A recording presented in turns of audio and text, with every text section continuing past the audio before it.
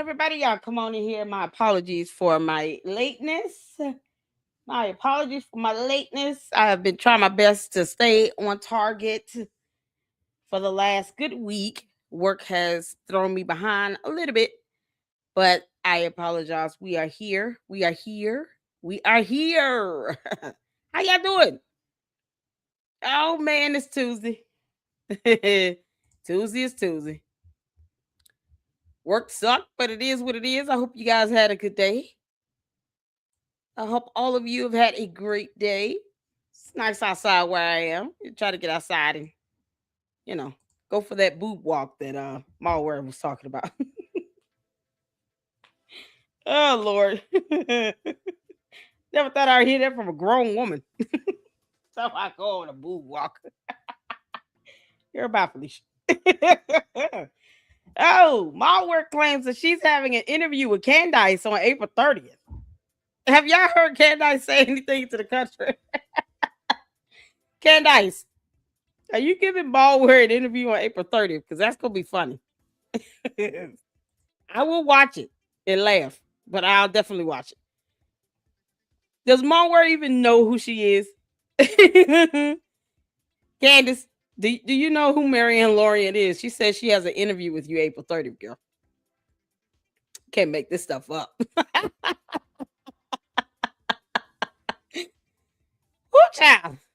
Oh, what's going on, y'all? The candy asses would know. They ought to know if Marianne Lorient is doing an interview with Candace Owens. They don't know who she is either. Oh Lord. Candy asses, is Marianne Lorient giving y'all cult leader an interview on April 30th? Do y'all even know who that is? That they might shock me. They might know who she is.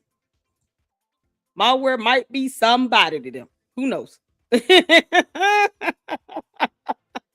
Frankly, my dear, tell me you are a chronic late person. I love you too, frankly, my dear. You can't make this up. Thank you for pointing out the obvious. Dog, I can't have a job. Y'all, what's going on with Mindy? How you doing, honey? Francisca, CC. Shout out to my mods. Francisca, S-Files up in here. Saint up in here. Frankly, my dear up in here. You know, you got to have somebody to come in and get on your nerves for 5 minutes. It is what it is. You know, Jesus loves the trolls as well. Oh, Lord have mercy, Lord. Frankly, my dear, did you have a good day? Apparently, you've missed me. Oh, Lord have mercy. Who is Shreya Logic? What for? She contributed to her fake check. I don't know.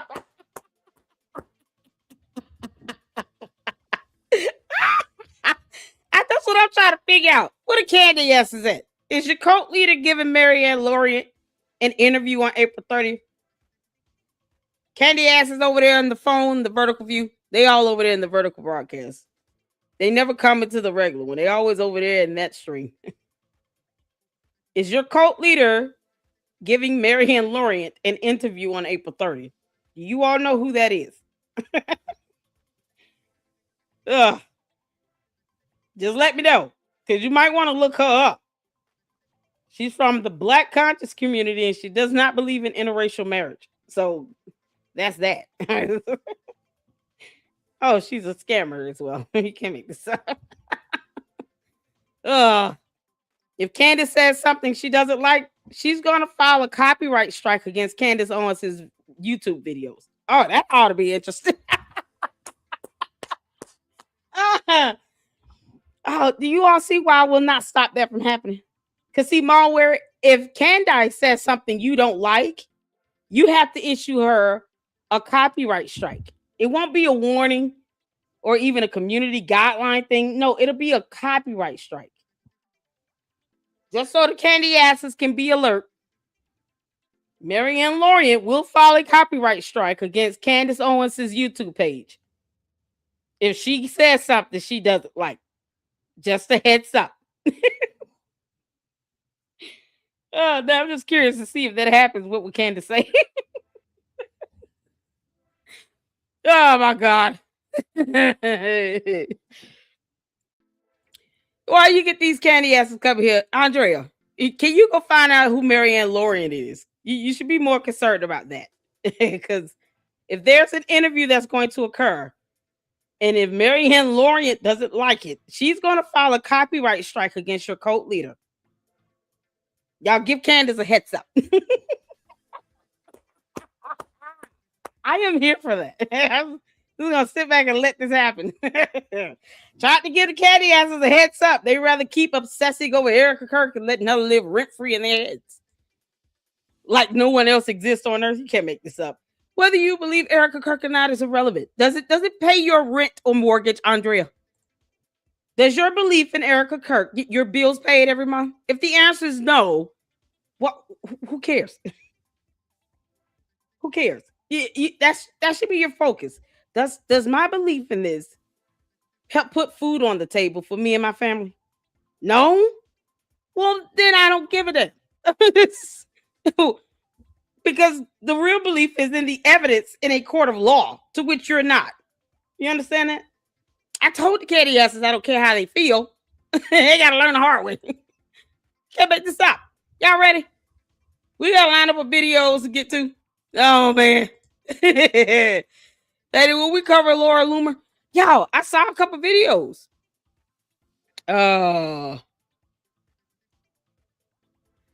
She did a new video with the Sinners guy. Listen, let me tell you something. If I get that video, download. I'm not giving Malware a view. I'm not giving her a view. Somebody that infringes upon free speech does not get a view or support out of me. I will watch her do an interview with Candace Owens because I know if that goes left, they'll be at a copyright strike war. But if I get that video in like a Muppet version, then I will react to it. I don't know who this person is about the Sinners movie and all of that. I have no idea what's going on with it. Y'all let me know. But I have to see, it needs to be transformative. Because that's what she want to whine and complain and cry about. No, we gonna go all the way there, Malware. Yeah, we're gonna transform that into a Muppet version where it is completely original and creative, and it goes right along with my commentary. So if I can get the Muppet transformative version of that interview, I will react to it. Otherwise, I'm not giving Malware a view. She claims she giving Candace Owens an interview on April 30th. Y'all, that's something else. She won't ask her about the hearing that's coming up. Candace, you have court April 28th, heifer. 10 a.m. Do not have the judge and they're waiting on your ass. April 28th, Candace, on your motion to dismiss, you filed that dumb motion. So there's a hearing for it, April 28th, 10 a.m. Eastern Standard Time, not Utah time. Have your ass in that courtroom, tell the candy asses to go sit down somewhere so you can go to court. Can't make this up. Dress nice, put on a suit, going to court. People need to take you seriously. She's going to get mollywopped. Watch out. Let's see here. Rim reviewed that interview today on his live. I think I seen a little bit of it. But if for me to react to it, I need the Muppet transformative version of that. I'm not giving Malware a view. I'm not going on her channel or clicking her video. I'm not giving her that support at all. But if I can get a transformed Muppet version of that, I would react to it. And we would laugh and giggle for many hours. Okay. Laura Loomer is destroying Candace on Twitter. Is the video Laura Loomer on Twitter or YouTube? Because I have a few videos on YouTube that I was going to check out. I do want to check out Milk Bar's video of Megyn Kelly, where he just kind of go in on her. We're here for that. Fax Me got a little short video. You're saying the Laura Loomer's videos are all on, is it on X or is there something on YouTube? Let's get this party started, y'all. All right. To all the candy asses, as a reminder, you are precious in somebody's sight. I don't care how you feel, the end. You enter my chat at your own peril. My mods will not tell you more than once to be respectful. You think you have the freedom of speech? We have the freedom to read your dumb comments and to block you as well. Amen. Amen. That is. Oh man, y'all ready? This is gonna be good. So I will check out if it is on. Let's see. Oh, Seafall's on it. She said, I done tagged you on some. We'll tag it. Okay, we'll check it out. Oh man, y'all. I did see a post where Laura Loomer went in on that girl. Oh. So Jaja, yeah. If I could get a Muppet version, somebody let Dr. Nene know. Maybe she'll do something. If we get a Muppet version on that, I sure will. I sure will check it out. Is Candace Owens as important as she says she is? Like all her credentials, are they real? No. That's the one thing you think the candy asses would do. They would say, hey, cult leader, can you please post up your 2 degrees you claim you earned?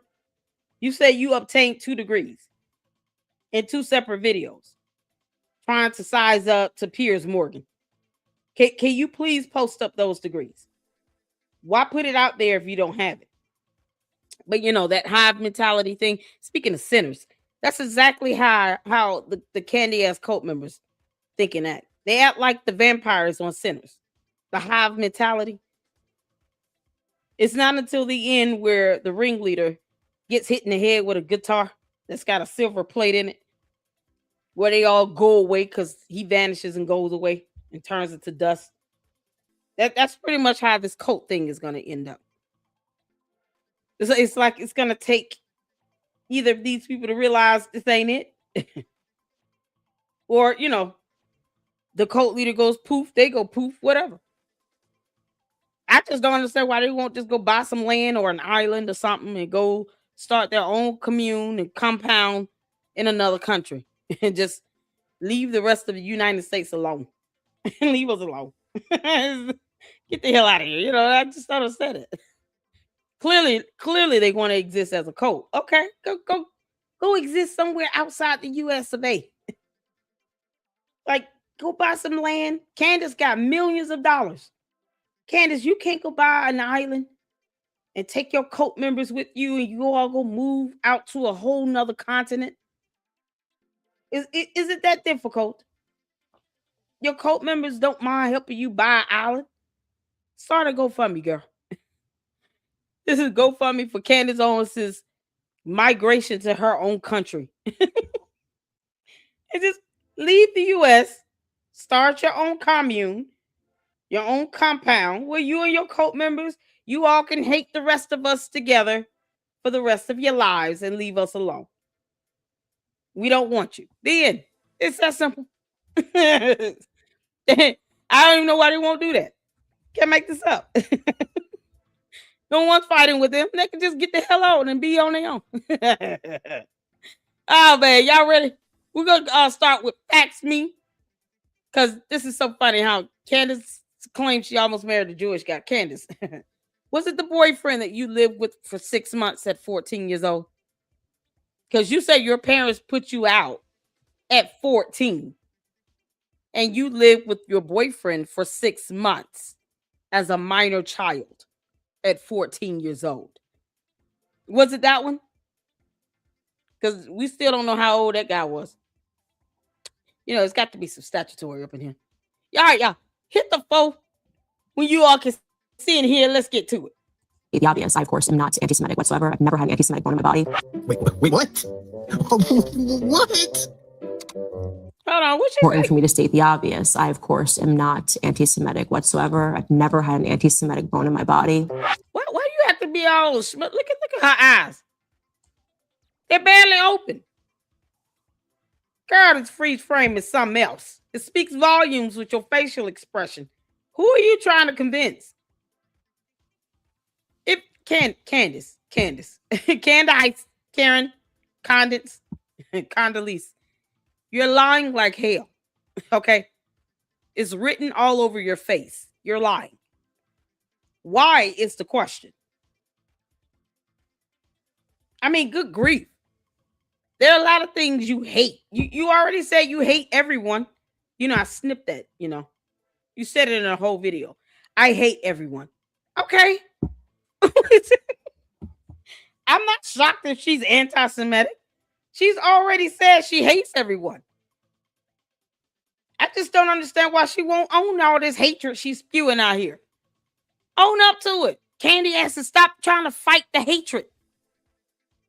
Your cult leader hates everyone. She's already said it. You can't convince us that she doesn't. For what? We don't have to believe this. We clearly see she's lying. Clearly. She can't even look in the camera. Candace, body language is everything, and eye contact is as well. What are you looking at? Girl, go to court and say this nonsense with your eyes halfway closed to the judge if you want to. The judge is going to point out the same thing. Why is it that every time I ask you a question, you close your eyes and squint your face up? What is going on with you? Do you need a 5-minute intermission? You need to go to the bathroom? Yeah, she looks constipated. Semitic bone in my body. Wait, what? What? She gotta go take pee-pee. You know how I've been saying for a good 7 months Oh, good Lord. that according to history, I could do CC. particularly Candace Owens' history, she goes where the clicks are at. She's a grifter, a professional grifter, a sellout. She can be bought. I know, right? She doesn't have her own real opinion. So everybody who knows Candace now knows Candace as the world's greatest Jew hater. Can anybody disagree with that? As of this moment, Candace is the world's greatest Jew hater. Because that's where she's getting the clicks. But before, she loved Jewish people because they were paying the bills. She almost married one, her own words. Are you guys with me? I actually, before I married my husband, almost married a Jewish man. It's not even a thing. I feel stupid. Candace, what's his name? What's his name? Because otherwise, we're not obligated to believe anything you say. Now, this is funny, considering it could be highly hypocritical if you did. But I'm gonna be honest, I'm not inclined to believe a damn thing that comes out of her mouth because I don't owe her that. Candace, I don't owe you any faith or trust or anything. You know that? I know you're listening, Heifer. You're still bad at this. Journalism is a term you still can't spell, let alone define. What's his name? What is the boy's name that you almost married? So you mean to tell me somehow it didn't work out with this kid that was Jewish, that you almost married, but you met George. There was no romance at all, not even a first kiss on a date. And then he proposed to you after 18 days of meeting you. How long did you know the other boy before you almost married him? Was it 6 days? 3 hours? I mean, what we looking at here? What's the time frame? Did the catty ass want to see him make? Oh, she's so smart. No, your dumb cult leader was engaged to a man she barely knew for 18 days. Now she's saying that she almost married a Jewish man before George. And you're not questioning, okay, how long did you know that guy? They're not questioning that at all. It could have been a one-night stand, and she almost married him. Oh, dear Lord. Can we say that guy dodged the bullet? He did. He's like, oh, no, Candace. Oh, no. Oh, thank God I didn't marry that girl. Oh, she's a mess. I would love to interview that guy. What's his name, Candace? Tell us that boy's name. Anybody know his name? I would love to know his name. What is the boy's name that Candace almost married so that we can do an interview with him? Because, yeah, we like to ask him, what was on your mind? Was she high? Did you ever get the faint smell of molded bread? How was Grimace yeasty down there? Was it fire and brimstone still or what? I mean, did she still not want to pay rent? I mean, how did this go? Did you know she was stuck with a 10-year yeast infection? I would love to interview that guy. Somebody give me his name. Oh, I will reach out to him. Only one time my mom's gonna say to stop doing something up in my chat with that BS. We come in here and have some dialogue. Don't spam my chat. You get blocked. They just change their name and then you have to block them. But, you know, it is what it is. The morons don't want to read a book. Even saying that. What I do think it's important to stupid? Why do you feel stupid? What's his name? Because we never knew his name. Why do we not know who this person is? Candace, you always want to hide your history and background, but you don't mind doxing other people. I find that to be very perplexing. If the guy that is listening that almost married Candace, you know, the Jewish young man that almost married Candace Owens, gets this video, can you please email me at ladyluckclubllc@yahoo.com? I would love to do an interview. And I do vet my emails. I would love to do an interview with him. And then, you know, congratulate him on avoiding this headache. Candace, you're like a plague. I feel stupid even saying that. Candace, you are stupid. But I do think it's important to do that because I've made it abundantly clear publicly that I'm standing by Ye as he weathers this tremendous storm. But I also recognize that I need to make it abundantly clear that I'm standing by Dennis Prager as well. This is what I mean by spamming my chat. Tim, obviously you're trying to, what's it, the like button? You're trying to get my attention. What do you want? What do you want? What are you asking me? What is it? And speak plain. Stop beating around the bush. That like button. 2. And do spell check. Because I'm not reading things that are incomprehensible. You understand? At least pretend like you're intelligent for 2 seconds. What do you want? They're like children. You got to give them attention. When I see your comment, and if it makes sense and it's a logical question, I will read it. You understand? You're trying to get my attention. What is it? Child. Good Lord. Don't you have homework to do? And all of my other Jewish friends and supporters. You want me to name 10 countries? God. He wants me to name 10 countries without Googling it. Why? Are you not aware of 10 countries that exist in the continent of Africa? Do you need that for homework help? Are you trying to get help with your homework? Where's your mother? He needs help with his homework. Y'all put 10 countries in Africa in the chat so that like button 2 can get help with his homework. Needs homework help. It's okay to say I need help with my homework. What grade are you in? The like button 2. How old are you? Francisco said he had to go to the corner store.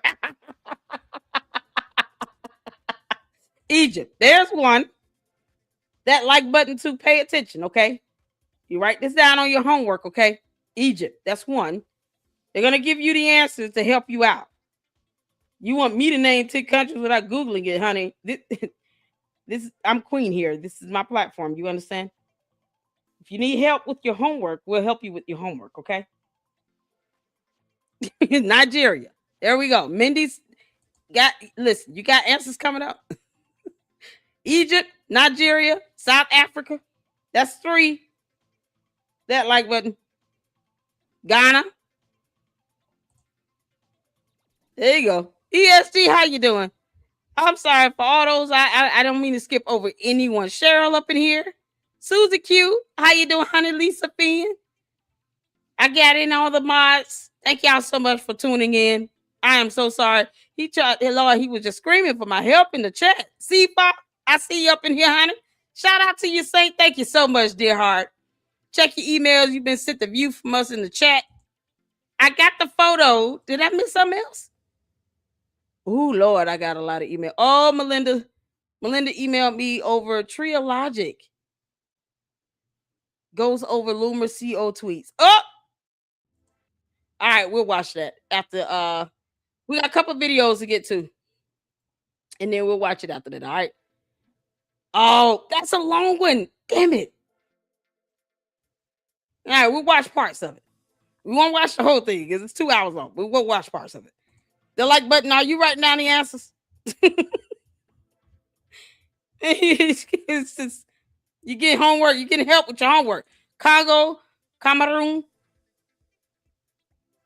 Zimbabwe, Botswana, Ethiopia, Liberia, Senegal. There you go. Look how that chat comes together so beautifully. That like button too. There's the answers. You got 10 countries named right there in the continent of Africa. Write down the answers and make sure you turn your homework in tomorrow, okay? We did it. I know, right? That's why I'm the queen of YouTube. This is how you handle trolls, okay? Even if it's a kid asking for homework, need homework help, you have to read it between the fluff. Because what I'm not gonna do is go back and forth with somebody that's trying to troll and ask weird ass questions. Candace is still a scammer. And she almost married a Jewish man to whom she's never named. And we still don't know who this person is. When it's all said and done, her candy ass cult members can try to be distracting all they want. It doesn't take away the fact that she admits, whether she's lying or telling the truth, that she almost married someone else that was Jewish. And we have no idea who this person is. Why not name him, Candace?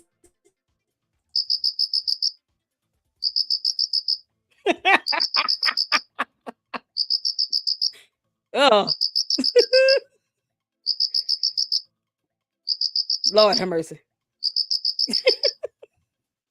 That's funny. People with me on stage right now are all transgender kids who want others to know it is possible to transition socially with love and support and acceptance within a family and a community. We hope to communicate by sharing our story with you and with folks is that this is real and it's cool. A perfect example of the beauty that happens when a child is loved and fully embraced for who they are.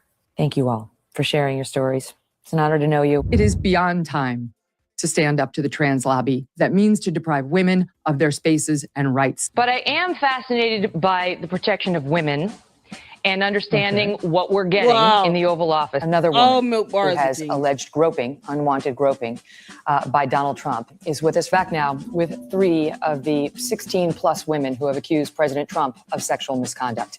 Trump is on record as saying he did this. And you are all familiar by this point. Oh my God. It's like a totally different Megyn Kelly. Oh, Megyn Kelly, you such a clown. Why can't you have a viewpoint and just stick to it? If Trump say something you don't like, then just say, I don't like what he said. And then the earth continues to revolve around the sun. What the hell? Oh, Milk Bar. We love you, Milk Bar. With the Access Hollywood tape. Oh, I thank you so much for coming on and telling your stories. Thank you for having us. You bet. I don't give a shit about Trump getting handsy with somebody 20 years ago. Yeah, that was the only reason. I have this crush from afar on Mark Levin. I've always loved him. I agree with Sean that he's the great one, but I secretly from afar am like a Mark Levin stalker. It's truly an honor. It's like there are certain people, and it's a very small list, who I consider appointment viewing. And it's like, whenever I see you, I stop. Whenever I see Mark Levin clip, I stop. Whenever Mark Levin has a book, I read. It's just, there is such a small collection of people who are truly brilliant and honest. So I want all of our listeners, I'm sure they already know that. But hey, Dory, pay attention. You're going to learn something. I mean, this is like a 70-year-old man. He's in his like mid to late 60s or 70.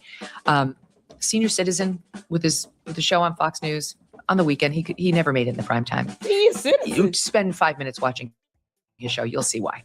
He was not primetime material. We used to. You are not bar license material. What the hell? She went to law school, right? I mean, unbelievable. So it's impossible for her to remain neutral. She doesn't have the capability to be impartial or sound intelligent. What the hell is going on? Laugh at him. Behind the scenes at Fox, she's supposedly 9 months pregnant in the hospital room. Here's the problem. We don't like you, Meghan Markle. And no amount of posting videos that you think are going to humanize you will make us like you. Candace is a young mom. Meghan. We don't like you. What's problematic here is that you're being hypocritical. Why are you watching someone dance? This woman 9 months pregnant. She's trying to get that baby down, honey. She like, look, I need to do whatever I need to do to break water. See, when if you've ever been pregnant, by the time you hit 38 weeks, you ready. You just ready. You ready to give birth. You want this baby to come out healthy, happy, crying, breathing, but you want the baby to come out. You're like, a human pregnancy is 40 weeks plus 2 minus 3. So you can go as early as 37 and as late as 42 weeks gestation. Okay. By the time you hit 36 weeks, you like, I'm done. Child, you're doing whatever you can to go into labor. I was walking around bending down every other step. Come on down, break water. Y'all. I did whatever I could. Meghan Markle dancing, swirling, moving the belly. She just want that baby to come out. What's wrong with that? She's like, oh God, I'm ready to give birth. Man, come on. That's a relatable dance. This is a pregnant woman who's been pregnant for 9 good months, at least 36 weeks. Doing the dance of all pregnant women everywhere. Wanting that baby to come down and come on out. It's just come on out. Because she's tired of being pregnant. And she talking about, we don't like you, to a pregnant woman.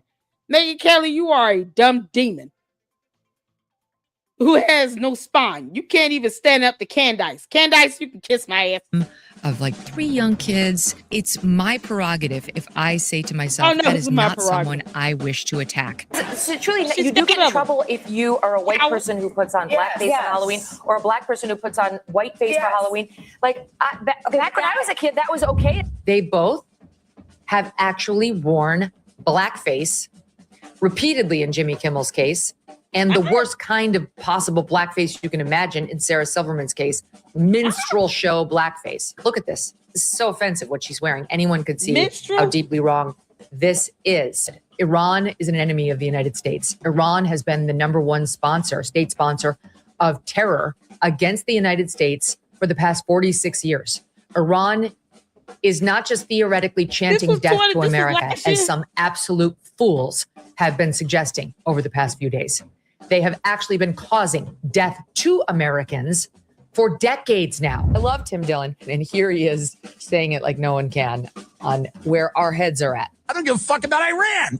Barack Obama, Bill Clinton, George W. Bush have all said that Iran cannot get a nuclear weapon. They can't. It's just this president, forgive me, but he had the balls to actually do something about it. Who made him do this? And the answer is Benjamin Netanyahu. And oh God, she sounds like Candace. We only need one of those. Cadence is enough. Megyn Kelly, you are a copycat. And a bad one at that. You're not even funny, you dumb heifer. Candace, can you please just tell Megyn Kelly to go have several seats? You don't see this woman trying to copycat you? It's deplorable. It's an insult to our intelligence to see this woman trying to copycat you. And she's not even funny at it. She's not good. Like, you're enough. We don't need another one. Oh, Lord. This is some BS. Oh, Megyn Kelly, you're just insufferable. And you went to law school. That's what's so crazy about it is. Megyn Kelly went to law school. See, Candace is an idiot. Megyn Kelly doesn't have to play that. You can actually show some level of intelligence and be original. Be yourself. if you do or don't believe in what your president is doing, voice that. And people will respect you for being honest and being yourself. You're literally trying to be Candace Owens' mouthpiece and nothing more. That is all you're striving to be in life, girl. This is the highlight of your life. You've gotten to this point where you've been on TV for 1,000 years. And the climax of your life is to be a secondary Candace Owens. You should be so proud of yourself, Megyn Kelly. See, that's why people don't like you. You're unoriginal. You're a decoy. You're trying to replicate yourself. And for what? Candace is insufferable on her own. We don't need another one. The hell is this? She act like a kindergarten. The man in the mirror for President Trump. His own hubris. I mean, honestly, like the president, 3D chess. Shut up. Fucking shut up about that shit. You don't threaten to wipe out an entire... Megyn, you can kiss all of our ass. And I say that with as much love as I'm going to conjure up, because you don't pay my bills and I owe you nothing more. Kiss our ass collectively. Good Lord. What is her point? Is she just saying a bunch of stuff that means nothing? Their civilization. We're talking about civilians. Just casually. I mean, honestly, Trump could drop a nuke and I'd still vote Republican. Yeah. Now she said it's time for us to talk about the bombshell statement that happened. I gotta get this Graham Allen in because this was so good. And there's a video too we gotta get in with Nick Brooks where he goes over, and that's gonna be coming up next. If Candace going too far in defending Tyler Robinson? Yes, I believe she is, because she can't tell us who she believes pulled the trigger on the gun. So I mean, So I think it's imperative that Nick Brooks is a fantastic attorney, a California attorney. He's so cute. And he has been a guest here in the LLC. And I'm glad that he covered that video, because it's one of the reasons why we're all asking Candace to tell us, how much did you pay Tyler Robinson? Because no one just goes out and breaks their neck over trying to defend one Merc in the United States of America. There's another man that's been charged with murder. There's several people being charged with Merc. Somehow, Candace picked this one. Because we all know she wasn't even friends with Charlie Kirk online, on social media. She didn't care about that boy. She didn't give a damn. She doesn't even care about his kids and his wife that are being sent death to kidnapping threats. Candace does not give two craps. She's already said she doesn't care about the case in a whole video, and I snipped it. She's already said, I don't care about that investigation. I don't care about that case. Oh, okay. But yet she wants to try to give her 2 cents on it. For what? Candace, when I say you could talk about it, you could just report on the information. But like Piers Morgan said, you're not an investigative journalist. You don't have the wherewithal to remain neutral and impartial and just report on the evidence itself without tainting the damn jury. You don't know how to report on things regarding a matter of law or cases going on in the courts, because you don't know how to remain neutral and impartial. You're incapable of doing that because you're trying to give this false impression that you care about Charlie Kirk when you don't give a damn. You're having his wife stalked by people that live in her building. I hope she plans on getting this thing on protection order. When does that happen? Because, they get mad about that. No one cares. The candy asses get mad about stuff like that. Why do you get mad about that? Y'all not the ones going to court. Candace is. You can't defend her. You can't protect her.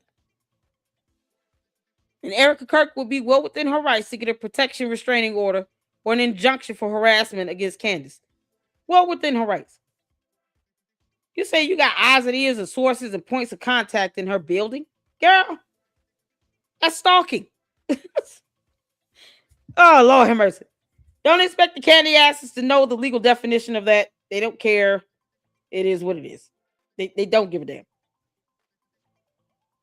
But that's what it is. And Erika Kirk should have a protection order or restraining order filed against Candace. Period. And then if she violates that order, Candace goes to jail. It's that simple. Show her how she's not above the rule of law. But she's gone on her way to try to taint the jury. And now she's sitting here trying to defend Tyler Robinson with no evidence. This is the same person that does not understand how ballistic tests go. And what's the demand that she sees everything? No, you're not going to see a damn thing. You're not his wife. They owe you nothing. And the FBI is not spearheading the investigation, but you know, she wants to keep lying to people about that. It's the prosecution for the state of Utah. The district attorney. For the umpteenth time. State of Utah v. Tyler James Robinson. Not FBI, not U.S. of America. State of Utah. But yet, because Candace doesn't read, she keeps lying and saying that the FBI is spearheading this. Oh, the Fed slop. While she has sources in the FBI and collaborates with Sloppy Joe Kent, who gave her Fed slop to give back to her audience. You know, because if you don't trust the FBI, why trust one of them? You wouldn't trust any of them, right? You know, that hypocrisy goes over their head. I just love saying it over and over again. The hearing of the defense of Tyler Robinson, where they're trying to push the preliminary trial, not even the actual trial, the preliminary one, 6 months down the road. And Todd, I only want to play one clip from this, and it's the one where they talk about the CCTV footage. Got it. So Candace Owens, no, I'm wrong. First, before we do that, I want to go to Russell Brand and Tucker Carlson. Cult leaders. Okay? And I'm going to play the clip, and I want you to tell me, are they disrespecting what happened to Charlie Kirk, or are they just bantering, having fun? So either yes, they are, or no, they didn't. Whichever one you think is there. I want to play this clip. Do you think they were disrespecting Charlie Kirk? Yes or no? Let's play this clip of Tucker Carlson and Russell Brand really quickly, and then I'll tell you what I think. Whenever Todd, there we go. Let's play it. Lone gunman. And whenever there's a lone gunman, just some crackpot. Hey, these crackpots, I noticed that a lot of the time they do stuff that really benefits the most powerful interests in the lot.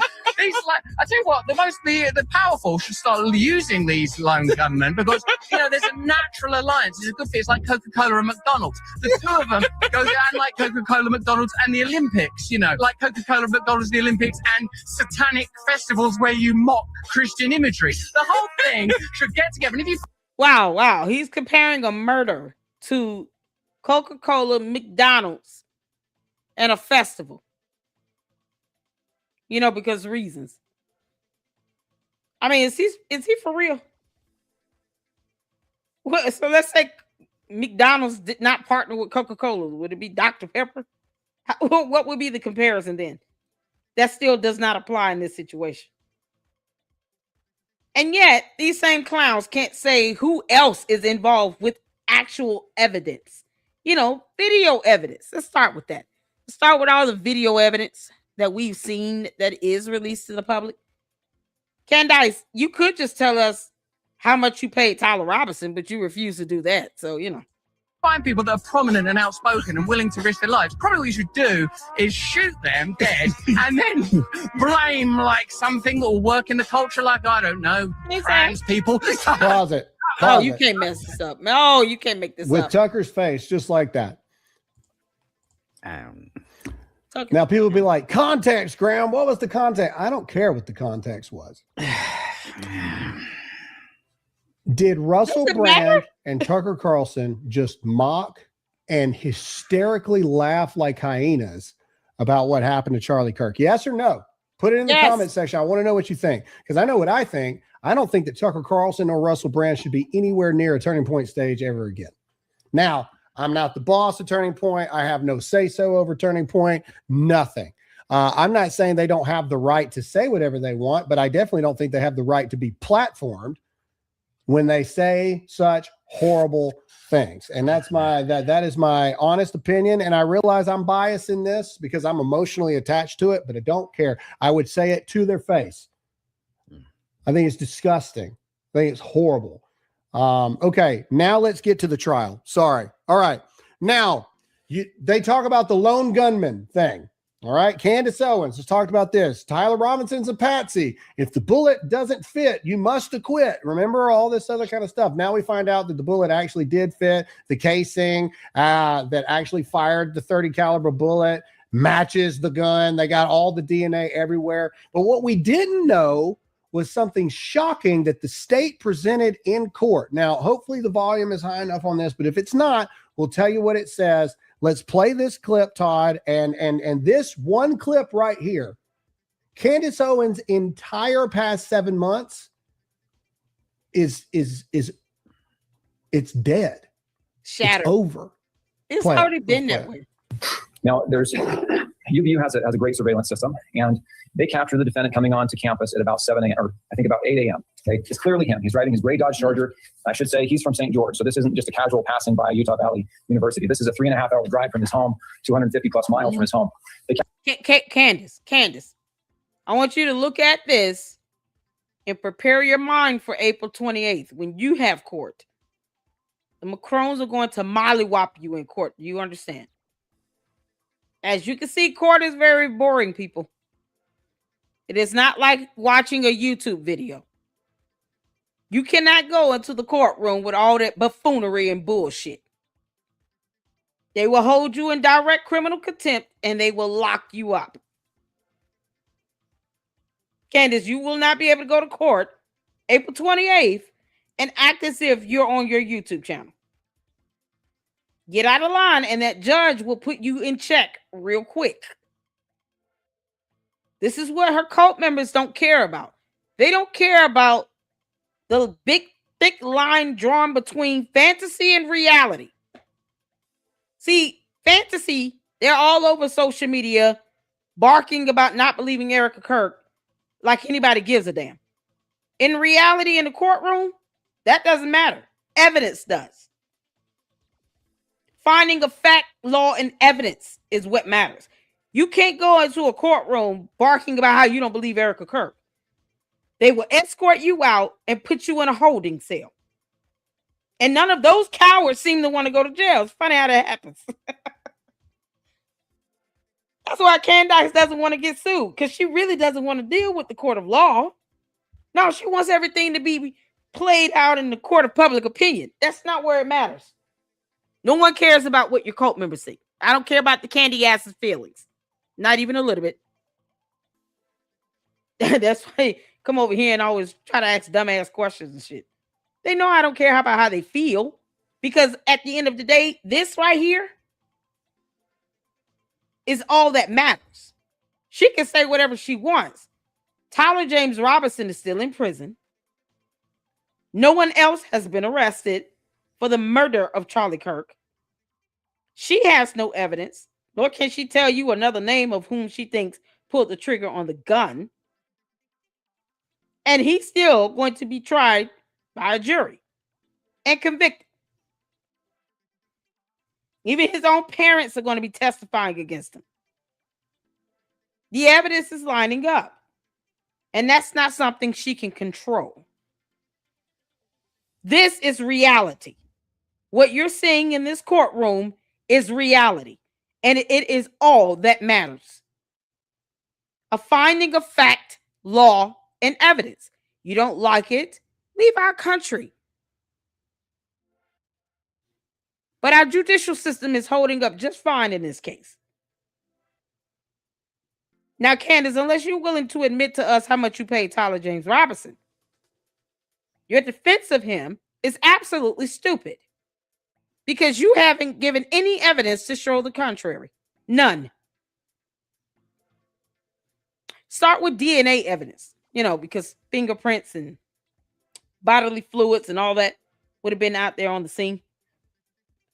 Like they found on Tyler James Robinson. You can't make this up. This is what happens in court. All that nonsense that she's doing on X and YouTube, they don't give a damn. That judge could care less about Candace Owens existing on Earth right now. Do you all think this judge is worried about what Candace Owens thinks? Hell no. This judge assigned to this case could care less that Candace Owens is breathing, let alone how she or her cult members feel about Erika Kirk or TPUSA. He doesn't care. It's all about finding a fact, law, and evidence. Nothing else. Candace Owens is irrelevant when it comes to a court of law. That's why she doesn't like going, because she knows she has no power. After his car pulling into the Utah Valley University parking structure, he's out of the car. He's wearing his favorite Hurley hat, a maroon t-shirt, shorts, and Converse shoes. The same clothing he's wearing when he turns himself in the next day. Clearly him. There's good facial images and everything. He walks around campus and he scouts campus out. He then leaves the campus. UVU surveillance then captures him. Pause. Hold on. So what they just said, yes, we sped it up a little bit for time. They got Tyler Robinson going to the UVU campus. They positively identified him. It's him. He's scouting the freaking spot. That like they've got him, like positive ID. It's him, 1,000,000%, 300 something plus miles to the campus. They got him before the event, scouting the events out. All right, play it, Todd. Be ready to pause. Right before the Charlie Kirk event, he's wearing a disguise of sorts. He's wearing a baseball cap, different baseball cap, pulled low. He's got sunglasses on, a different shirt, different pants, but the same Converse shoes. That's all seen in the surveillance. He's limping because there's a rifle down his pants. The surveillance captures this individual. Again, I don't want to overstate the evidence because the pictures of his face at this time are not as definitive as they were earlier because of the sunglasses and the hat. But it captures his face, captures his appearance, his height, his build, all consistent with how he looks earlier in the day and how he looks today in court. But he makes his way to the rooftop. Makes his way to the sniper's perch on the rooftop, takes the shot, and then runs to the northeast, drops. Pause.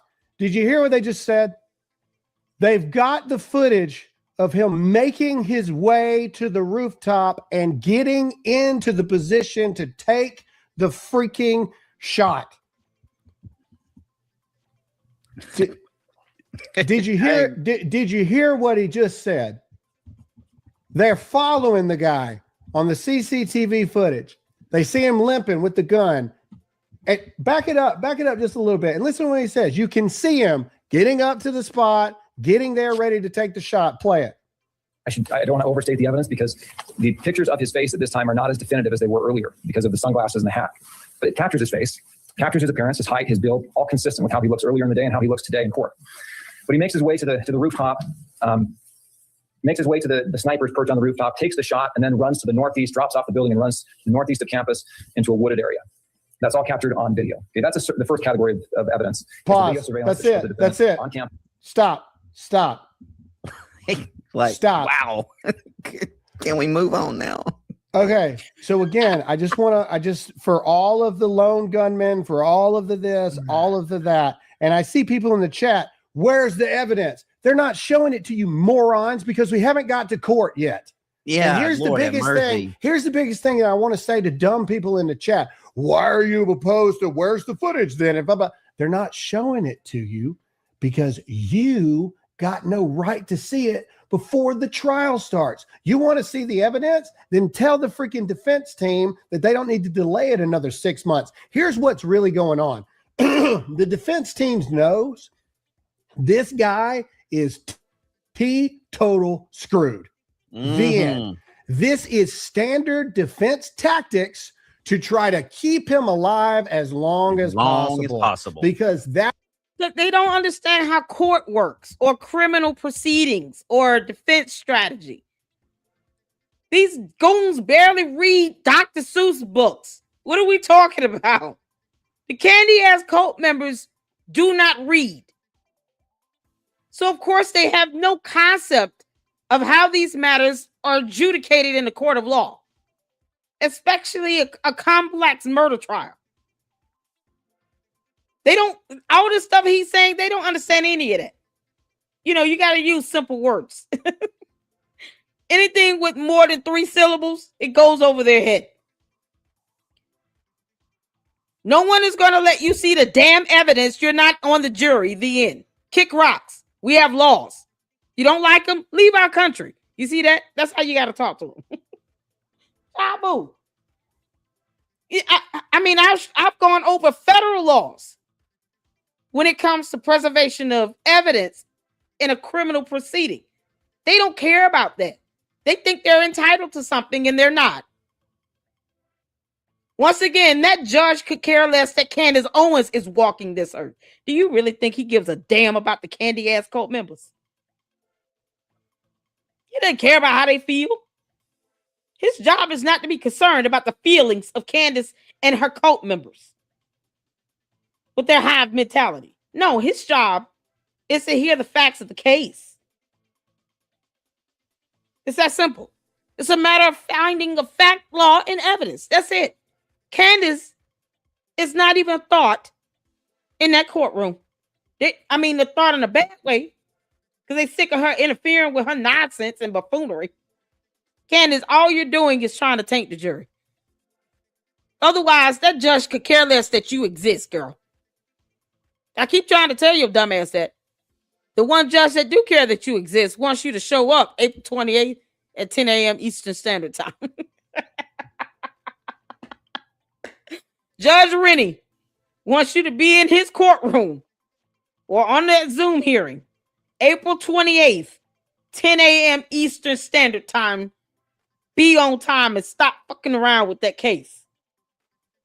Asking for extensions and word counts and all this nonsense. Go to court, Candace. That goes to show this girl won't even go to court for her own legal matters. But she's trying to invoke herself into something she doesn't understand. Criminal proceedings. She thinks the FBI is spearheading this. That's how stupid she is. When it's the district attorney for the state of Utah, it is their jurisdiction. It's their case. The crime was committed in their state. But she keeps talking about Fed slop, even though she has sources inside the FBI. You know, the same FBI she doesn't trust. She got information from Sloppy Joe Kent. That's according to Mitch Snow. Because, you know, the cult members believe him. You're not going to pick and choose when you trust your own little Gimp, this lying demon that she went out and raised $145,000 for. Hell no. Cult members, you all are going to believe him 24/7. You know why? Because your cult leader is not out here debunking him either. She never said Miss Snow is wrong. I never trusted Joe Kent. No, he said she trusts Joe Kent. She trusts him.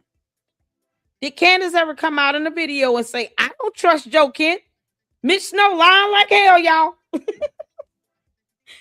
Miss Snow, you effing up. You ain't getting this money. Y'all, where's no reply?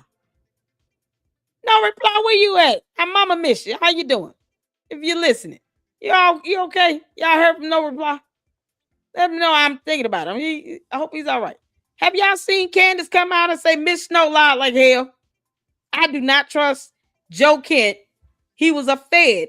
Why would I trust him? Did she ever come out in a video saying that? I'm just saying. Y'all let me know if y'all seen Candace come out and actually call Mitch Snow a liar for alleging that she trusted Joe Kent, who worked for the Feds. Hey, C-Star, how you doing, honey? Because I missed that video. Candy asses, let me know if your cult member came out and debunked Mitch Snow. He was the one that said that she trusted Joe Kent. She trusts him. For some reason, she ain't trust nobody else in the Feds, but trusted him, even though his information was the same as everybody else's in the Feds, because he said that. He didn't learn anything any differently than what the rest of them knew. And it's naive to believe that he knew a whole different set of information that no one else in the FBI or CIA knew when they all collab and work together. It's so dumb. That's not how that works. So unless Candace Owens came out and debunked Mitch Snow, she trusted Mitch Snow. And Mitch Snow said she trusted Joe Kent. So obviously, if she hasn't called him a liar, he was telling the truth, right? That's all I'm saying. So how much fed slop did Candace give to the candy ass cult members that she was getting from Joe Kent with his sloppy ass? Because he's so sloppy. He's under investigation for being sloppy. Even if he was giving out information to her, he's sloppy. He got caught because he's an idiot. And so is she. Candace, why would you want your one source in the FBI to get caught? Make that make sense? How does that help you? Like, why would you set your one source up to get caught? Explain that to me. If I got one good source in the FBI, I'm going to make sure that person does not lose their job or get caught or get put under investigation. I'm not going to have them do anything that's going to cause them to get in trouble. Because isn't the idea to continue to get information out of them? And if that be the case, that means that the candy asses was getting fed slop because it was coming from an FBI agent, a liaison to the FBI, CIA, whatever the hell. He worked for the federal government. He was a fed. They try to excuse and differentiate that. No, they're one and the same. You either trust the feds or you don't. There's no in between with it. Pick one. And she trusted Joe Kent. And her only defense was, I never worked with him. But you never debunked Mitch Snow either. You never said Mitch Snow lied. I never trusted Joe Kent. She never said that. Candace, I told you, I figured you out a long time ago, you simpleton. It's not that difficult. Sometimes it's what she doesn't say that you got to pay attention to. Beat around the bush, said all that fluff and blah, blah, blah. Never once said Mitch Snow lied like hell, y'all. And we're not giving him that money. He hasn't earned that money. $145,000 raise. And she can't even call him a liar about Joe Kent. Girl. Candace, I know you listening, you dummy. It's still a dumb thing to do. Your one asset, you got caught up in some nonsense because you don't know how to report information. And your cult members aren't helping either. Because they go into everybody's chat blabbing off. All over their own ex, just spilling the tea. They tell on her more than she realized. They don't want to keep telling us that she does this for the money and the clicks and views and subs. Because they keep telling us how many clicks, views, subs, and how much money she makes. They tell on her more than she realized. They aren't defending her. They're dumb cult members. They don't know what to do. Candace, get your cult members in check. They're making you look even worse, like the idiot that you are. That is the only thing that they can do. That's it. You're just somebody was like, why are we just now hearing about this for the first time? Because you're at a hearing because they're trying to push the they don't know how court works. Not even really the trial. So they're trying. So they're finally like, this is why we need to go to court. Boom, boom, Lord boom, boom, boom. We got this freaking dude. So, and here's another thing. And how the state did this. If you believe your guy's innocent so much, why are you wanting to keep him in prison for another 6 months before we even get to this trial that's going to take 6 to 12 months to get it done anyway? Why are you wanting to keep this guy in prison if you think he's innocent? But the biggest thing is this, for Candace Owens and all of these other people and all of you, not you, the Dear America audience, obviously, you know who I'm talking about. All of you conspiracy theorists out there, every single one of you that pushed all of this bull crap, the state just admitted in court, we got this dude pulling up, scoping it out, leaving coming back, limping, walking up to the rooftop, getting down the position, taking the shot, jumping down, dropping the weapon off in the bushes. We got the whole freaking thing on tape. If there was another person involved, don't you think they would be a little on concerned camera about that? George Farmer, you should be concerned. I don't know about you all, but I don't know anyone else that could fit the profile of a Tyler James Robinson, right? Go with me on this. That could easily help him switch clothes, switch cars, hide out, move throughout UVU's campus, and not really be noticed. George, how did you get that black eye? Did you fall? You get hit or something? How did that black eye come about? Did Candace get mad because you got caught on camera somewhere? She kicked you in the eye and broke a foot. George, at some point, you're going to have to talk about this black eye. I have a feeling you incurred that black eye doing something you shouldn't have been doing.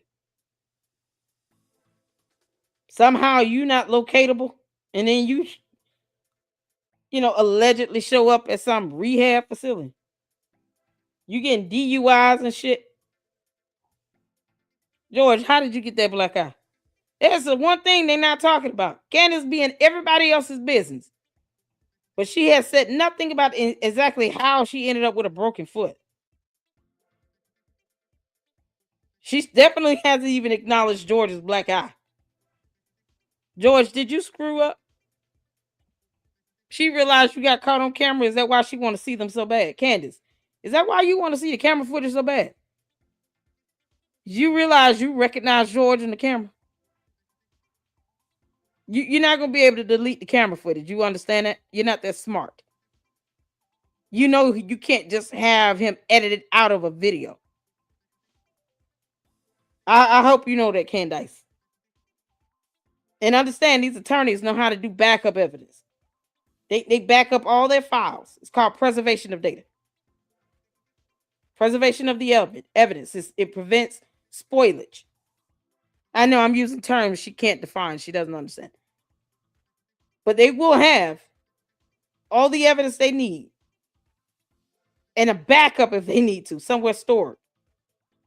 So that people like you and your little dumb hackers can't get into a system and wipe it out. Because I'm starting to believe that George got that black eye doing something he shouldn't have been doing, and he got caught on camera. Candace, tell us how George got that black eye. He got caught on camera. She's more worried about the video footage than anyone. Candace, it wouldn't even be your concern if you weren't there, if he wasn't there. If you had nothing to do with this, it wouldn't be your concern. But this is what's so crazy. She doesn't even know how to handle the evidence. She doesn't know how to utilize her so-called asset. Sloppy Joe can't. She feeding her own people fed slop. For what? But she can't give us the name of a person she thinks pulled the trigger on the gun. Go figure. George, where the hell you at? Candace Owens and every single person has been lying for money for months. Sometimes things are not that deep. Dude. Oh, but Graham, what about all the Discord chats? What about all this? What about the people that knew? I agree with you 100%. There definitely were people that knew about this beforehand. But I had so many. I'm tired of giving vocabulary lessons. If you're going to insult me, honey, you got to be able to spell words correctly. TL6245. The word is though. THOUGH. You put thou. You sound dumb, thou. That's what that reads. Candace, you think you will read your cult members a book or something? To start with the alphabets. How do you say you sound dumb, thou? The word is though. THOUGH. What are we doing? You can't even insult me correctly because you're an idiot. Oh, I can't take it. They need a it's the lack of spell check for me. Lawyers write me on Friday saying, Graham, I respect you and Todd because I don't understand how people are too dumb to understand. if you want to get the people that had foreknowledge of the crime, thou art ignorant. You gotta get a guilty verdict that there was a crime that occurred in the first place. So you gotta convict Tyler Robinson, and then you go after all the people in the Discord chat that had prior knowledge to the crime beforehand. Why do you think his boyfriend? Why do you think all these other people? Oh, by the way, guess who's willing to testify to the defense? I mean, not to the defense, to the state. Guess who's willing to testify to the state? The furry. The furry. And guess what? The doctor that did the autopsy, the surgeon that tried to save Charlie Kirk's life, all of them ready to testify on behalf of the state. Of course. And that's standard. Candy asses. I know y'all listening over there in the vertical version. Your cult leader will never tell you how criminal proceedings operate, but that is standard for the medical examiner that performed the autopsy to come in and testify in a murder trial. They have to lay the groundwork to how the bullet made impact with the body, the damage that it caused, to prove ballistics and many other things. It's standard. Of course, they're coming to testify. Any doctor that performed any procedure on him, if they need to come in and testify, they will have to come in and testify. It will be vital and crucial to the case. And these people want to see video evidence and wouldn't understand it if you played it for them. That's what's so crazy, because they don't understand how criminal proceedings work. They certainly don't read laws or, do spell check, because the word is though and not thou. Thou art an idiot. And here's another thing. You hear Candace talking about Erika Kirk's lawyers. These are not Erika Kirk's lawyers. They're not this is lawyers. The state of Utah versus Tyler Robinson. This is a murder with malice case for the death penalty. These are not Erika Kirk's personal lawyers that hang out at Turning Point USA to make sure that they're staying within their 501c3 guidelines. Everything that these people tell you are lies. You got to get the guy who pulled the trigger first. You have to. Now, if you don't like law and order, it's called law and order for a reason, because it has to go in order. You can't get people for foreknowledge of a crime if you haven't proven that a crime actually occurred. Yeah. You understand? Do you understand what I'm saying? Well, obviously a crime occurred, Graham. Charlie Kirk was shot. Yeah, I got that. But you got to get the dude who shot the freaking bullet first. And then you go after everybody he's attached to that had knowledge of it beforehand and didn't say a dang thing. And then you take all of them. Or even after the fact. You can be charged with, co-conspirator after the fact. Even after the crime is committed and someone learned of it and didn't say anything.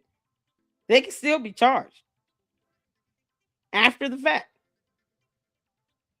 So it doesn't behoove anybody that doesn't want to go to prison to hold anything. That's why his parents are testifying. You think I would listen, as a mother, I would not go and testify against my own children unless I am absolutely convinced with evidence that they did something wrong, especially to this extent. You understand how hard it was for his parents to have to turn him in.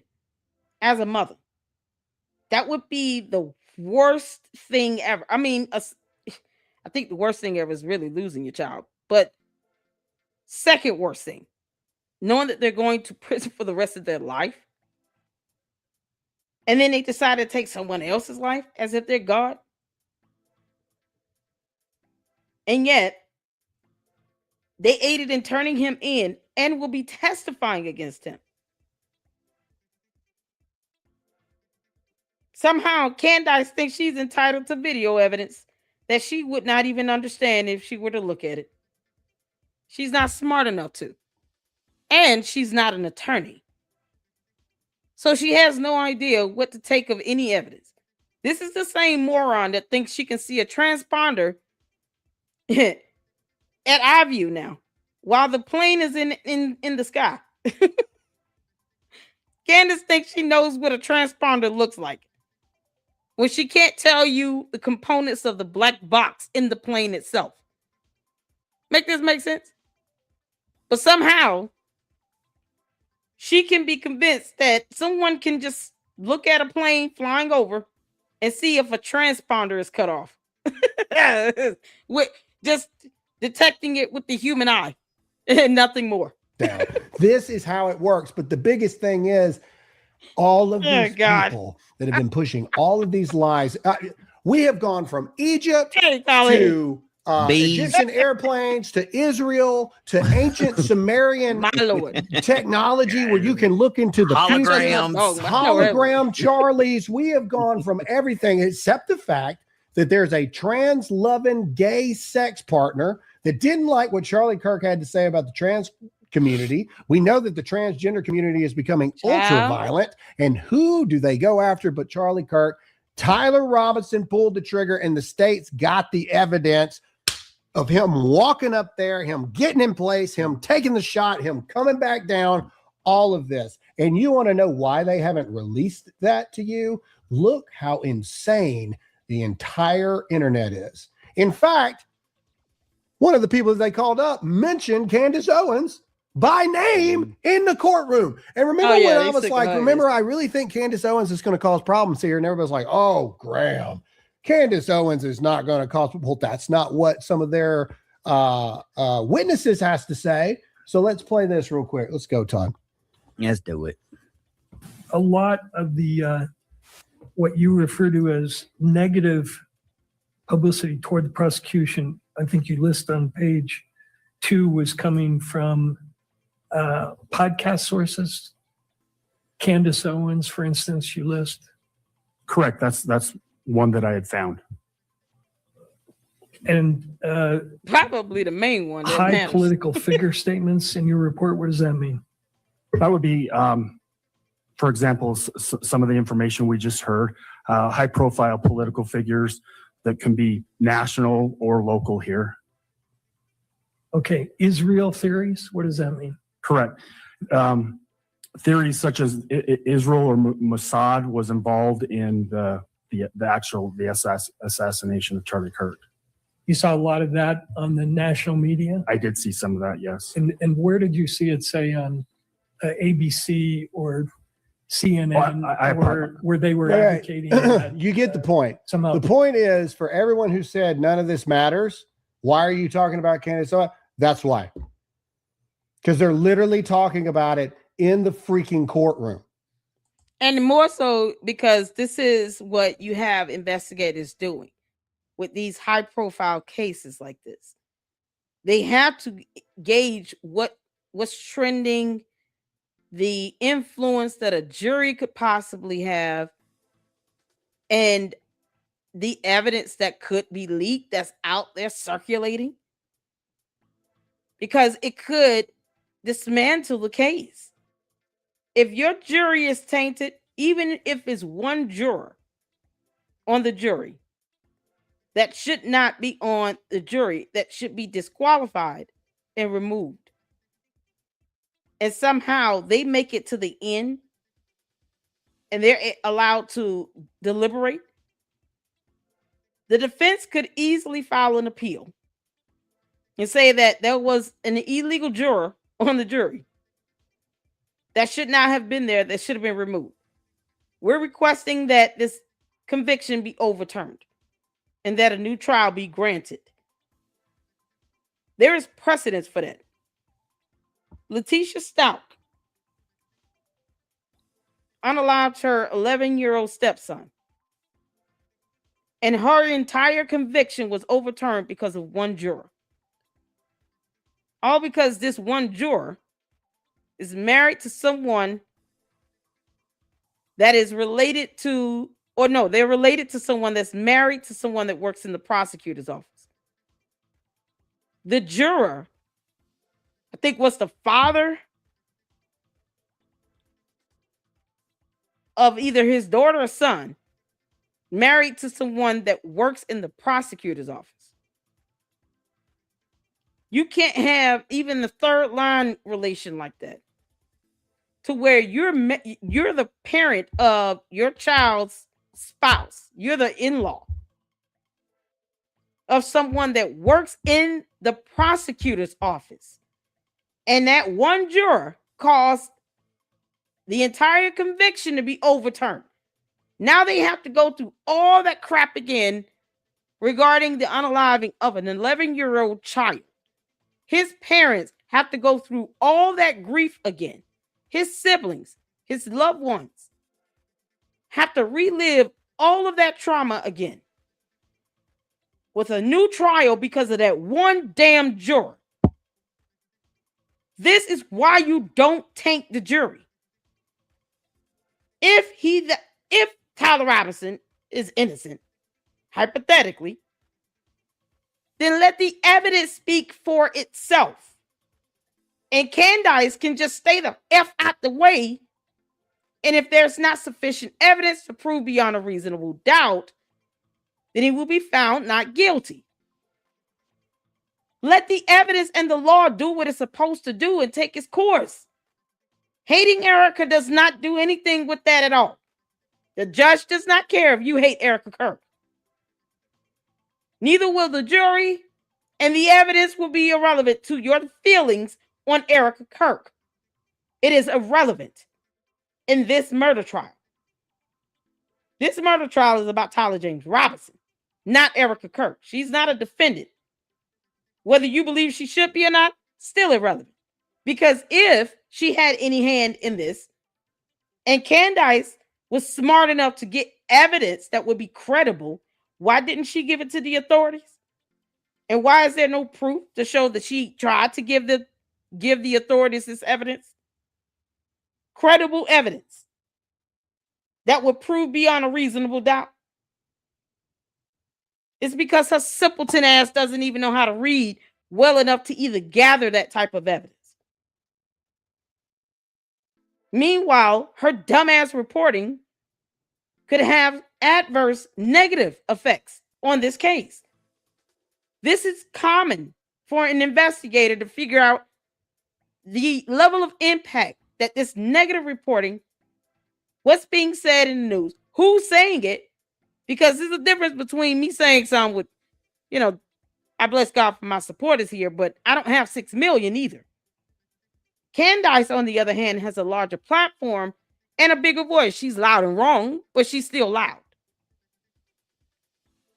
And because she can't even tell you all who pulled the trigger on the gun if it's not Tyler James Robinson, she would rather just thwart the case itself by trying to inflict her so-called BS all over.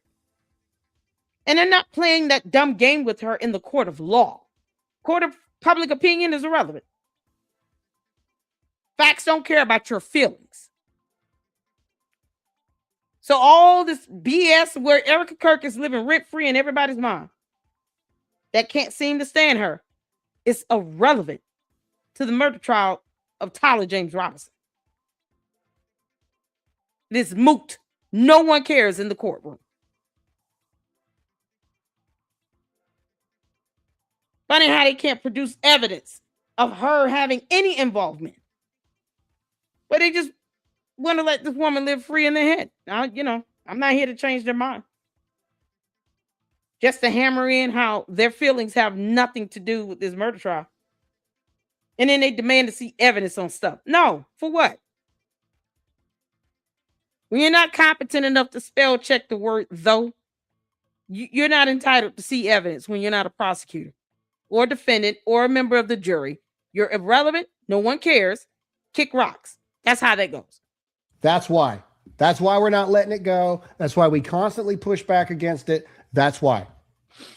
That's why. The reason why we here on this show are not letting it go is because we have to just scream the truth from the mountaintops. The reason that Candace and the other side is not letting it go is because, ladies and gentlemen, a guilty verdict doesn't get people paid. It doesn't matter if they had drone footage of the kid right here with his chin rested against the rifle, pulling the trigger. It doesn't matter if they had that, if they had crystal clear it's still well, that's AI. That's not real. I mean, anybody could do that. You know, it doesn't matter. It doesn't matter what happens. Excuse. Doesn't matter what happens. If you think Candace Owens sucks, I want COS to blow up in the comment section right now. Last thing I want to play, and then we're going to get into Laura Loomer and Candace Owens the last 10 minutes. Play what the community says about if they think he's guilty or not. And this is why I keep talking about a tainted jury pool. Okay. Somebody just said you got to find impartial jurors. Hard to do that. Okay.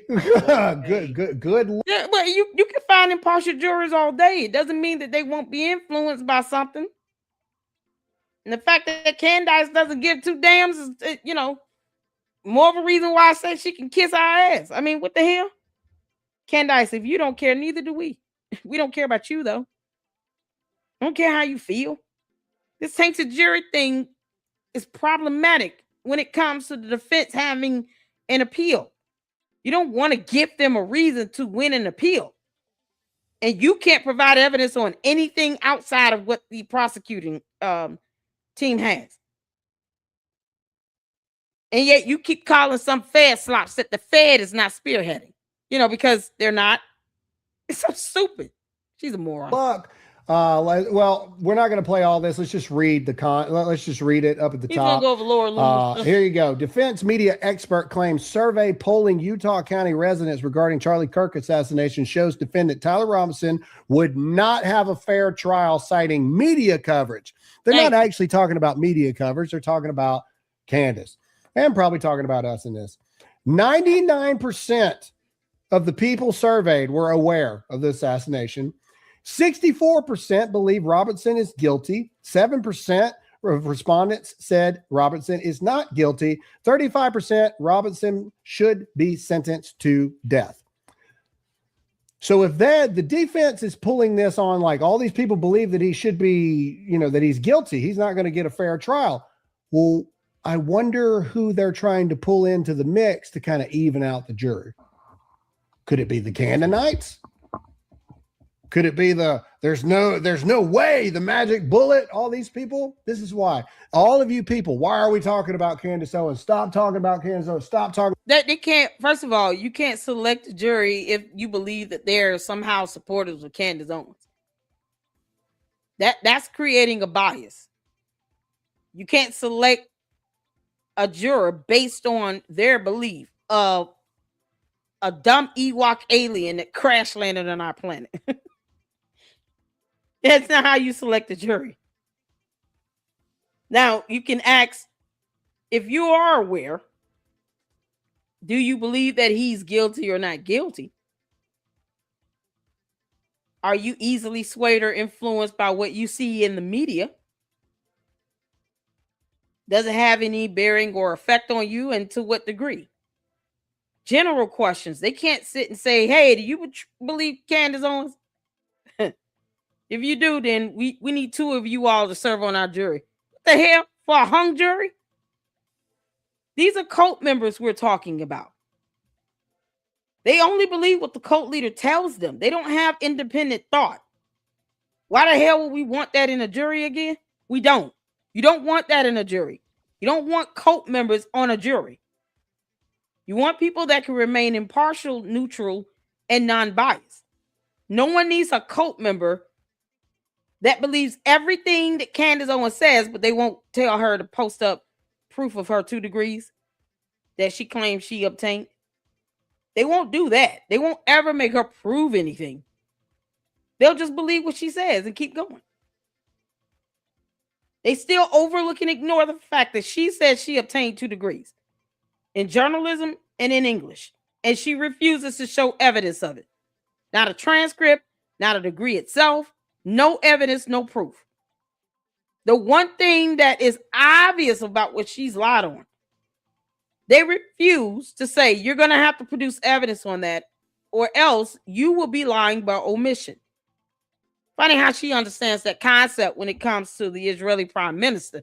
But when her dumbass is asked to present evidence of her 2 degrees, she doesn't understand English, I guess. I don't know. Candace, do we need to speak another language when it comes to those degrees? What language do you prefer? Is it one of the 10 countries in the continent of Africa? Do you need to speak Ghanaian for you or what? How's this gonna go? Because we're still waiting on you to post evidence of your 2 degrees. About this, you obviously have not been paying attention to how any of this works. Now, the last 10 minutes of this show, we're going to go into what happened last night. Now, again, we have not had time to properly verify, but if we ignore it, then, people would say that we're, ignoring things that are happening. So last night, Laura Loomer and Candace Owens Here we go. got into it in a way that I never thought would be humanly possible. So we're going to run through some of the things, and I want you to comment in the comment section right now. Who do you believe, Laura or Candace?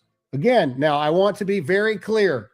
We have not verified any of this information from both sides, Candace or Laura. It happened last night. But I want you to comment in the comment section who you believe. Todd, let's go to some of it. We got 9 minutes to run through this. Right. Well, Alice here in was Wonderland hole here. Yeah, here was the first one. All right, this was the first one. All right, exclusive. Candace Owens has hired a nearly all Zionist Jewish legal team and law firm that once employed the former ambassador to Israel to represent her in the defamation lawsuit with Brigitte Macron. Emmanuel Macron's wife has filed against Candace for falsely claiming the First Lady of France is a biological male. Candace Owens has said you cannot trust Jewish people because, quote, they are all the same, quote, they are filth, and, quote, they belong to the synagogue of Satan. Oh, man. Oh, my God. Candace.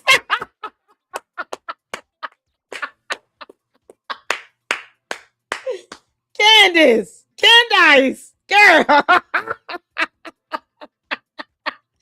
You hired 3 Jewish attorneys and then you said all that bullshit.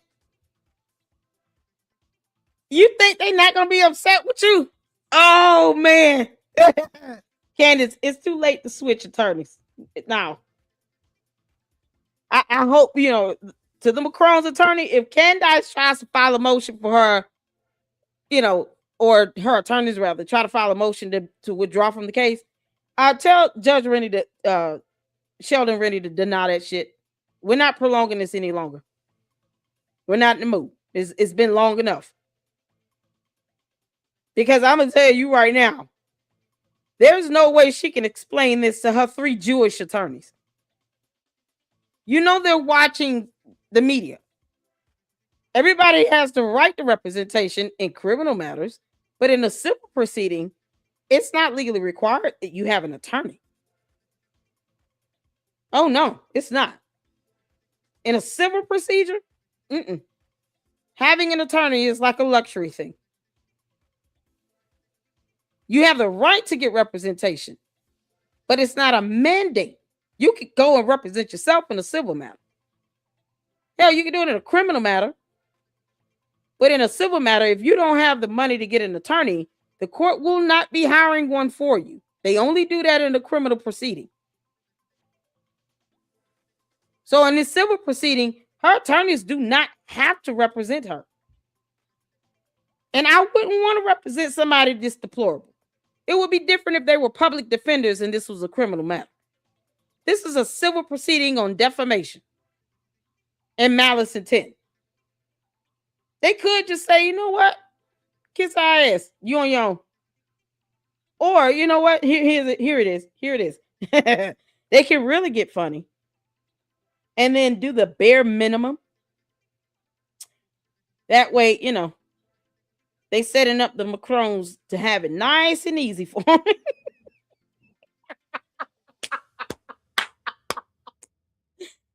They set up the Macrons to have it very nice and easy. And they just kind of let that happen.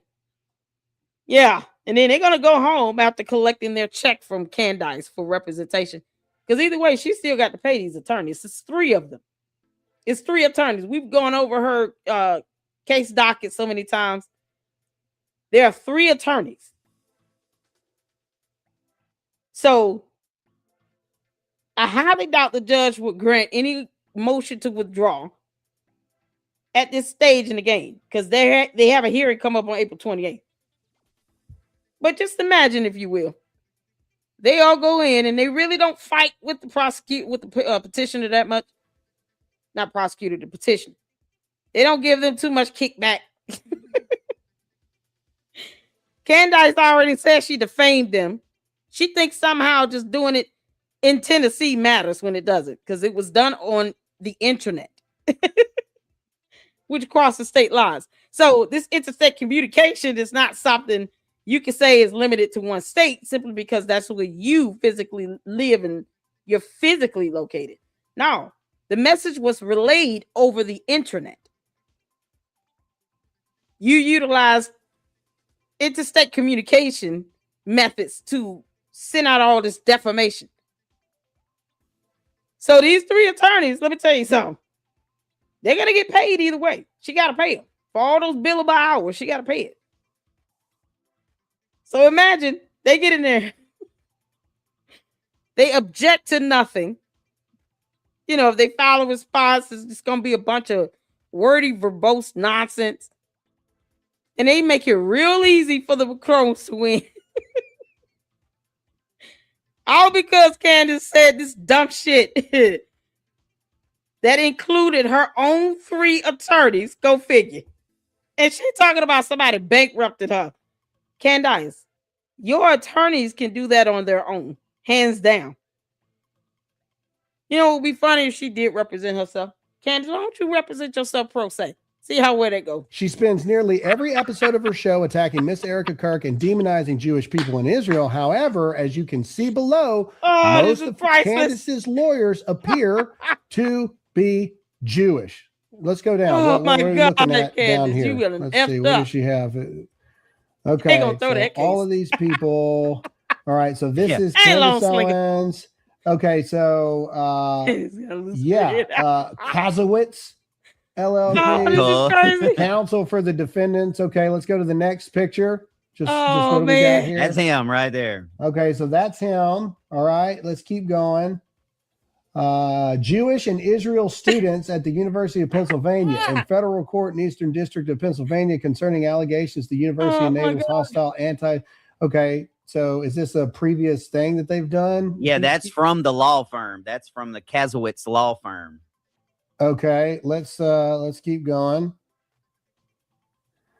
There's one more. Okay.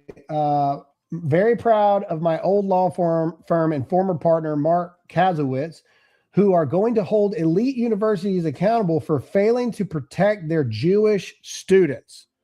Okay. Again, this seems pretty, I mean, if we look at the court filing, I mean, it has them as her lawyers. Mm-hmm. And they're Jewish. That's weird, right? Very.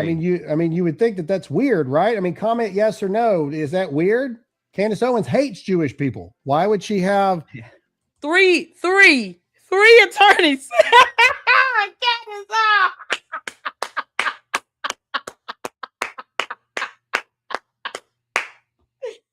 Candace, oh, you're so screwed, girl.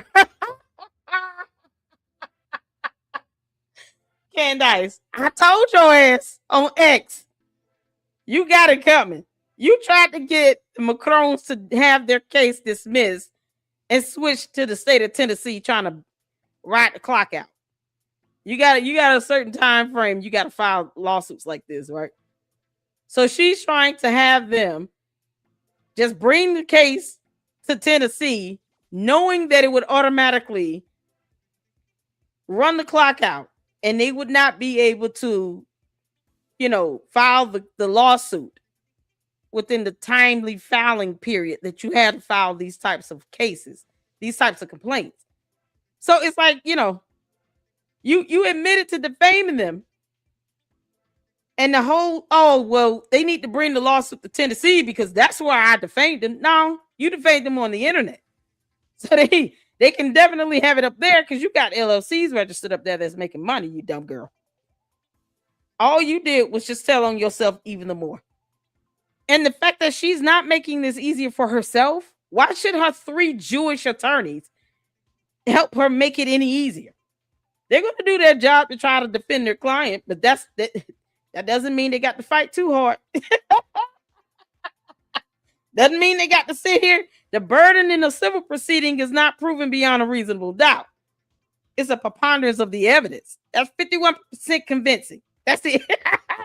Girl, when the bar is not that high and you have 3 Jewish attorneys, why in the hell would you say any of this about Jewish people? Because you don't want to be bankrupted, right? Candace, you're already paying them an insurmountable amount of money. What's so crazy is they laughing all the way to the bank. Yeah, keep on calling us demons, you dumbass. The Jews representing her in court. Just saying. Like, and again, we're not saying that this is true or not, but I mean that is more evidence than Candace Owens has ever produced, in my opinion. All right, let's go to the next thing, Todd. Walk me through here. What happens next? Okay, so now Laura starts sending stuff to Emmanuel Macron. Well, let's play. Yeah, this I heard first. that too, Mindy. Let's play this. You told me to find this. This is so good. Why she doesn't like Erika. Okay, yeah. So oh my God. Laura, we'll pull up what Laura says in a minute. The last episode that Candace did, she basically let it out why she hates Erika Kirk. And Todd, you only need to play like the first 15 seconds, but let's listen to why she doesn't like Erika Kirk and why she claims the people don't like Erika Kirk. Let's play it. Oh my God. Please do not lecture us, JD. Do not. Okay. The lecture that is coming from you is exactly why we don't like Erika, because we see it for exactly what it is. It's elite. She has money and connections. No, she can call Vice President JD. Pause. She has money and connections. Erika Kirk is elite. Find me where they talk about the property taxes. Got it. I got it right here. Now, this is what Laura Loomer puts out, and this is interesting. Okay. And I have been calling this out for a while. The Candace will drop $1,500 on a t-shirt because Beckham's and dumb shit.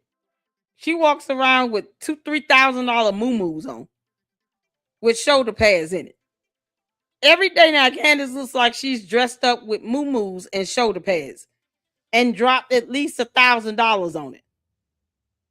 And she's sitting here talking about elite, blah, blah, blah, when her ass is elite herself.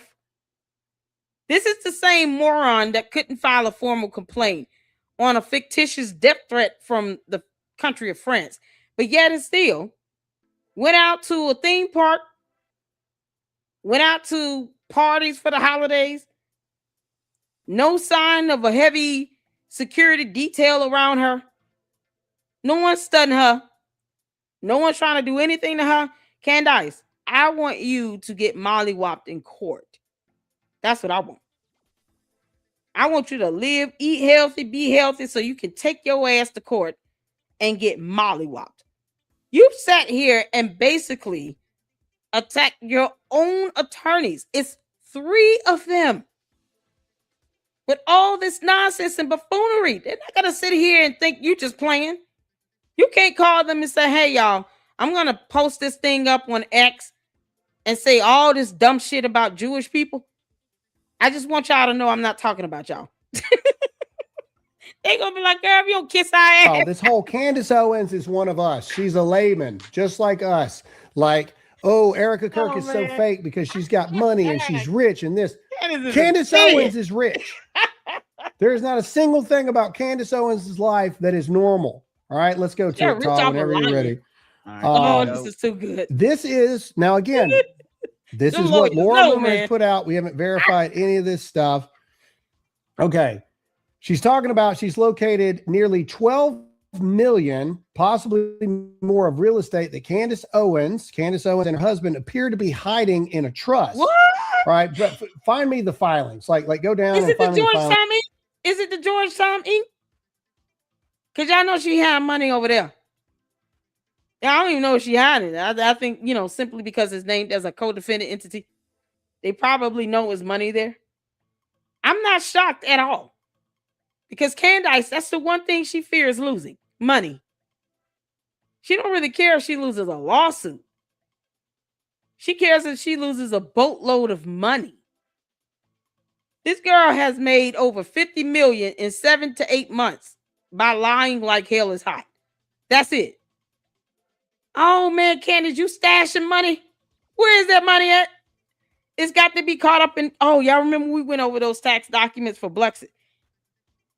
Did y'all recall the many LLCs registered with Parlor Inc.?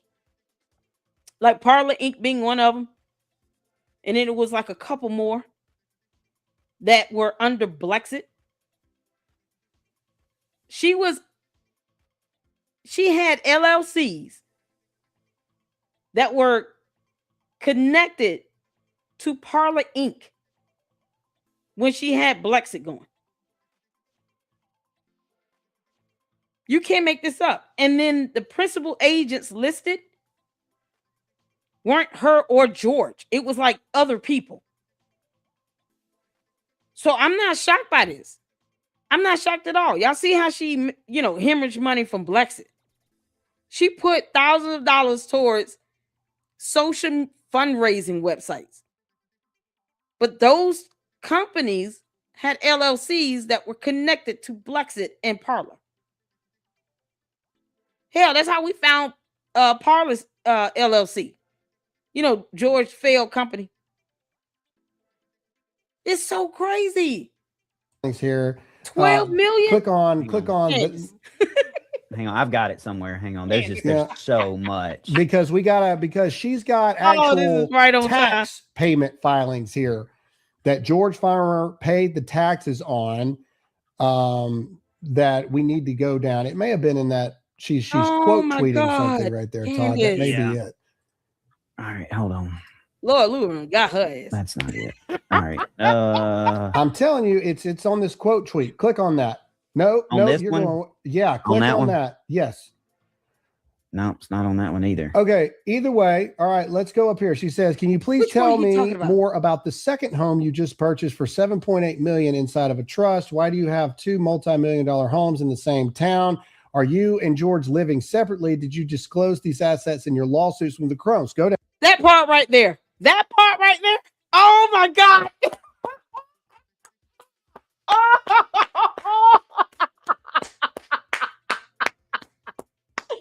This is priceless.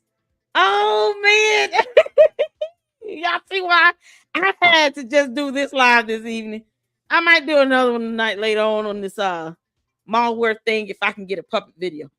But this right here is priceless. Candace, you remember when you say you want to go to the discovery phase? Yeah, your financial disclosure is a part of that discovery phase. Didn't I tell you all this girl does not want to go to court?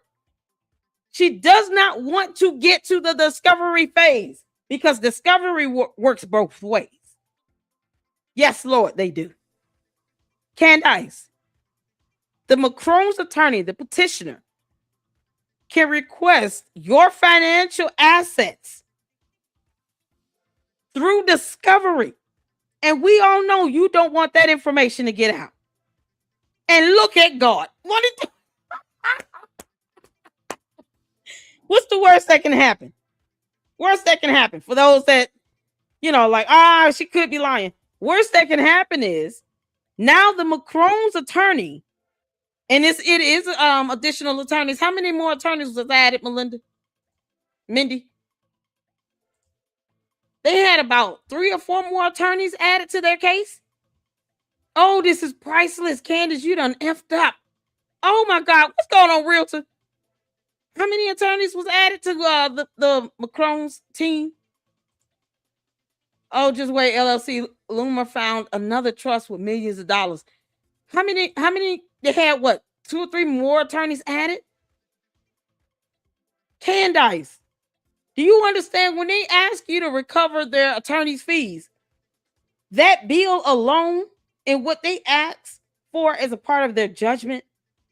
Girl, you should be more worried about that. You worried about some damn discovery? They had 2 to 5 more attorneys added to their team. Let's just go with 2. They added 2 more. Imagine how much more work can be done with the addition of at least 2 more attorneys. They can break this whole case up All right, you get the evidence on this. You get discovery for this. You get the petitioner questions up for this. You put all the evidence together and label it so we can present it. Man, you talking about more hands and eyes on this that can send discovery requests and actually go through it. And she is hiding assets in a matter where they could easily get the financial discovery in a motion, Candace. Candace, do you understand if it's relevant to the case at hand, which it very much so is? Because, see, they're trying to prove that you profited off of this defamation and you showed malice intent because you had a reckless disregard for the truth. Plus, they're seeking emotional distress. They're seeking punitive damages. That means that they have to evaluate all the money you have just to ensure that the amount that they are seeking is reasonable, meaning you can afford it. Oh, look at God. Lord, we thank y'all. Hit the 4. Hit the 4. This is why I hope you guys, as much as I learn from you all, I hope you all learn something from me, especially on how civil proceedings operate. Candace, they can ask for that in discovery. So even if you don't believe Laura Loomer right now, if there is text documents that will reflect these numbers, guess what? That discovery would be available to the public, Candace.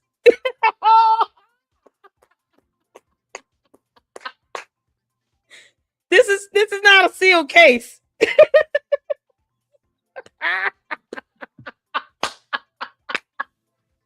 Candace, oh, this is going to be so epic. You realize all your assets is going to be put in court documents that the public will have the ability to access in FOIA. You won't be able to hide that from the public once it lands in court documents. I want y'all to understand how monumental this is and why I'm just so happy right now.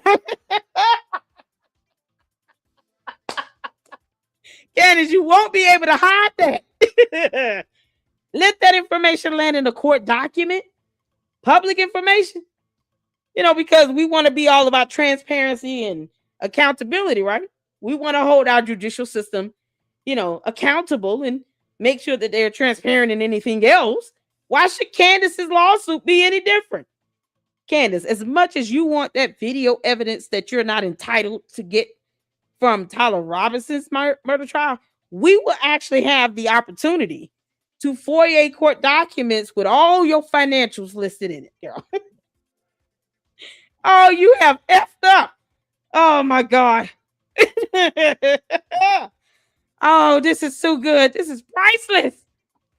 Candace, you have to disclose those financials. Otherwise, that's lying by omission and withholding.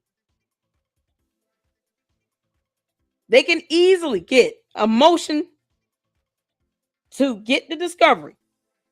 They'll give you 30 to 45 days, whatever the court rules designate that time for.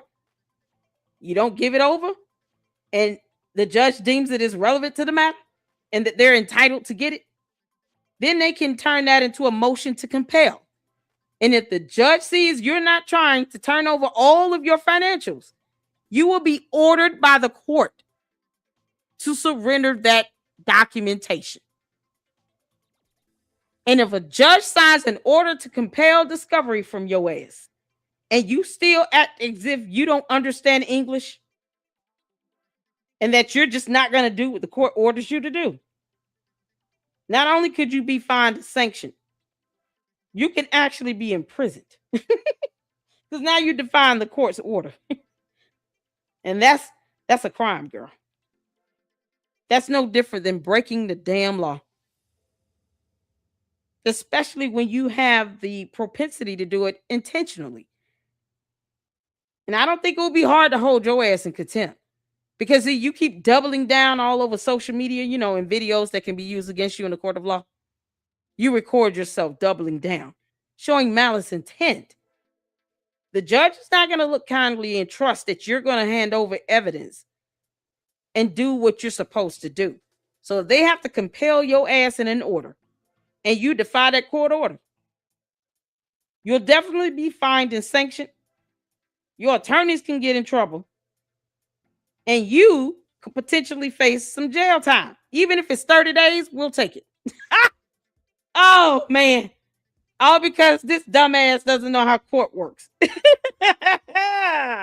Candy asks, y'all might want to, fundraise and make sure Candace goes to jail. She can get some commissary. Candace says something right here. Let's read what Candace has to say. All right. Candace says, this is awesome. Laughing her butt off. Yes, please feel free to keep going. You're just a clinical retard, and it's perfectly fun to watch you think you've uncovered a story about hidden assets, secret citizenships, and marriage separations. Tag the media, Larry. You're really onto something. Okay, but she doesn't. Yeah, but you didn't deny any of that either. It's funny how she didn't deny any of that. Candace, none of this shit matters when you go to court, girl. The judge is not going to sit here and play these dumbass games with you. You will never be able to tell this to the judge. And if you do, you better let the cameras in that courtroom. Girl, go to that courtroom and think you're going to huff and puff at the judge if you damn want to. Court is not for play. It's not your YouTube channel. Your cult members will not be able to do a damn thing to save you in that courtroom. I dare you go and tell the judge this bullshit. Please do it so you can find out what happens. Oh, this is priceless. She doesn't negate that they have multiple homes worth millions of dollars. And here's tax filings from 2022. This is the interesting thing. This shows trustee property payments. Okay, the trustee property payments, and again, this is all allegedly from Laura Loomer, showed that George Farmer paid almost $19,000 in property taxes. Now, I don't know what your property taxes are on your home. $19,000 for property taxes is pretty substantial. That must be some kind of a home. Now click on that quote tweet right there, right under it, Todd. This is the one right here. Candace, why are you not addressing my report about the Battery Lane Trust? So apparently these homes allegedly are being held under this trust, but George Farmer paid for it personally. How come you own two homes worth nearly $12 million? Because he's so stupid. Y'all understand what he just said, what just happened? Hit the foe. So for the candy asses, because I know this went over their head. If you put these personal properties under a trust, then any payments to those properties should be facilitated through that trust. Because why would you put a property under a trust if you're paying the taxes under your individual name and information? Why wouldn't you pay the property taxes through the trust funding?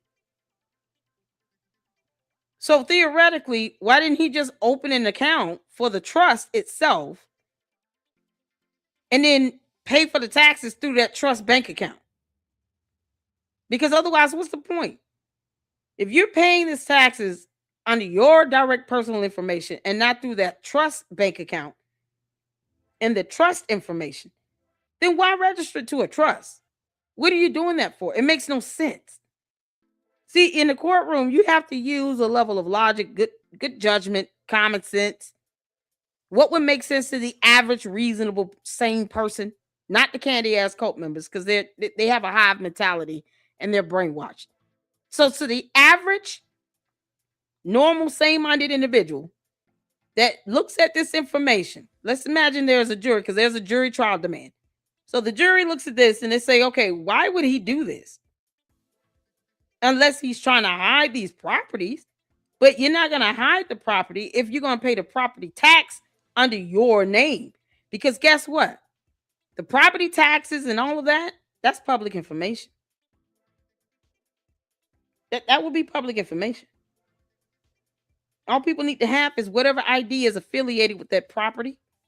And it could go on the city's website and see what the valuation of the property is, how much taxes have been paid on it. That stuff is public information. So why even pay it knowing that it's going to come up under your name and not the trust name? Why do it that way? Candace, you are so screwed. And all you can say is, oh, just keep going. This is her response to all of this. This is her lame ass response. Like a 2-year-old. This is how she responds. Laugh my ass off. You know, because reasons. Yes, please feel free to keep going. We will. So will the jury and the judge. You can't make this up.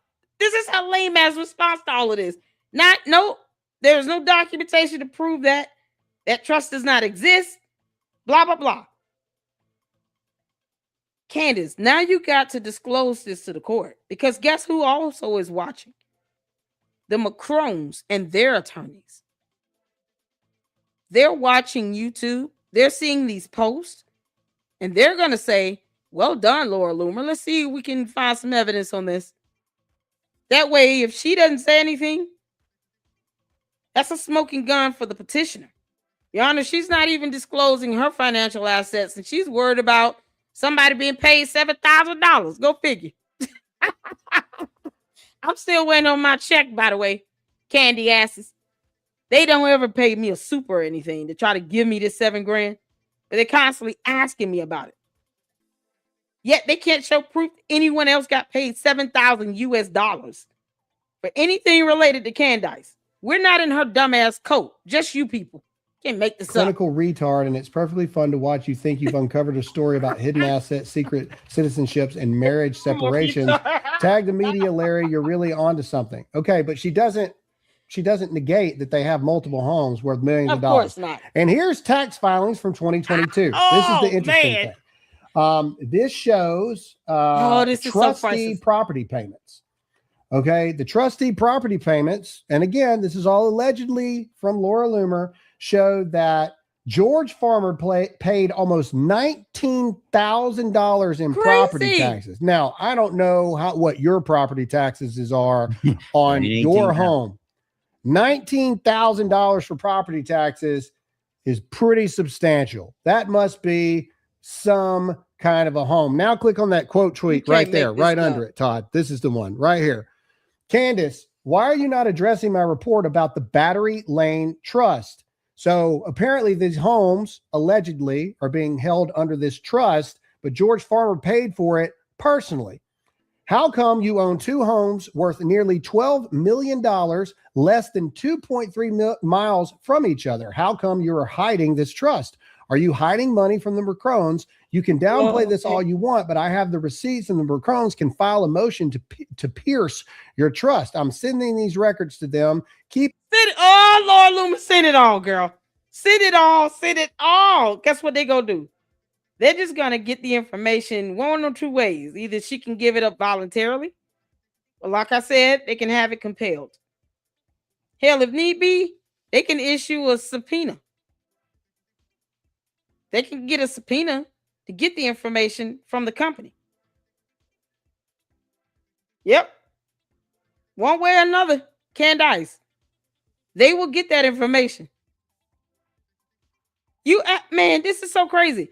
We're talking about a woman who allowed Blexit to be bled dry, married to an idiot who somehow caught a black eye, who allowed Parler to be ran in the ground to the point where even Kanye West didn't want to buy it. The candy asses want to think she's smart. It's not even about whether or not you like Laura Loomer. No, it's about the fact that Candace is hiding financial information from the court. Girl, I want you to lie on that financial affidavit if you want to. Please lie on that. You know, that's the same as you lying under oath. It's called perjury, Candace. They need to get her deposed. Implying I am a man too, Candace, Okay, why am I bringing this up? Jesus Christ. I don't care if Candace Owens and George Farmer are rich and they have all these homes. I'm bringing it up because she is trying to get her audience to believe that Erika Kirk can't be trusted because Erika Kirk's got money. So does Candace Owens. And here's the big difference. Exactly. Okay. Erika Kirk lives in a condo. How do I know that, Graham? Well, one, because we know Erika personally, but two, because Candace Owens herself has said on multiple occasions that she has spies living in the building of which Erika Kirk lives. Now, what are buildings of where people live? Well, it's either apartments or condos. Or townhome.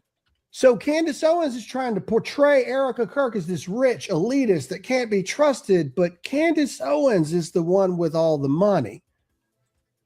You see, Turning Point USA may have millions of dollars, but that doesn't mean Erika Kirk has millions of dollars. That would be embezzlement if Erika Kirk starts spending money that belongs to a registered company, especially one where she's CEO and president. And that would have to be proven. Or else it's still defamation, Candace. Despite how any of the Candaces feel about Erika Kirk, it will be irrelevant in the court of law. Judges and juries don't give a damn about how you feel about a person. Nope. Can't make this out. Candace has got what? Well over 150 million between money and assets and property and all of that. Because you got to factor in, George's wealth because they're married. Lavender marriage, but they're married. So technically his money is her money. Unless, there's a prenup and he said, nope, no, it's not. But it's funny. It's like, why are you still married to him? You still have that access to that type of money. This is coming from the girl that wears $2,000-$3,000 shirts and muumuus with shoulder pads. Yeah, go ahead, Candace. Keep putting your foot in your mouth, girl. Net assets are a lot different than cash on hand. And one person is living in a condo and going out and talking to the masses about getting out to vote. Another person is rich. There's no denying, and she's living in her basement spinning conspiracy theories. If you agree with that comment, yes or no. And then she releasing the last thing I want to talk about is Laura Loomer is saying that Candace Owens has blocked her now. And then Candace Owens comes out and says, we're going to go ahead and raid the Dan Bongino. Candace admitted that she has sources and contacts that live in Erika Kirk's building that's telling her everything. She says she has eyes and ears everywhere. The moment she said that she has sources and contacts living in Erika Kirk's building, that's why I did the video about why Erika Kirk should get a protection order. That way, now Candace is held against this court order, and if she defies it, that's a felony, and she will go to jail. Yep. Along with the people that are actually physically living there. Because why would Candace even put that shit out there again? She doesn't care how felonious it sounds. She just says that to try to scare this girl. And at some point, it's time to just put the hammer down, Erika Kirk, and take her ass to court. Oh, okay. You thought you were being cute saying that shit? I got something for you. Can we get the driver around to take me to the police station? Pick me and my attorney up, because people living in my building sitting here stalking me and reporting my whereabouts to Candace. Need to get a protection order against these dumbass clowns. Can't make this up. And Candace will be forced to have to tell them what's their names. She'll throw them underneath the bus. Because that's the Achilles heel for people like Candace and Umar Johnson, the Oompa Loompa. They don't like going to court. They know they have no power in court. And they don't want to go to jail because they're cowards. They're spineless. Useless. Con artists. Grifters. And it's just the ultimate act of penalty and accountability. The idea that they're being sued or being held by a court order or some law is being enforced upon them. So they want to play incompetent and act stupid, act as if they're above the rule of law. Keep on. Keep on. A judge knows how to get your attention, don't he?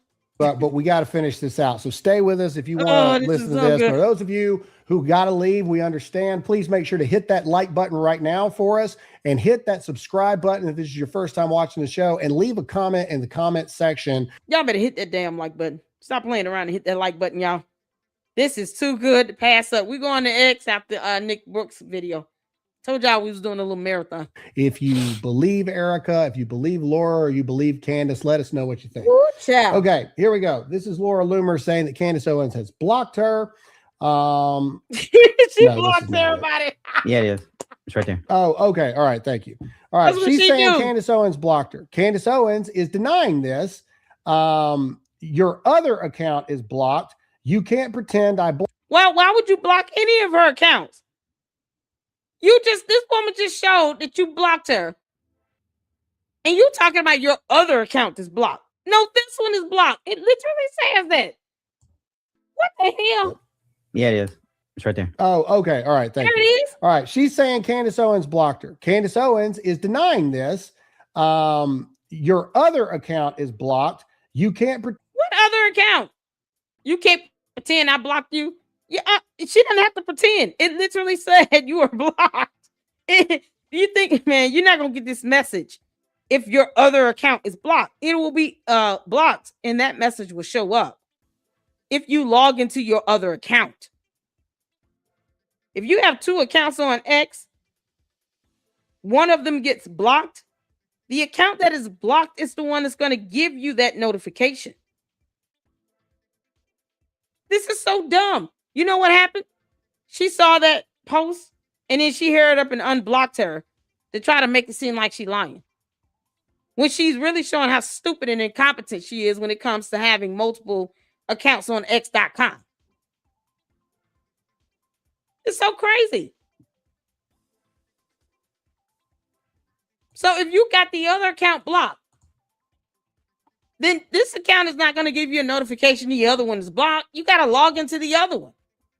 This is so tough. Yeah, go ahead and keep pretending like you don't know how to X.com work, Candace. Pretend I blocked you. I'm right here. She did that nonsense to try to make it seem like she lied.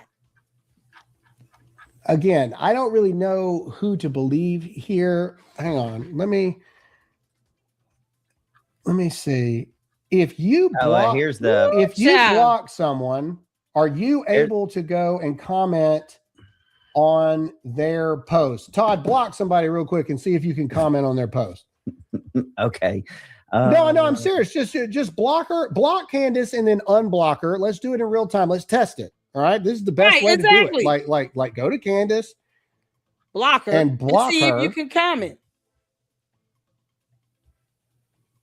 Yeah, we're not there yet. Just type Candace. I am right there. Okay. Okay. Just block her real quick, and let's see if you can comment under someone you've blocked. Because I know if someone's blocked you, you can't. Right, but so can you go and can you comment on one of her posts if you blocked her? All right, there's. I see what he's doing here. Right? He's trying to see if. So show us because we can't see what you're doing right now. Oh, sorry. Yeah. All right. So here's her post right there. I just blocked her. Okay. Yeah, it looks like you can. All right. Try. Well, no, it doesn't look like you can. Okay. Just type something. Graham told me to. All right, and post it. Look. Hold on. Let's look at. Oh yeah. Now hold on. Did it let you do it? So did he post? Yeah. No. Yeah. No. But you did. That's posted. He tested it in real time. Okay. Boom. Right there. Candace Owens is full of crap. She's lying like hell. Okay. Oh man. Oh, Candace. Oh.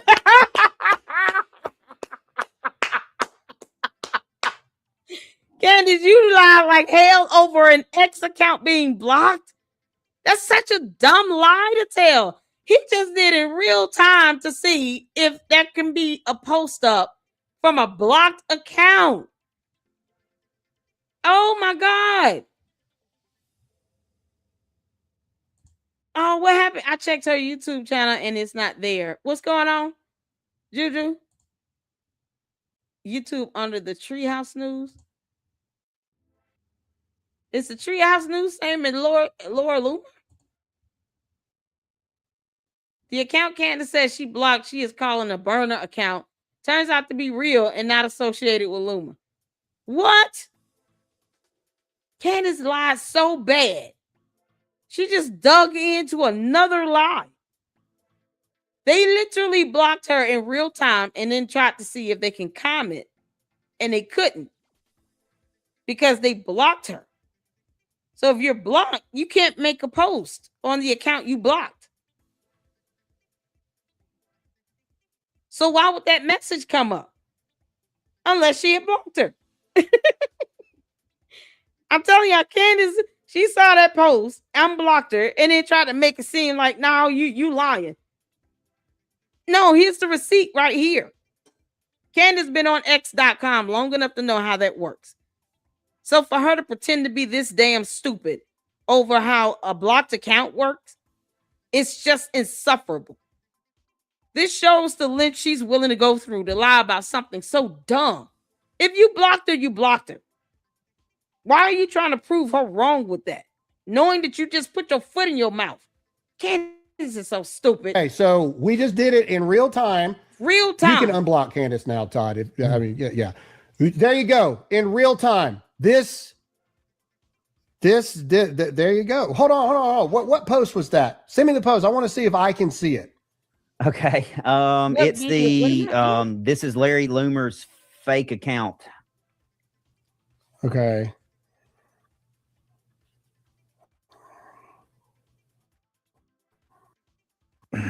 Hang on, we're doing this is the difference between us and everybody else, guys. We're getting to the bottom of this in real time.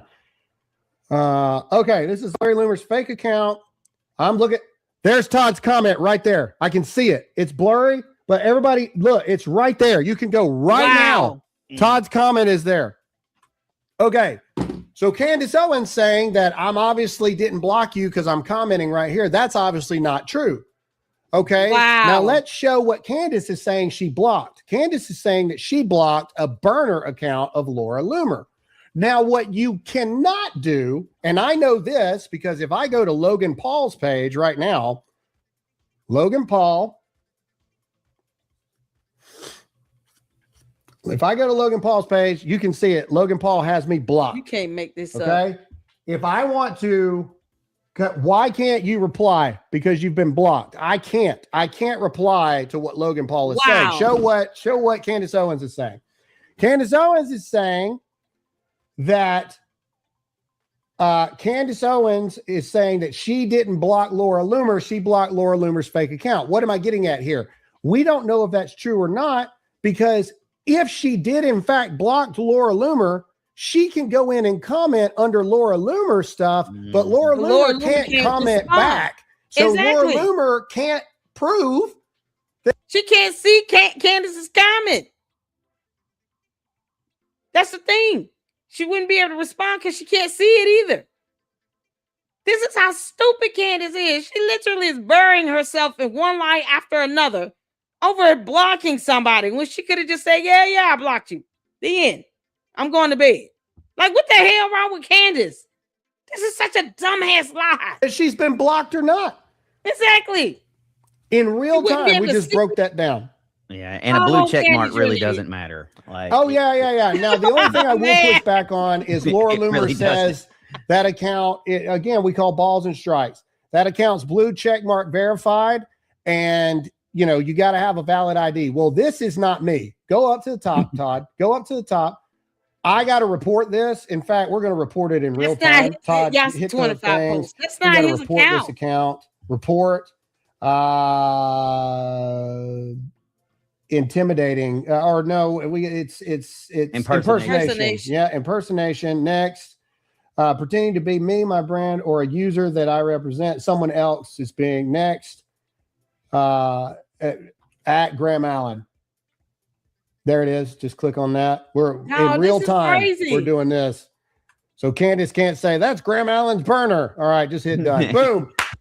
Oh my God. And you know what? I wouldn't be surprised if the candy asses are doing this dumb shit. Creating fake accounts so that I guess it ends up being reported. But they create these fake accounts and then try to make it seem like it's you.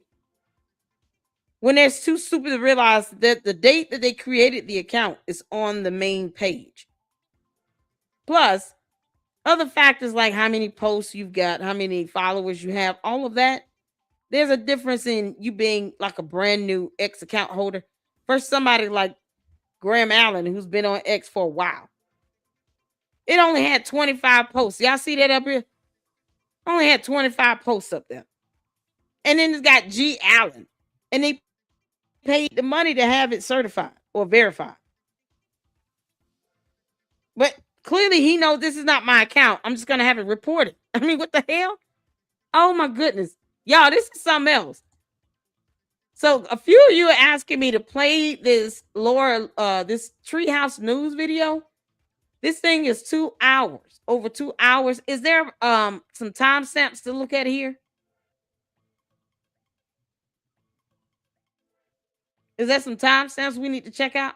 Do you have a timestamp? I know this one. I'm not paying for no X verified account. I don't know why that. I mean, hell, that could have been something free with a certain number of followers or whatever. They make it hard to even get monetized. You can't be monetized unless you're a subscriber. Crazy. Do you all have a timestamp for this?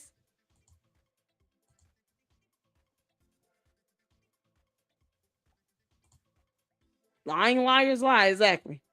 While you all come, let me know what the timestamp is. Let's go over here to X. Because I got tagged in a few things over here. Candace. Oh man, the worst she's done is pissed off Laura. Candace, what's good for the goose is good for the gander.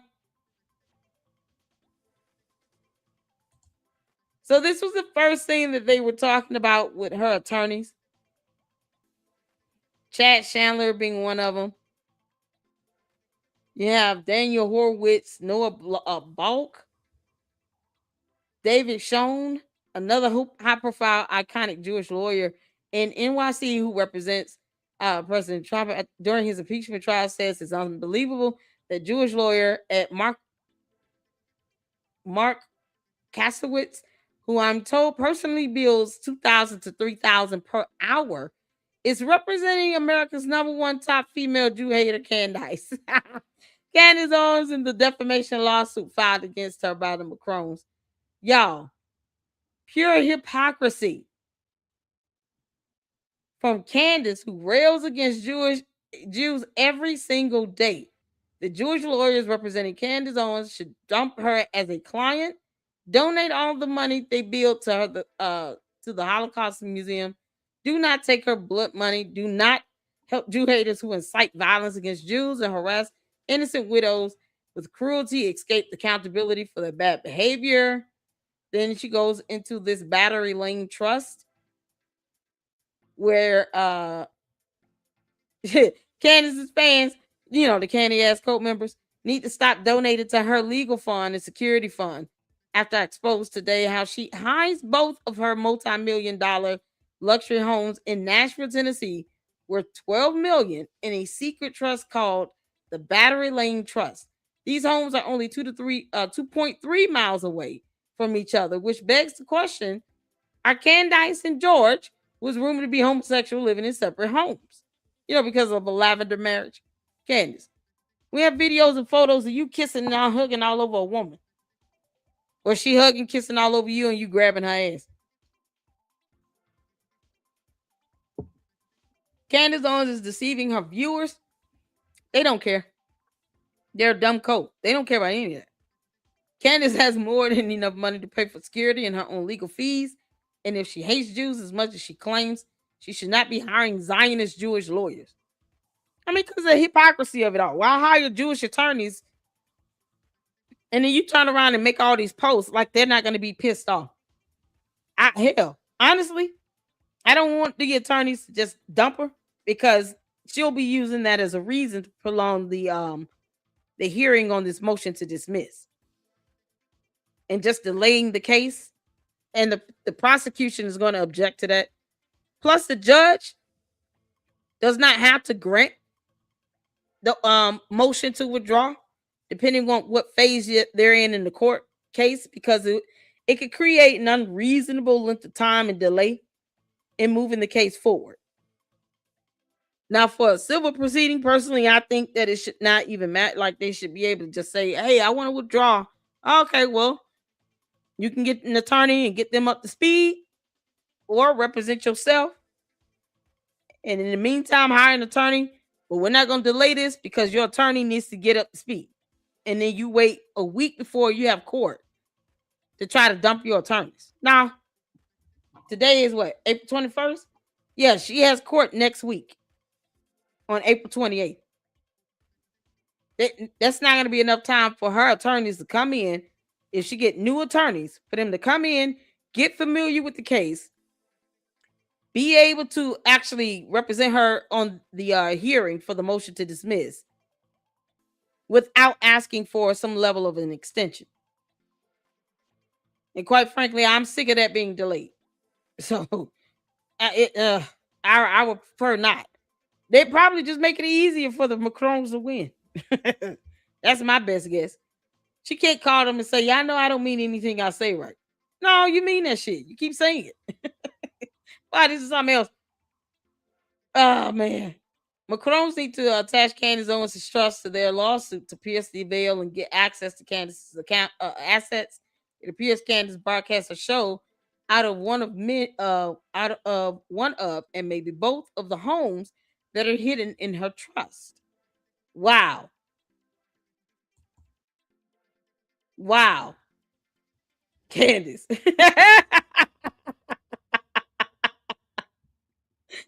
Yes, we also received a ton of emails of people asking us, what are you doing about security? Can we help you with security? We did actually create, for people who don't want to maybe buy our awesome gear, we have tons of awesome kit that you can get on the website. But if you'd like to just give a gift to support our security and what we're doing, you now have that Candace, option. You can go to CandaceOwens.com/support. And okay, cool. These are obviously very serious conversations that we are having because Charlie just got assassinated in broad daylight. And I feel like everyone is sort of signaling that they want me and Tucker. Like, when you don't want to be name checked with Bibi Netanyahu, and they are just growing increasingly volatile in this rhetoric of what they want done to people who don't stand with Israel. It's very terrifying, but at the same time, I know that it's. Let me tell you something. No one cares if she agrees with Israel or not. What I personally care about is her having Erika Kirk spied on with sources and contacts that live in her building when she's already getting death and kidnapping threats and has 2 small children.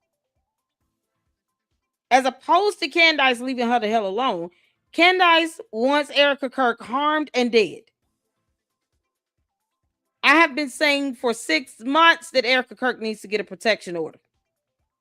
And then, double dog dare Candace to defy that damn protection order. It can be an injunction for harassment, a restraining order, a myriad of things.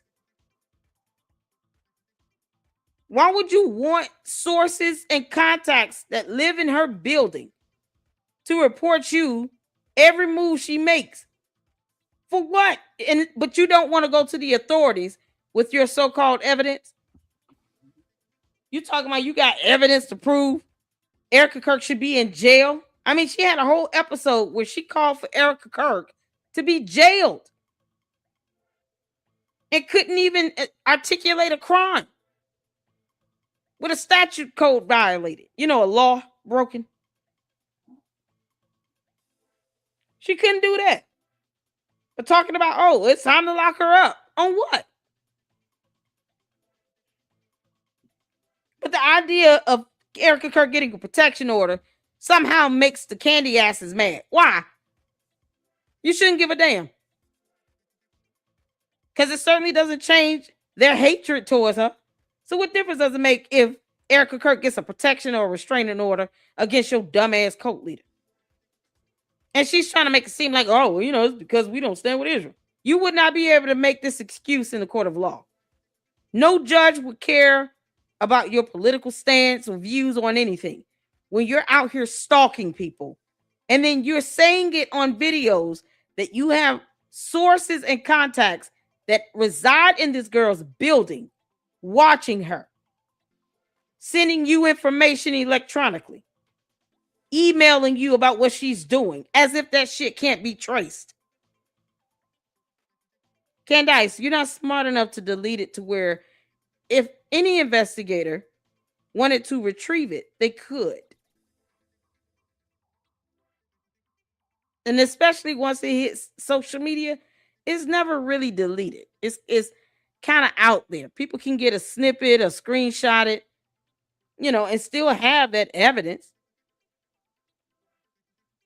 So what is the purpose of saying you have sources and contacts that live in this girl's building again?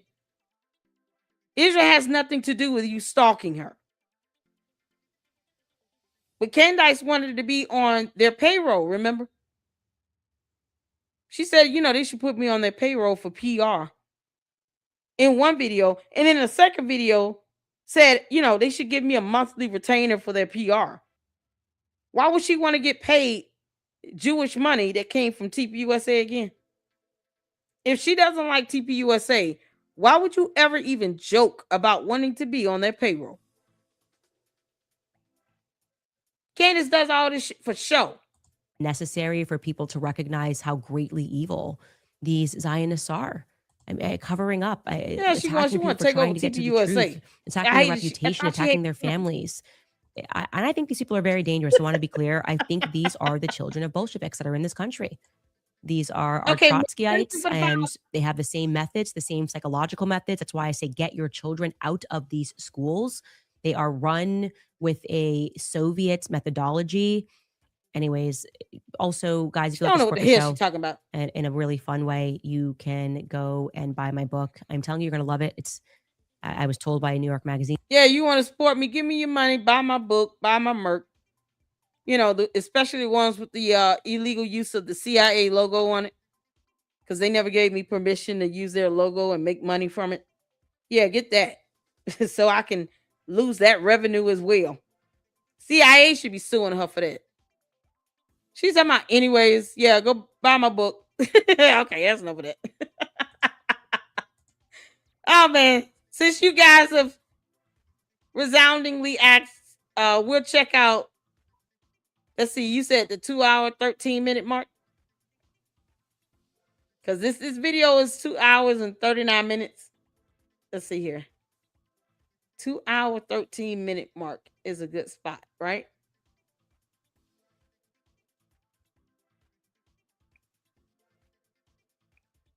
Okay, hold on. And let's go back a little bit ahead. All right. Y'all let me know if you can see and hear this. Hit the 4. Let's go. Shout out to you, Minnie. Thank you for the $5 super girl. I don't want to hear Donald Trump talk about her. Tucker Carlson appears to be a Holocaust denier. Don't care. Okay, here we go. More stuff. Pro-Israel Zionist lawyer Mark Kosovitz represents America's top Jew hater, Candace Owens, while also representing Israel pharma giant Tava Pharmaceuticals. Oh, chat. Oh no, I'm not. Okay, I tap out. Listen, I'm not reading all this. Okay, I'm not reading all this. I'm gonna listen. I gotta put my foot down. This crazy heifer. I'm not reading all this. Here, I'm gonna give y'all the link to this particular tweet. I'm not reading all that. That's crazy. She crazy. She got too much time in her hands. Here you go, chat. I'm not reading all that. That's a damn. Lord Newman said this heifer had me sent a death threat. Because she said my name and blah, blah, blah. And somebody got mad and the candy asses are brainless morons that do whatever she say. Laura Newman is called a death threat because of Candace. I understand her passion. but it is a lot to read. Yeah, okay. That's a damn book. 500-page essay. Is that Big Pharma of Israel? I don't know. I'm not reading it. One miserable CUNT. I cannot say that word on here on YouTube. And I am here to match your energy. Any questions? Oh, she gonna match that energy. And we already know about that.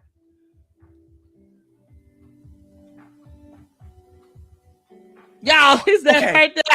Get ready to get your mind blown, chat. This right, TJ sent me this. And this post right here blew my mind so much that made me go, I got to talk about this. This right here is the epicness that made me go, okay, it looks like Laura Loomer is going to take down Candace. Oh, yeah. Listen to this and watch this. Oh, my God. So Laura said, interesting how you now taken the word of Milo Yiannopoulos, who my sources tell me is currently dealing with deportation proceedings because he is allegedly in the country illegally. What the hell? Where's he from? Not Miss I was gay, but I'm gay now. Oh, I found a good man, but I'm gay now. Oh, I'm not gay no more because I'm Christian. Like, yo, I can't stand no Milo Yiannopoulos. I was neutral for him, but now I can't stand his ass. Wait, where is he? Where is Milo from?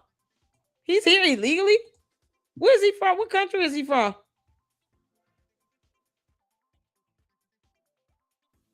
She didn't like Candace or Laura. She reading that damn post though. Yeah, I think Europe somewhere. He's from the UK. Oh, Francisca. Milo out there with you, girl. Oh no. Oh my God. So he was never legal? Oh, if he gets deported, if Milo gets deported, I'm gonna be dancing a jig. Is it true Milo is allegedly working with you, Candace? Yes, he is. There's no alert. Allegedly, they are working together. One of your former friends in Nashville, Tennessee, contacted my tip line and said that they saw him entering and leaving your house. The one with the 8 cars parked sideways multiple times. If Milo is an illegal alien and he's working for you, you could face a lot of legal consequences, Candy. First of all, Milo has never spoken to any of my family members, and this has been confirmed by reporters, including Ken Beansinger, who profiled me and spoke to my father, who denied everything you are posting below. But Milo, wait a minute, Candace is posting something? What did she post? Why did you block Milo and Roger Stone? Why did you block Milo and Roger Stone? Listen, when you block people, you can't ask them why they block. Exactly. Dumbass. Anyway, let's go back to what she was saying. This is some good stuff. Candace, you blocked Laura Loomer and tried to lie about it. Graham Allen proved in real time.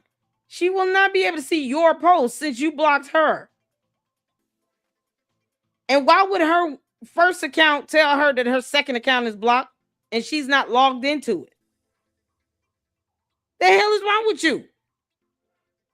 You admitted to blocking one of her accounts. Why block either if you value free speech and expression and somehow your feelings not hurt? She sit here, she'll block somebody. Say something real dumb and childish and then go block somebody. Because reasons. Oh no, she's a coward. Okay. Hold on. Can't make this up. However, since you now say Milo is credible source, Candace, I guess he's being honest when he says your husband, George Farmer, is a homosexual!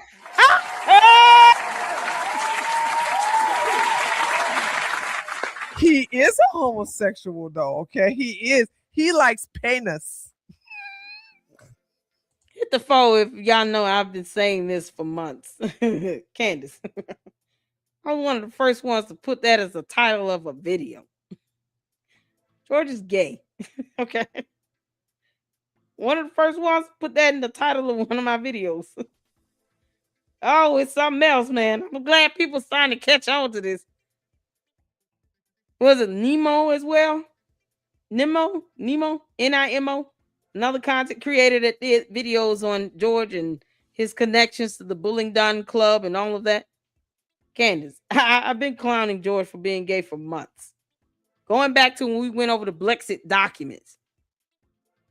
I mean, I literally called him Boys Club. How many times have I said he need to come out the closet? You know, Boys Club loves boys. I've been saying this for months. I'm so glad people understand it, but I've been saying this for months, child. Oh man, this is too good. George Farmer likes penis, okay? I just want y'all to understand that. He likes dang-a-lang. He likes hot beef injections. He likes sausages, okay? Thank He likes the pole. Oh, okay, let me stop. Okay, all right, okay. Hold on. Who denied everything you were posting below? Milo's a drug addict, President of the Bullingdon Club, who was fired by your former Jewish boss, Ben Shapiro's former employee, for endorsing PDF pedophilia. I can say that. However, since you now say Milo is credible source, Candace, I guess he's being honest when he says that your husband husband George Farmer is a homosexual male who likes to take it up the ass. Damn! Wow! Oh my God! See, the Bullingdon Club at Seeley said the president of the Bullingdon Club at Oxford, same secret society as Skull and Bones at Yale. Did y'all know that? I didn't know that. I always knew he was gay, and there's photos of Candace as a child being a man. What? So he could quite possibly have ties to Skull and Bones at Yale. Y'all know these kids party together. These little secret societies, they go to each other's house parties. Oh my. George is not, oh man. Plus add on those DUIs. You know exactly what you're dealing with now with George. He out here getting DUIs and getting arrested and all this other stuff. Known to be in a club where they smash restaurants and get drunk and do shicey stuff. Person lost their life connected to the Bullingdon Club. George doesn't ever talk about that. Funny how Candace don't bring that up either. I've been calling George the Boys Club for months. For months. Oh, this is priceless. Milo said your husband is getting plunged. See the screenshot below. We will. Trust me. How does Milo knows this? Did he have anal sex with your husband?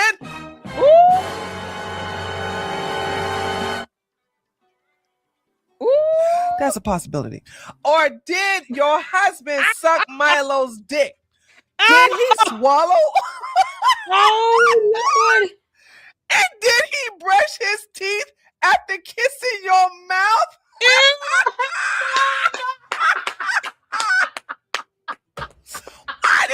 Why did Milo, who you are now claiming is a credible source, say your husband is gay and that his anus is getting plunged? Is that why you and George have $12 million in luxury real estate hidden in a trust? Why do you have two multi-million-dollar homes 2.3 miles away from each other? Are you and George living separate but close for the 4 kids? That's what Milo said. So it must be true, right? Milo. She did say she trusted Milo. Candace, you said it. Now we know you lie about a lot of things. You also said that you trusted Joe Kent, although you tried to deny having any information from him. But then all those videos where you said, my source is close to me and the FBI told me to relay this. Who else would tell you anything and take you seriously except Joe Kent? Otherwise, the FBI is not stunning your dumb ass, girl. Can we talk about George being in the closet and you being in this lavender marriage? We haven't even gotten to Candace's girlfriend. Candace, who is Samantha? Is a gay man from England, where your husband is from. So what he said in these screenshots, I have archived, must be true, right?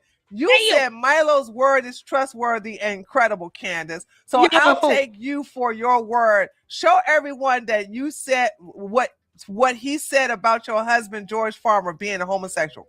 See screenshots below. P.S. Why is your husband flirting with Milo in that picture? I thought this was, wait a minute. I thought this was what's the boy named, the singer? Is this how Milo looks? Is that Milo? I thought it was somebody else. Didn't y'all tell me this was a singer or something? Oh my God. That's Milo?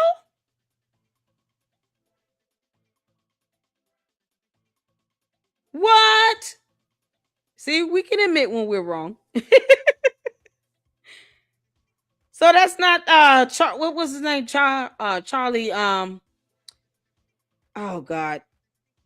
He has a huge YouTube. He's a singer.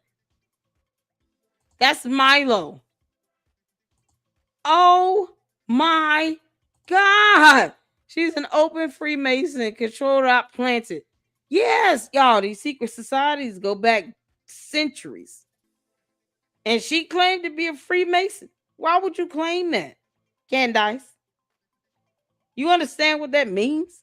You claim to be a member of Freemason? You understand what they do in these secret societies? You can't walk around. That's like somebody claiming to be a member of a notorious, dangerous gang. You can't claim to be a member of that gang simply because you want to be a rapper. And you have no idea what you're getting yourself into.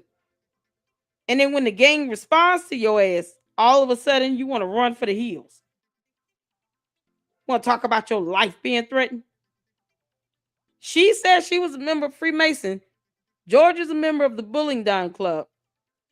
I didn't know they had connections to Skull and Bones. I've heard of them. I had no idea they were connected. Candace, you can't make this up. This is Milo. We thought it was Charlie Puth. That's his name. Poof. P-U-T-H. This is Milo. And they listen. When we went over this photo, the first thing I said is I have never seen a picture with George all over Candace like this. The only time you see them even close to each other is their wedding video. And that's to be expected. I've never seen a wedding where, the groom and the bride didn't pretend to look happy. Only time they really even kissed each other like that. This is insane. I've never seen this display of affection and closeness with George on Candace. Never. I haven't seen anything like that. This is Milo. Ooh. Oh my God. Chat. Ooh. Oh man. Ooh, chat. Ooh. Ooh, this is too good. That looks a little too cozy.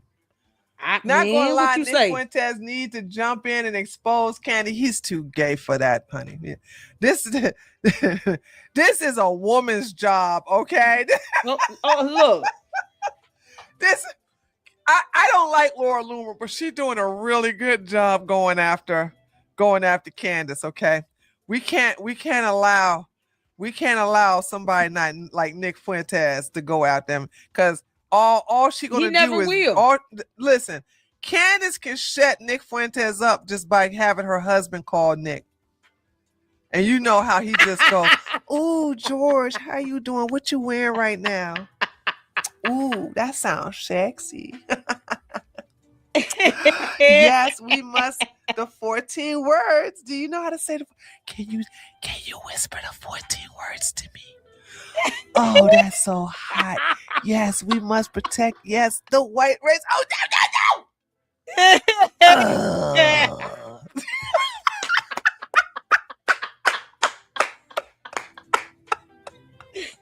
Oh man, was it good for you? found my funny bunny over here. My funny buddy over here. I've never. Oh man, I want to do a collab with her. Epic. Oh, she's hilarious. Girl, you got my same sense of humor, girl. Treehouse, we got the collab, girl. Seeing your husband look that happy in any of your pictures. Facts, by the way, including your wedding pictures. That's true. Has your husband ever whispered in your ear while caressing your arm and breathing warm air in your neck? Have you been tested for AIDS? Candace. God damn, this woman is. She's so evil. I'm gonna have to take some notes. Candace, you have met your match with Laura Loomer. Do you understand? And I am here for it. I don't even have to follow that woman to be here for this. You've met your match. Y'all remember when Candace tried to go after Kimberly Clayson? Y'all remember that? Went after that woman relentlessly because she wanted to run for office. And because she was prettier than her. Candace, I told you, God don't like ugly girl. You just didn't meet your match. Now you have. Because Laura's like, listen, I'm crazy enough to go there with you. I will match your energy, heifer. 7-8 months worth of you going in and railing and cyber, harassing and retaliating and doxing people. Yeah, I'm going to match this energy today. You about to get 7 months worth of my energy within a good week. You can't make this up, man. And then she says, I'm just asking questions.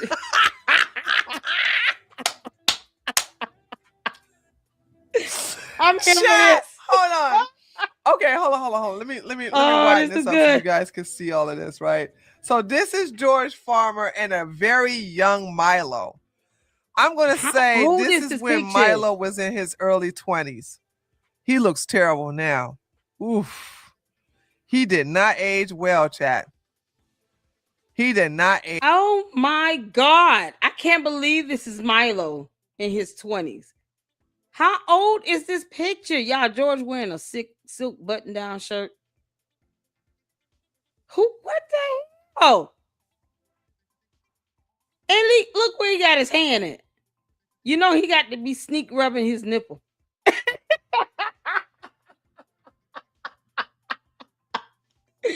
Y'all, George over here trying to sneak a rub in on the nipple.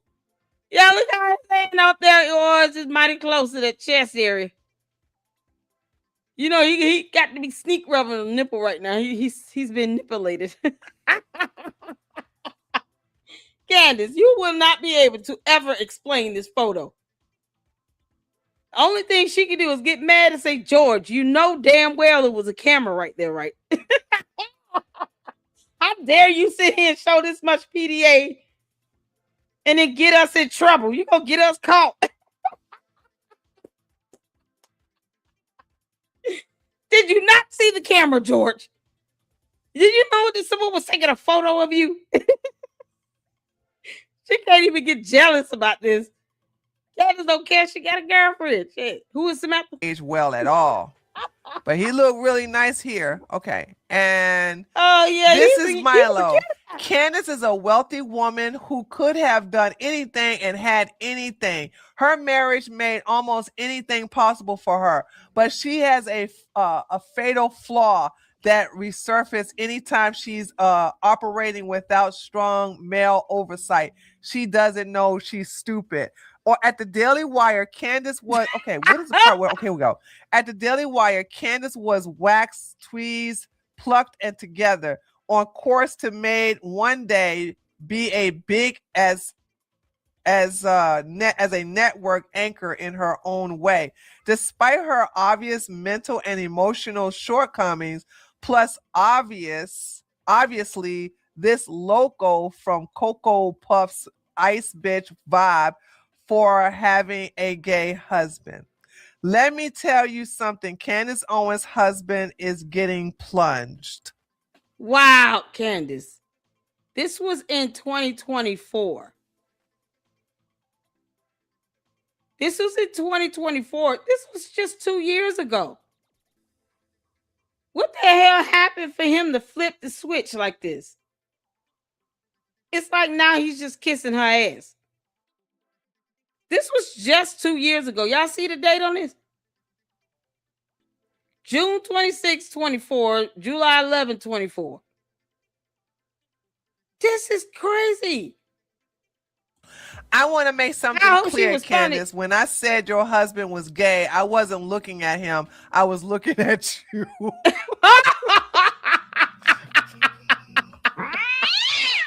It's disgraceful. It's disgraceful that Candace thinks she has a FAGGOT pass simply because her husband is a Nancy boy. I mean, when I think of the work I had to put in for that thing. What? Milo, tell it. Listen, Candace. You didn't think that these posts would come back up. This was just 2 years ago, Candace. He telling on you. And this is somebody you claim is in your inner circle? Oh my God. And yet the candy asses have no quarrel with this. They don't see nothing wrong with this. They're not going to go after Milo for sitting here betraying their cult leader. Are you calling his dingling a thing? After decades of shape-shifting, Candace Owens is in what is this? Ontological crisis. She has been pretending to be other people so as long that she is no longer convincing even when playing herself. There's something phony and off-putting about her no matter what. This is so stupid. Why include this? Why include this? This was a dumb tweet. I don't understand why Laura put that in here. This is so dumb. All right, y'all. I know why. Because she wanted us to show Candace this is the shit talking that Milo has done. No matter how dumb it is, it's the fact that he just said this 2 years ago. He was dogging you out and dragging you 2 years ago. Now all of a sudden you trust him and y'all besties. You can't make this up. How did George get that black eye again? What you call it wanted me to check out 36-minute mark. Y'all. Thank y'all for tuning in, man. I'm having fun. This is good. This is good stuff. Oh my goodness, Candace. All this stuff coming back up to bite you in the ass. Okay. Oh man. I guess Candace ain't saying nothing. So then Laura says this. Lawyers who have sued Candace Owens need to inquire about which assets Candace Owens and her husband, George Farmer, who's a homosexual, by the way, may be hiding inside the Battery Lane Trust. She doesn't. I wonder if the Battery Lane Trust is a revocable or irrevocable trust. That's what I want to know. Priceless. Battery Lane Trust. She doesn't want people knowing about this trust because she knows she has defamed both Bridget McCron and Eric Kirk, many TPUSA employees. Candace is being sued for defamation, and a trust is how she would hide her assets from the McCrons and Erika Kirk if Erika Kirk was to sue her. Well, since Erika Kirk has not filed a lawsuit for against Candace, Candace can very much absolutely keep can hide her assets underneath that trust, but she can't hide it from the McCrons. Okay, because they have already filed a defamation lawsuit against her, so she has to give records of all of her assets, her money, bank statements, all of that has to be accounted for. And anything, even if she tried to do an offshore accounts, they will be traced and trackable, and they will be collected by the Macron's lawyer. But as of now, she can hide anything she wants from Erika because Erika, for whatever reason, has not filed a lawsuit against Candace. So she can hide stuff from Erika right now because there's no litigation against Candace by Erika, Kirk, or TPUSA. But everything she's trying to hide now with her homosexual husband, George, that is up for grabs by the Macrons. So she got that half right and half wrong. Okay. Okay, so because we just gotta Google this. Can assets in a trust be shared in a lawsuit? Whether assets in a trust can be shared in a lawsuit depends heavily on the type of trust and how it's structured. So for irrevocable trust, a revocable living trust offers no protection from lawsuits because the grantor creator retains control over the assets. They can change the trust, withdraw funds, or dissolve it. Courts treat the trust property as the grantor's own. If a judgment is obtained against you, creditors can reach the assets in the trust just as they could reach your personal accounts. Irrevocable trust can protect assets from certain creditors, if set up correctly. Y'all see that? Let me know if y'all can still hear me. Hit the phone if you can hear. I just want to make sure you guys can hear.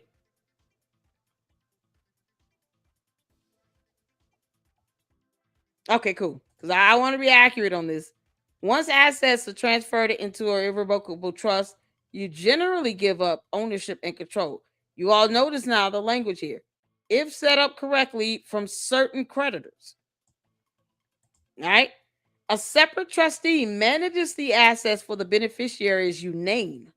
Because you no longer control them, a judgment creditor cannot claim those assets unless they can prove you still have control or the trust is truly not separate.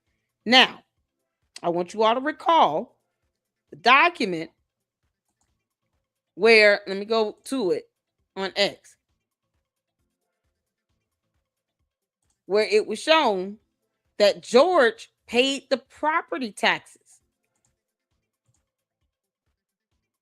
Keep this in mind now. He paid the property taxes on this. So if he paid the property taxes under his name, how are you showing that it is truly separate and that you no longer have control? This is a property under that trust. So you would have to prove they would have to prove she still has control, her or George, or that the trust is truly not separated. So who's the trust holder is the question. Because if they have a trust holder, this payment right here could easily be used as evidence to prove that it's truly not separated and that there's still some level of control they have when they're paying the property taxes on it with his name. Because wouldn't the trust just have a separate account? Anything related to these properties under that trust should come from that trust fund, whatever bank account you have affiliated with it, right? You got to show proof that it's separated. And you guys can go on legalclarity.org as a reference source, legalknowledgebase.com. These are the sources that are being cited for this search here, legalclarity.org, because sometimes people are like, oh, you just Google that and it might not be right. Okay, well, here's legalclarity.org. So you guys can read the full article, get all the information from, this is a reputable website. Let me drop the link in the chat so you guys can go in and read more for yourself. There you go. But this is what it says. So let me go back to this tab because it's just all kind of simplified and summarized a little bit. However, courts may pierce the trust if you retain too much control, e.g., naming yourself or a close family member as trustee, directing investments, or treating the trust like a personal account. What did we see over here now? What did we see over here, class? George's name on it, right? He's paying property taxes under his name. And the last time we checked, whether he's gay or not, they are legally married.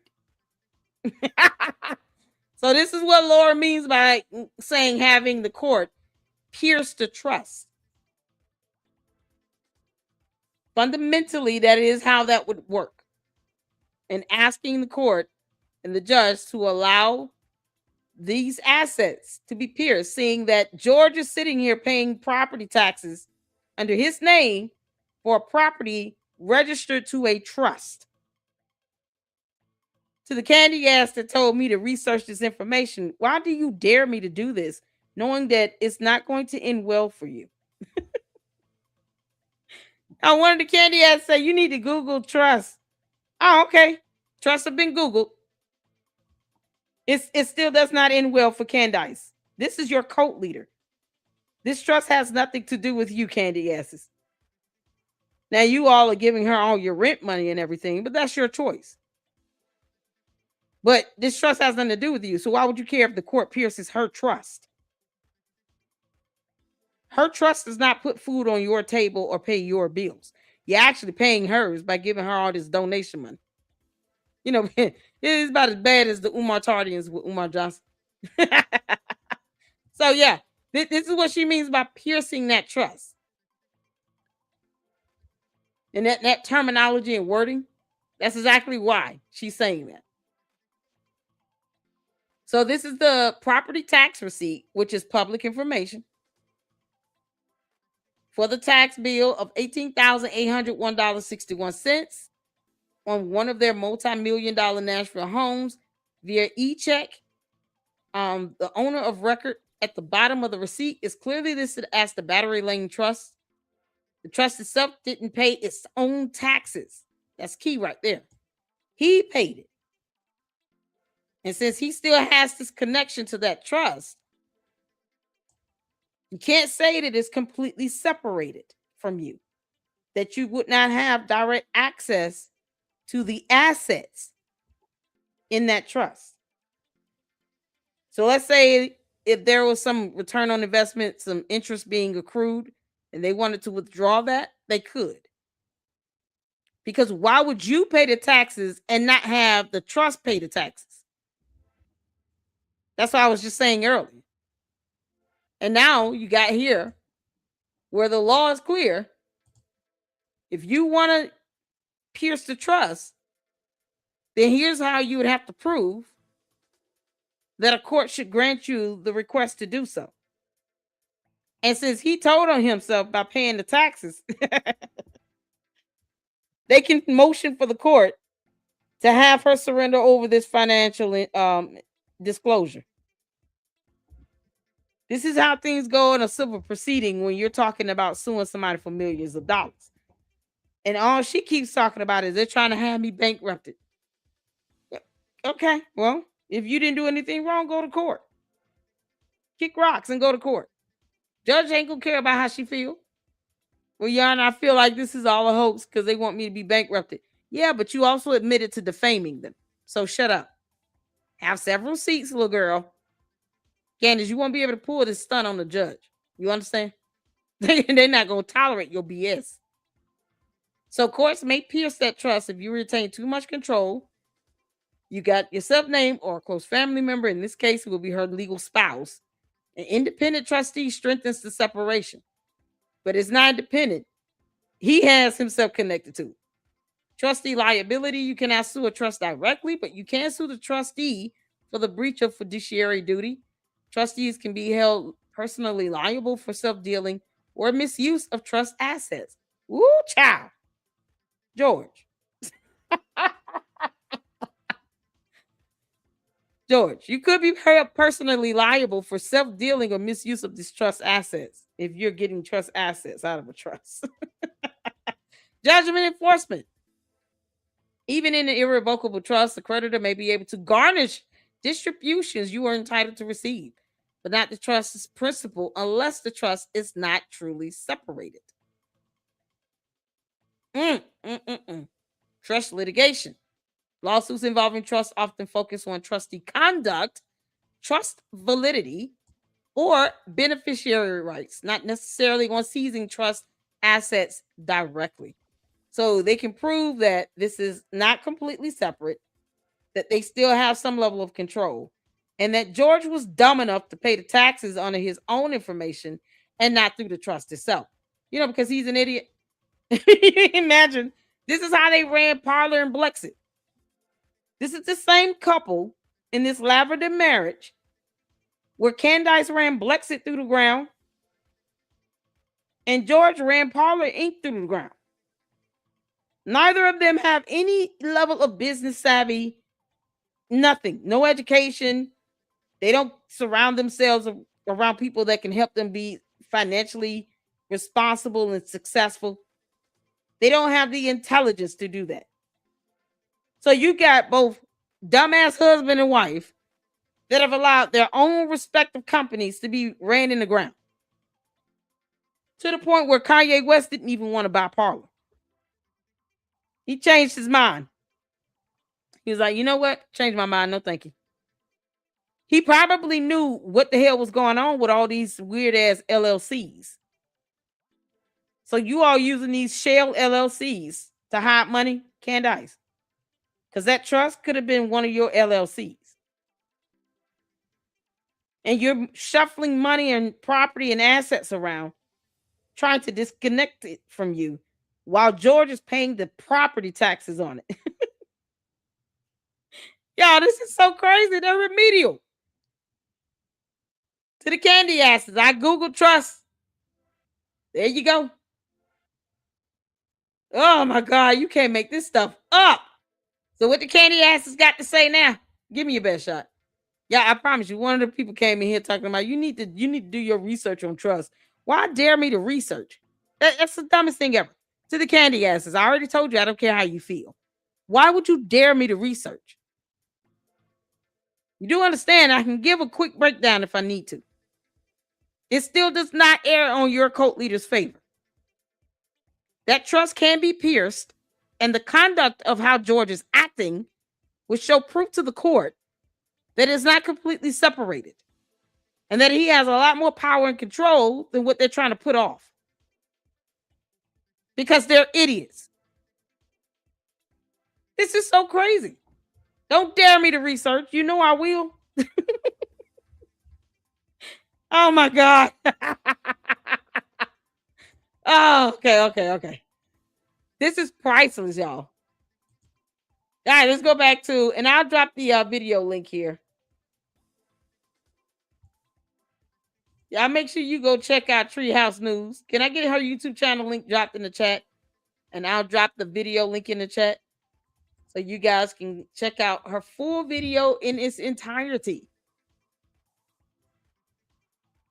So I just wanted to make sure we were all on one accord when it comes to piercing a trust and why that specific language is being used, because that's the legal language you would use when you're trying to say they have this trust and they're trying to claim it's not connected to them, but due to the conduct of the trustee and the fact that it is connected to, Candace's husband and not some completely independent person, we're asking the court to have her divulge the assets so that the assets there can be utilized to be determined as income,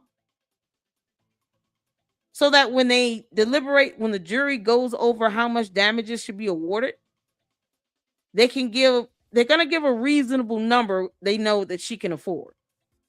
So her decrying she's going to be bankrupted is not going to happen in the court of law, because the court is not going to sit here and accept the ruling from the jury where they're saying, oh, she needs to give the Macrones $100 million.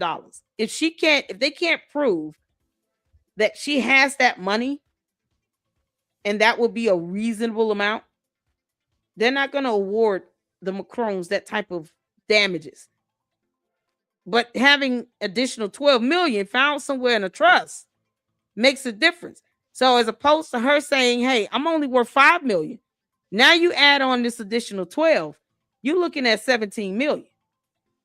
That makes a big difference in what you're asking for as far as damages. Does that make sense? Hit the phone. The more money you have, the more you can ask for, because the more proof you have to show that they have the money. It's not going to bankrupt them or cause them to be put into some financial distress or hardship or any of that. Candace just says that because she's a brat and she's spoiled and she's stupid and she's spineless and she's a coward. She wants to defame people but doesn't want to pay the price for it. Now take it like a champion, Candace. George does.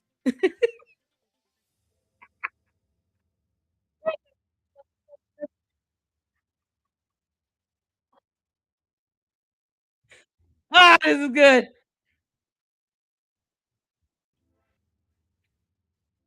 Woo, child. Thank you, Candia. How you doing, honey?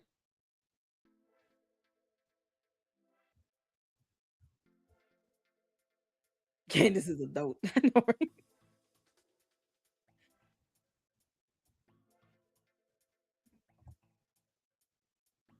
Wow.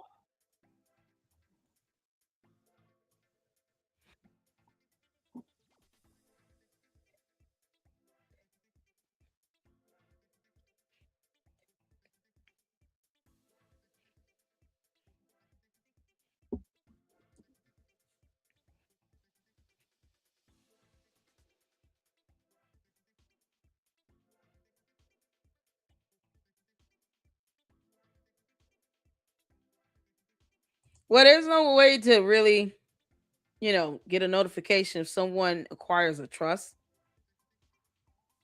That just comes with,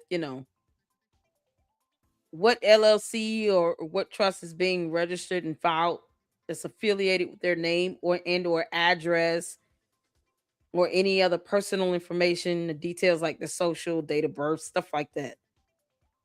Right? But the fact that the property taxes is public information and you see George Farmer's name on it, and this is one of their properties. That's how they came to see that the trust is named on the receipt, not the other way around. They didn't discover the trust first and then the property. They discovered the property through the public domain because property taxes, that stuff is public information. And they saw George Farmer's name affiliated, but then when they looked at the actual receipt, it had a trust name at the bottom. So the property being registered at trust does not mean that it's the property being registered to the trust.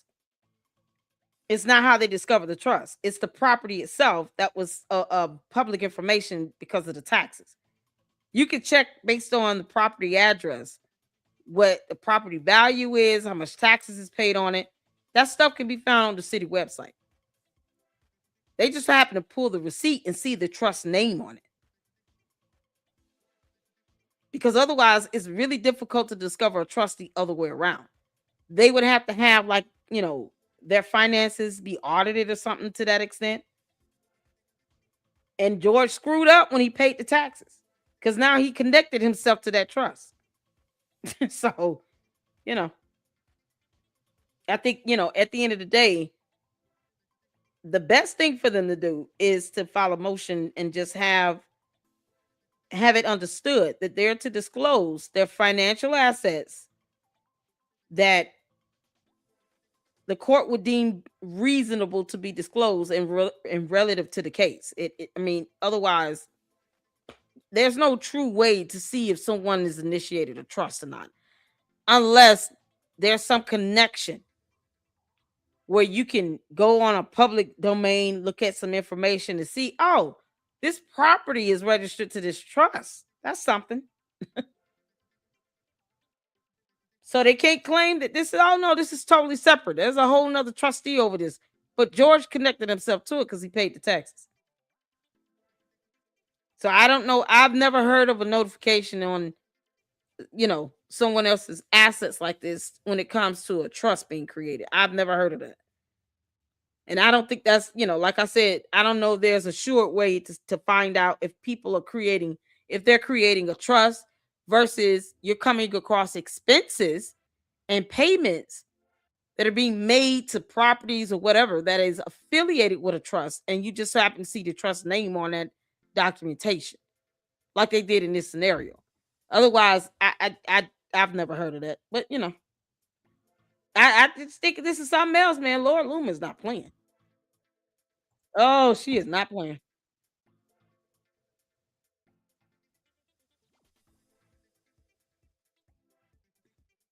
This is crazy.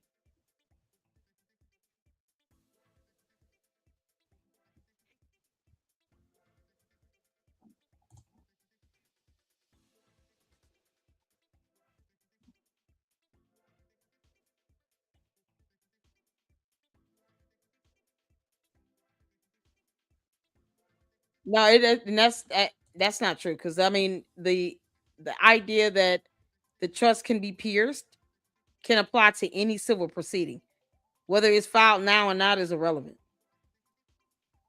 Because now Erika Kirk has a stronger case of asking the court to pierce this trust, because she now has information that connects the trust to George Farmer and Candace Owens. So she could definitely utilize this as part of the assets and income, quite possibly, or these assets that can be converted to liquidity, meaning you got income being generated from these properties, whatever the interest is on it. They can consider that to be income, because there's no way to separate it from Candace and George, because he's paying the damn taxes on it. So she could definitely list this trust as a part of, income to consider when they're asking for X amount of money in emotional distress and punitive damages and all of that. Does that make sense? Erika Kirk can list this as her income. Like, we know there's a trust with $12 million worth of property in it. They cannot. Here's the evidence that it's not separated, that they don't have control, they don't have access to the assets, and when they do, we want to make sure that this is something we can pierce, we can have name, we can show the conduct of the trustee. The holder of it is the spouse of Candace. Like, if it's that easy, that means that George and Candace are really, really stupid, and they're not even trying at this point. I don't think they didn't expect this to happen.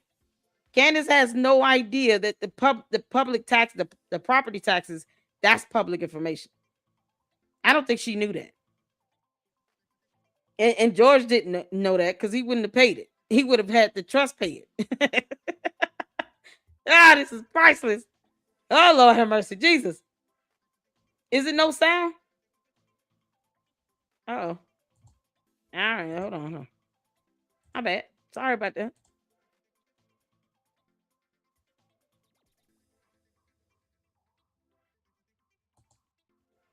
Okay, hold on. My bad. I had to disconnect and reconnect. Yeah, hit the 4 if you can see it. You can hear it now. I think she's doing this more for Erika Kirk lawsuit, because Erika Kirk has a good lawsuit if she's not such a coward to file it against Candace. Anyway, Battery Lane Trust. I have all the receipts for the Macrons, Erika Kirk, and everyone else who has sued Candace Owens for her vicious lies, cyber stalking, and harassment. Loomered. This stupid thing about Loomered. Okay. So Candace don't say nothing. So of course, Loomer. Candace ain't gonna say anything. Candace, I dare you to respond. You understand it's documentation for days that can debunk you. I find it amazing that they were able to even get, like, they thought, let's see if they paid property taxes. Like, just anything that can be, available to the public to review. Y'all, this is absolutely insane. Keep coming. She met her match. Candace, Can you please tell me more about the second home you just purchased for $7.8 million and put inside a trust? Candace, I can't stand your ass, but damn, $7.8 million. Okay. That gotta be a beautiful house. $7.8 million house, y'all.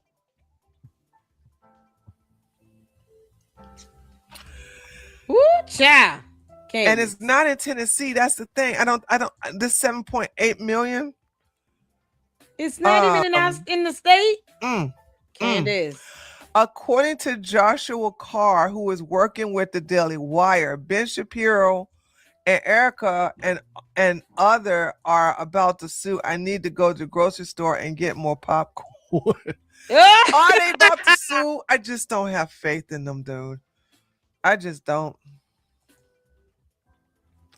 What do you?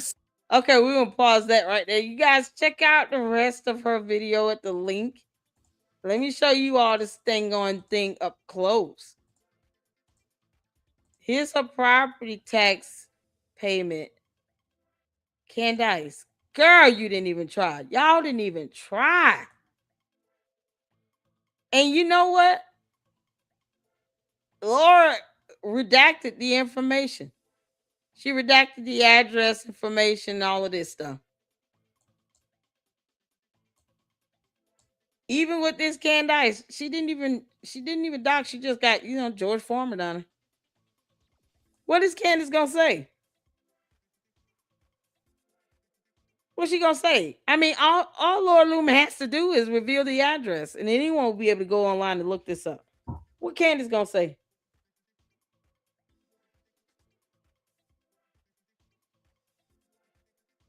But yet, Candace, you should be glad she didn't dox you. She didn't put your address out there. You ought to be glad, you moron. Y'all, this is crazy. Shout out to Josh Carr. Is he in the chat? Oh, Josh, is he here? Oh, man. How you doing, DBS? Oh, Karma's a B. Shout out to Josh Carr. Is he here? Did I miss him? Josh, I'm sorry if I didn't see you, honey. Oh, he was mentioned. Oh, Laura Loomer is going in on COX right now. What the? Y'all, we're doing a marathon. Y'all should have been prepared for this long ass live stream. Where is it? Where is it, Candace? Candace. You can't even respond to this because you can't explain. This is from November 4, 2022. You can't explain how dumb George is.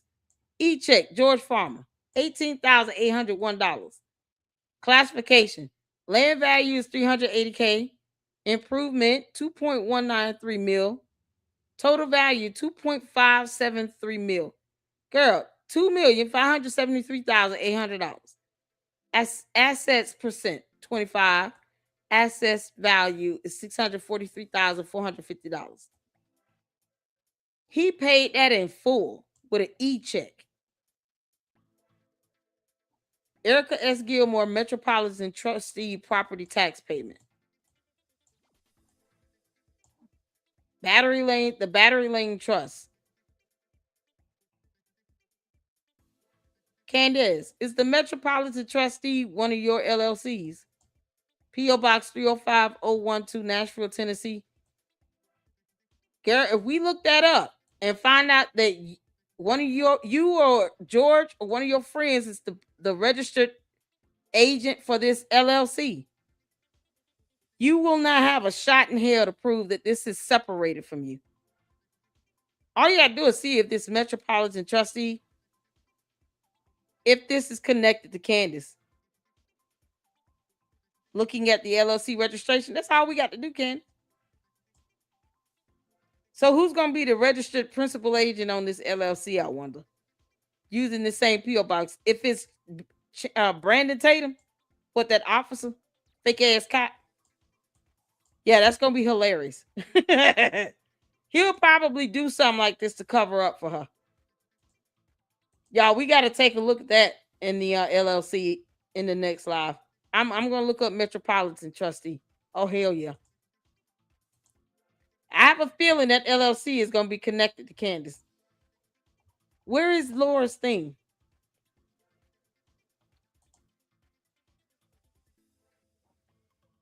What's Ryan doing? Oh, he's great. Oh, we're living together, Philly. So then go ahead and let's play this clip and listen to the way Candace Owens and her husband, George Farmer, describe how they got married, the exact time frame, right? Pay attention to what they say about 2 weeks and how they then announced that they were engaged. Go ahead and play the clip. A wedding special. No, I'm not talking about William and Kate or Harry and Meghan. I'm talking about me. I am getting married this weekend. So we decided that we were going to make this a wedding special and introduce you guys to my fiance, future husband, George Farmer. So just to give everybody context, we got engaged after 2.5 weeks, maybe? I think it was about that time. Yeah, right, that's right. Yeah. Right, which is pretty crazy. Yeah, whirlwind romance, I believe. I know. Nothing romantic was said, you know, between that day and the day that we got engaged. Nothing romantic was said at all. Yeah, there was nothing. Overtures. We didn't go for dinner. Like nothing. Send her flowers. No, nothing. Yeah, nothing exactly. And so I was very clear about that because it was almost like getting to know oneself in some ways. It was kind of a very strange experience. You know, it was like I saw myself in her. And in doing so, and that sounds sort of, well, I fell in love with myself. No, I didn't fall in love with her. I fell in love with a woman who gave so much of myself back to me, you know, and I kind of, I was very willing to let myself fade and give glory to her. You know, that's how I view our marriage in many ways. Like I'm very happy to take a secondary position to give glory to her. Nothing had been said. Like there'd been no romantic overtures at all at any of these. At any of this my point. God! It had all just been very kind of above board and talking about politics and engaging in kind of philosophical conversations. And then at the end of December, we started. I called her a couple of times just to kind of chat, and again, you know, just had these long, like, prolonged conversations, which were mainly about politics and trying to understand what she wanted to do in life. And at the end of December, I was actually flying to South Africa at the time for New Year's, and I called her and I just said, "Listen, I know this is completely crazy and we've just met, but how do you feel about getting married to me?" Just real quick, I missed the bit where there was any sort of. There was literally nothing romantic had been said up to this point. Okay. I mean, literally nothing. So I missed nothing. We hadn't gone on a date. And they hadn't gone on a date and nothing romantic was said because she was in a 7-year relationship with another man named Brian who she was living with. Okay, that's why. Like, did anybody pause to think like, how do you just marry somebody? Like, it'd be one thing if maybe you like, you know, and I'm not advocating for this type of behavior, but you hear all these stories all the time about like, oh, it was just like so passionate. And we just like, you know, I met him and I just kissed him. And like, it was like instant attraction and we got married and we eloped and we've been married for like 20 years, whatever. Right. Like sometimes you hear these crazy romance stories about like people like meeting and then kissing or having like a one night stand on a first date or like the first time they met. It sounds a little like, you know, degenerate, whatever. But you do hear these stories sometimes about people like meeting at bars or clubs and having one night stands and then they're like together forever. Right. But no, the reason why there was nothing romantic said or nothing like done, right? Like no kind of date, no kind of courtship, nothing sexual, nothing romantic is because she was literally in another relationship with a man named Ryan, who she had been dating for 7 years, who she was literally living with. Okay. I think she even wrote about Ryan, if I'm not mistaken, in her first book, where she talks about her life and how Ryan, I don't know if she names him, but if you go back and you read her original book, I'm pretty sure you can find a section in there about how like her face was infected with all these mold spores. And she had a guy that she was dating who was like by her side the entire time. It's because Candace Owens met a rich guy with a trust fund whose dad is apparently like a billionaire in the UK, Lord Michael Farmer. This is George Farmer. So when his dad dies someday, I assume he's going to inherit all of his money. And Candace thought, oh, well, here's my chance to just like marry some guy. And, you know, there's a lot of accusations out there that Candace Owens' husband is gay. Like a lot of people have said that he's a homosexual. Raheem Kassam, who's also from the UK, he's pretty reputable. Raheem Kassam has publicly said that Candace Owens' husband groped him and that he tried to make out with him. We have the screenshots here of these tweets. And Candace and George have never denied this. George has never denied groping Raheem Kassam, okay? And you could see here that Raheem said, George Farmer tried to make out with me. How are you all just hearing about this? I called her out on her hubby trying to grope me and kiss me multiple times. She blocked me for it.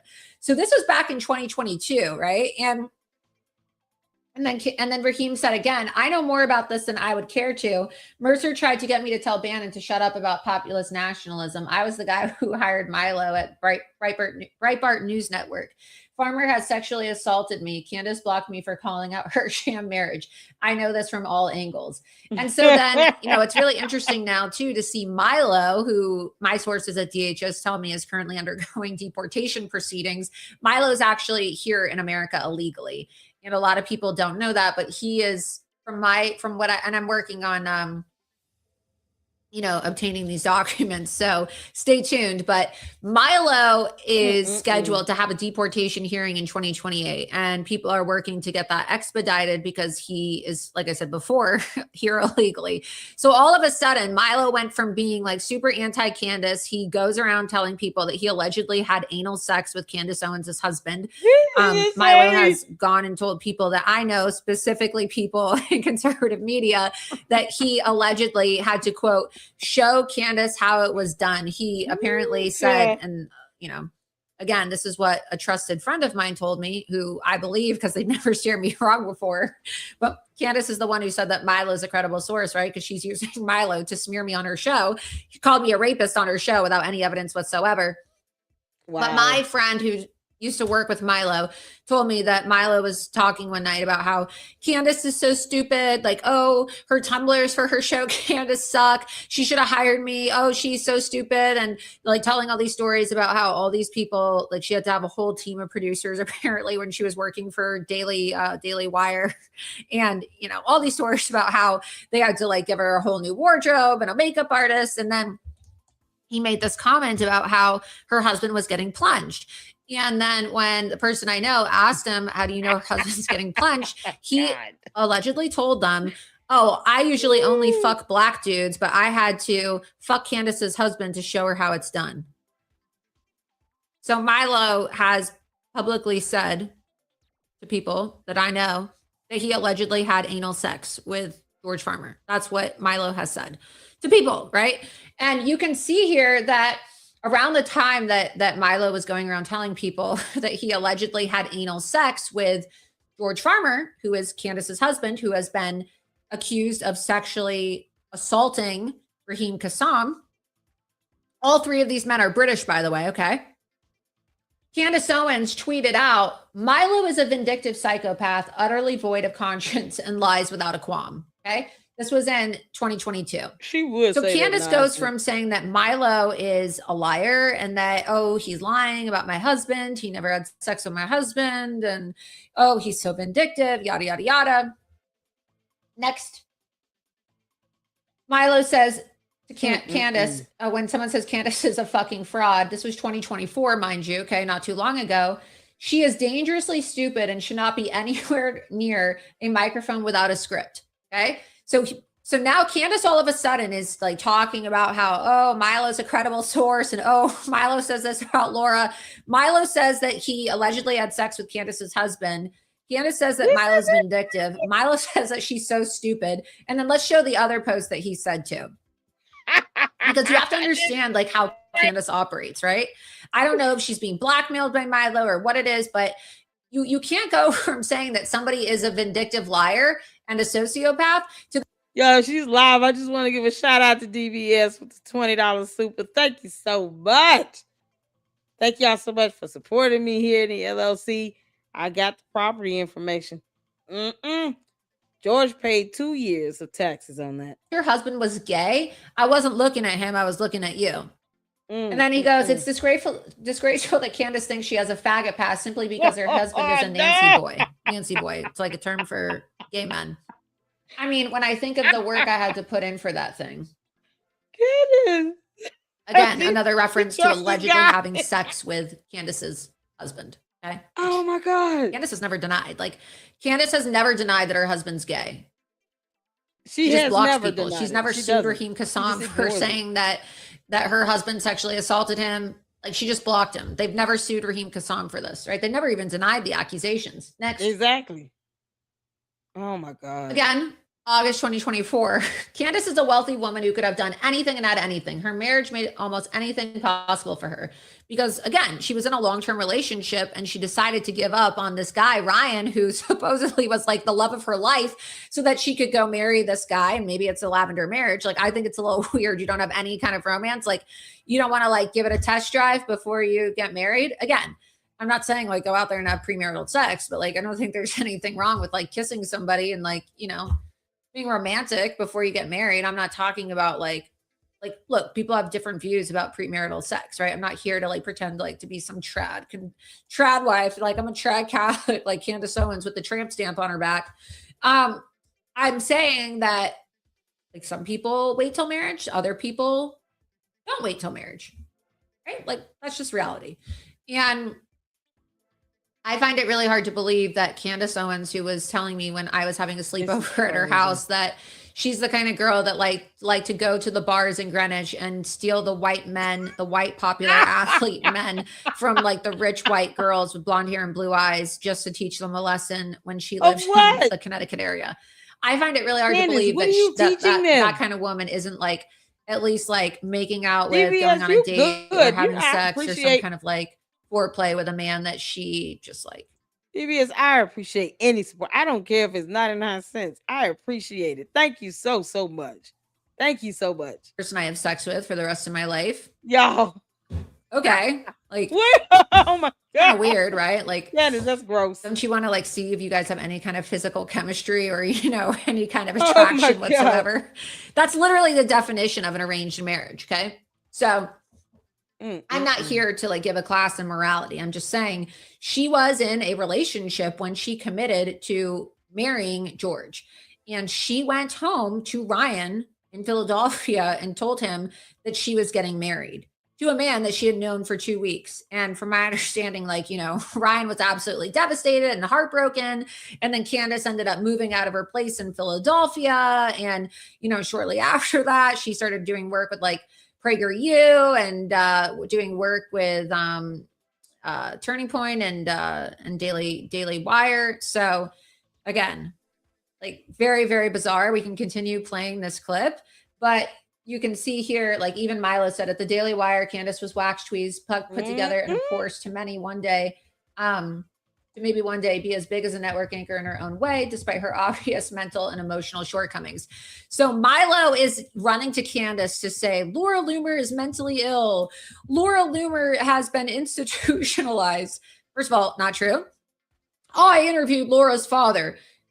Completely false. In fact, I have a screenshot of my phone from Ken Bensinger from the New York Times, who did a profile piece on me. And the New York Times hates conservatives. Now, don't you think that if anybody wanted to prove that I was mentally ill or that, you know, I was a nutcase or my father institutionalized me, that like of all people, the New York Times would be the one to like post it? The New York Times actually is the one that corrected the record after reading Milo's story and said, we actually interviewed Laura's father and he denied all claims that, you know, one, that Milo had interviewed him, and two, that his daughter had ever been institutionalized. So like just total lies, right? I have the screenshots here. But Milo is calling Candace mentally ill and saying that she has emotional shortcomings and that she's cuckoo for Cocoa Puffs because she has a gay husband. Those are his words, not mine. It's the same playbook here now. Milo, either because he's blackmailing Candace and her husband, maybe because I'm not saying that these accusations are true. However, people say that Milo allegedly goes around talking about how he allegedly had anal sex with Candace Owens' husband. And we all know that Milo lied about not being gay anymore because he wanted to find a way to like separate from his black, you know, former husband, John, because Milo's allegedly committed immigration fraud so that he could stay in the country, but he's here on an expired visa and he's here illegally, which is why DHS now has Milo in deportation proceedings. But he was living at the home of Dove Charney in Los Angeles, in a home that was apparently foreclosed upon. You can look this all up. Like, you can see all this stuff. You could type in Dove Charney, Milo Yiannopoulos, foreclosure or bankruptcy. I have no reason to lie. I don't need to make shit up like Candace Owens, because I'm not a fucking grifter. Okay. I'm not a fucking liar like Candace Owens. Oh, here you go. Look. As of late 2023, Dove Charney, the founder of American Apparel, was involved in a legal battle to prevent his Silver Lake, Los Angeles mansion, the Garbutt House, from being sold in bankruptcy proceedings, with court records indicating that far-right provocateur Milo Yiannopoulos was residing in the home. So Milo Yiannopoulos is literally an illegal alien squatter, okay? He was squatting in a home that was foreclosed upon in a bankruptcy battle, and they couldn't take the house because Milo was illegally squatting in the house. He's literally a squatter and an illegal alien. So let's open up the show more tab, the foreclosure bankruptcy battle. A court-appointed trustee moved to take control of the mansion. And you can see the address there. It's public. It's not like I'm doxing anybody. They don't live there anymore, from my understanding. Sell it to pay off over $20 million in debts that Charney owes following his 2022 personal bankruptcy filing. A trustee's walkthrough of the home in May 2023 revealed several people were living there, despite Charney claiming he was not renting it out. Tenants included Milo Yiannopoulos, who was identified through mail deliveries, and Kanye West associate Ian Connor. In October 2023, a judge was expected to decide on a motion to remove the residents, often referred to as squatters in reports, to allow the sale of the house. So Candace Owens, think about this. Like, why would Candace Owens, who's like literally married to this British aristocrat whose father is worth like over $1 billion, why would she want this man who is going around telling people that he allegedly had anal sex with her husband into her house? Like, Candace Owens recently had Milo Yiannopoulos on her show as a guest. Why would you welcome a guy who's like a known drug addict? He was fired from Breitbart for endorsing pedophilia. She has 4 small children, and she allowed a man who has literally been fired for endorsing pedophilia into her home with her small children. Like, what kind of mother are you that you would allow a man who endorsed pedophilia to come into your house and be around your 4 children?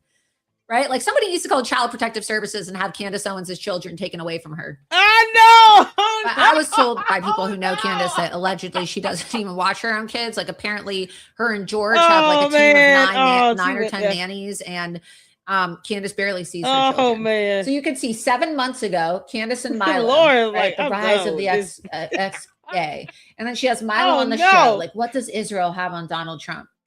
And they were having a MAGA funeral. Mind you, this is crazy. She has this guy in her house who she says is a vindictive psychopath. Let's go back, right? Let's go back to the screenshots so that we could see this. So, mind you, these were 7 months ago. Her video clips from having Milo on her show. These tweets right here talking about how Candace Owens is married to a gay man are from August of 2024. Okay. And then he says at the bottom, let me tell you something. Candace Owens' husband is getting plunged, which is another term for like, he's getting fucked in the ass. Okay. She said Candace's husband, George Farmer, is getting fucked in the ass. And then he was telling people that he allegedly is the one. Candace, you met your match on this one. Owens' his husband. So I'm just showing you all the receipts because Candace is like apparently on her show today. Laura Loomer engages in psychological warfare. This is why Donald Trump keeps her around, because she spreads rumors. I'm not spreading rumors. Everything that I have shown you is literally checking out in facts. And I'm going to get these records that show that Milo Yiannopoulos is an illegal alien and he's currently facing deportation proceedings. Like, I could easily get these records, and I'm going to get these records. Trust me, mark my word, I'm going to get them.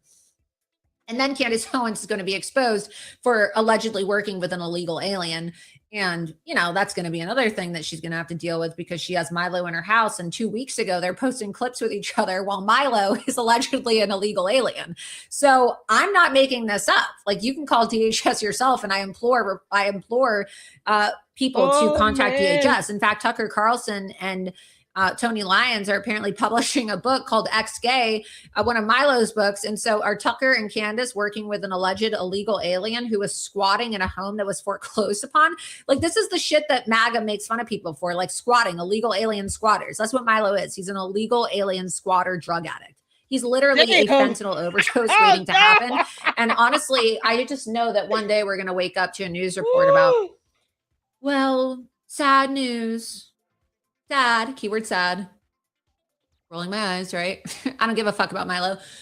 We're going to wake up one day to a news report. Oh, such sad news. Oh, tears, fake tears, dab, dab, right? To take a line from Candace Owens. No tears, dab, dab, dab. I won't be crying. Oh, sad news. Milo Yiannopoulos was found dead in a bathtub and his face was covered in vomit. And it looks like he died from, dab, dab, tears, tears. He died from a fentanyl overdose because, he's addicted to drugs. He's addicted to drugs. And everybody knew it for so long and nobody got him help. Nobody gives a fuck about Milo, first of all. Okay. So no one cares. I certainly don't care about Milo. And I don't care if people think that that's a terrible thing to say, because I'm not wishing death on anybody. I'm simply saying Milo Yiannopoulos is a drug addict, and he is like he was squatting in somebody's home. He refused to leave because he otherwise would have been homeless, because he spends all of his money on drugs.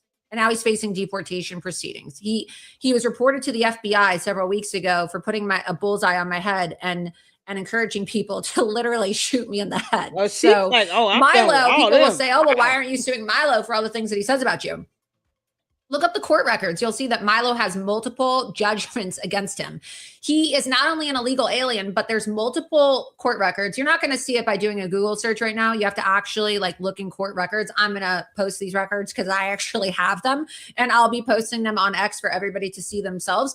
Milo has multiple outstanding judgments against him. So he also told people that I used to work with, I want Laura Loomer to sue me because I want to raise $1 million on GoFundMe, because there's so many people who hate Laura Loomer that I would be able to raise money. And then he would just use the money to go pay for his drugs, right? So Milo is squatting in a home. He's an illegal alien. He needs money for legal fees because he's facing deportation proceedings, something he doesn't want anybody knowing. And so Milo wants to raise money. Milo wants me to sue him because he wants to be able to raise a ton of money so that he can continue his illegal alien lifestyle in the United States of America. Why would I rack up millions of dollars in legal fees in a case that's going to get drawn out forever, only to never get paid out if Milo Yiannopoulos were to continue lying about me? He has nothing to lose. Milo Yiannopoulos doesn't make any money. Milo Yiannopoulos is an illegal alien squatter, and court records prove it. You can go look it up yourself. That was literally like 2024. Okay, like you can see here, it says that a judge was expected to decide on whether to remove the residents because Milo Yiannopoulos was illegally squatting in this home that was foreclosed upon. They tried to kick them out, and Milo was living there with a bunch of trannies. He was literally living in a house with a bunch of trannies and homosexuals and some cat that he, didn't take care of. And then he said that he made up the story about how the cat got lost and he couldn't find the cat, when in reality, like, I was told that Milo allegedly sold the cat for drug money. So he lied to everybody and said that he lost his cat. And oh my God, my precious cat is gone. But the cat was like a pretty rare breed. And I was told that Milo, while he was squatting in this home, allegedly sold the cat. Like, cat's worth like over $1,000. It's like some kind of designer cat. He allegedly sold this cat to get money for his Percocet because, I tried to be a good friend to Milo over the years, like before I disavowed him. And, he told me one time, I need money, please. I'm going to be homeless. And he wanted me to give him $1,000. So I gave him $1,000 and I let him sleep on my couch for a little while when I was living in Palm Beach.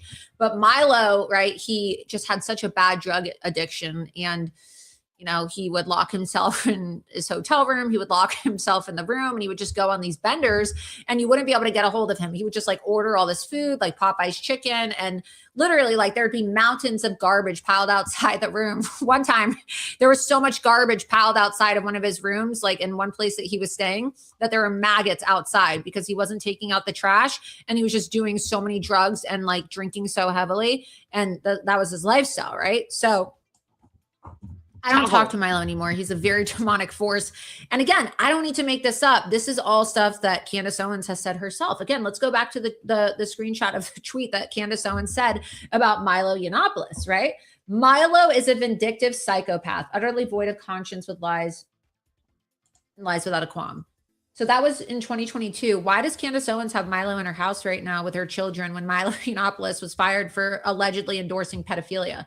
Go look it up. Again, I'm not trying to smear people. Candace calls me a rapist, doesn't show any receipts. If I rape somebody, how come there's no police report? I implore somebody to file a police report because you know what's going to happen?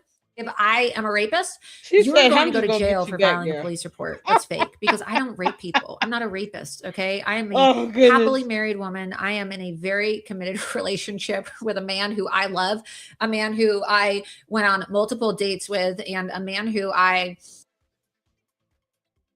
had a lot of romantic interactions with before I agreed to marry him. So I'm not afraid to say it because I'm not in a lavender marriage and my husband's not a fucking faggot. Okay. So I don't need Candace Owens lying and saying that I am I better not get the making video things up about my relationship when Candace Owens has a lot to hide. So you have to ask yourself, if somebody disrespected your spouse, right? Let's say that the rumors about her husband are true. Let's say that it's all made up. Okay. And we are live right now. I see the chat is just going crazy right now. Yeah, and that, it is. And that everybody's in the chat. So be sure that you repost this live because she's going in. She said Candace claimed she was an R word. Candace, Condoleezza. Laura Loomer is going in on you. She gave me one key piece of information, and let me tell you all, I found the full payment record for that tax property. Oh yeah, I got it. That the rumors or the accusations are false. Let's say that Raheem Kassam is making it up, which I don't find Raheem Kassam to be a liar, so I don't think that Raheem would make this up. And let's say that Milo made everything up. Why would you disrespect your spouse? If somebody ever lied about my spouse, you think I would ever allow them inside my house? You think that I would allow them in my home or around my children, right? I don't have children yet, but I will. But do you think that I would allow them to be around my spouse? Like if somebody said that they had anal sex with your husband and said that you were mentally ill, would you be allowing them in your house? Like, again, let's go back to the YouTube and show everybody. Right. She says in 2022 that Milo is a vindictive psychopath. And Milo's talking about how her husband is getting plunged in the ass by gay men, allegedly, right? In 2024. And then 2 weeks ago, Candace has Milo at her house and they're talking about how MAGA is over. Doesn't anybody find that to be weird? Like, why would you let somebody like that in your house if you truly believe that they were a psychopath and you truly believe that they were vindictive and they were going around telling people that they had gay sex with your husband? I mean, let's go to the chat. Let's take a vote right now. If you would allow somebody who said that they had gay sex with your spouse to come in your house, press 1. And by come, I'm not talking about ejaculating, but I guess that's why Candace and her husband probably have 2 separate homes that I identified in their trust, but we're going to get into that too. But I'm talking about actually like coming over to the house, right? Like being in your house presently. So would you allow them to come over to your house? Press 1 if the answer is yes, or press 2 if the answer is hell no. Press 2 if the answer is hell no. Candace, you still haven't responded to the allegation that Let's this see. man. We're just gonna let the chat room go. Again, if you're watching live on Rumble, she never responded to the allegation that this man made against George, saying that he tried to touch him inappropriately and harass him and all of that. They've never addressed that, but they've never denied it. Let's type it in. Oh my God. Let's pull this article up. 2017. Milo Yiannopoulos dropped over pedophilia comments. Again, pulling up the information. Milo said it was okay for 13-year-old boys to have sex with grown men. He says it's okay for little priests to rape young men because he said that apparently that happened to him and it helped him identify his personality or whatever it is. I don't know. Maybe that's why he's such a belligerent drug addict and walking fentanyl overdose waiting to happen. Oh, boo-hoo. So sad. So sad. Like, honestly, I don't have any sympathy for Milo, right? He's one person I'm not going to tell to go to rehab. So, oh my God. She dropping some language, man. I hope YouTube does not. Ow, man. Oh, YouTube gonna be so mad. Yo, this woman, Candace accused her of R-wording kids, like R-wording people. You can imagine why she's so pissed off with him. Candace, this is why you don't sit here and just throw out dumbass accusations and then get mad when they clap back. Okay, scroll down. Let's see what everybody says. Scroll down.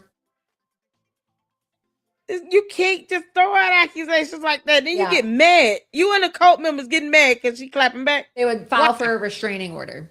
So again, what does that say about Candace Owens that she's allowing for We're this able to look this stuff up? It's alleged pedophile secret information to come into her house with her 4 children after he said that he allegedly had gay sex with her husband? What does that say about Candace Owens?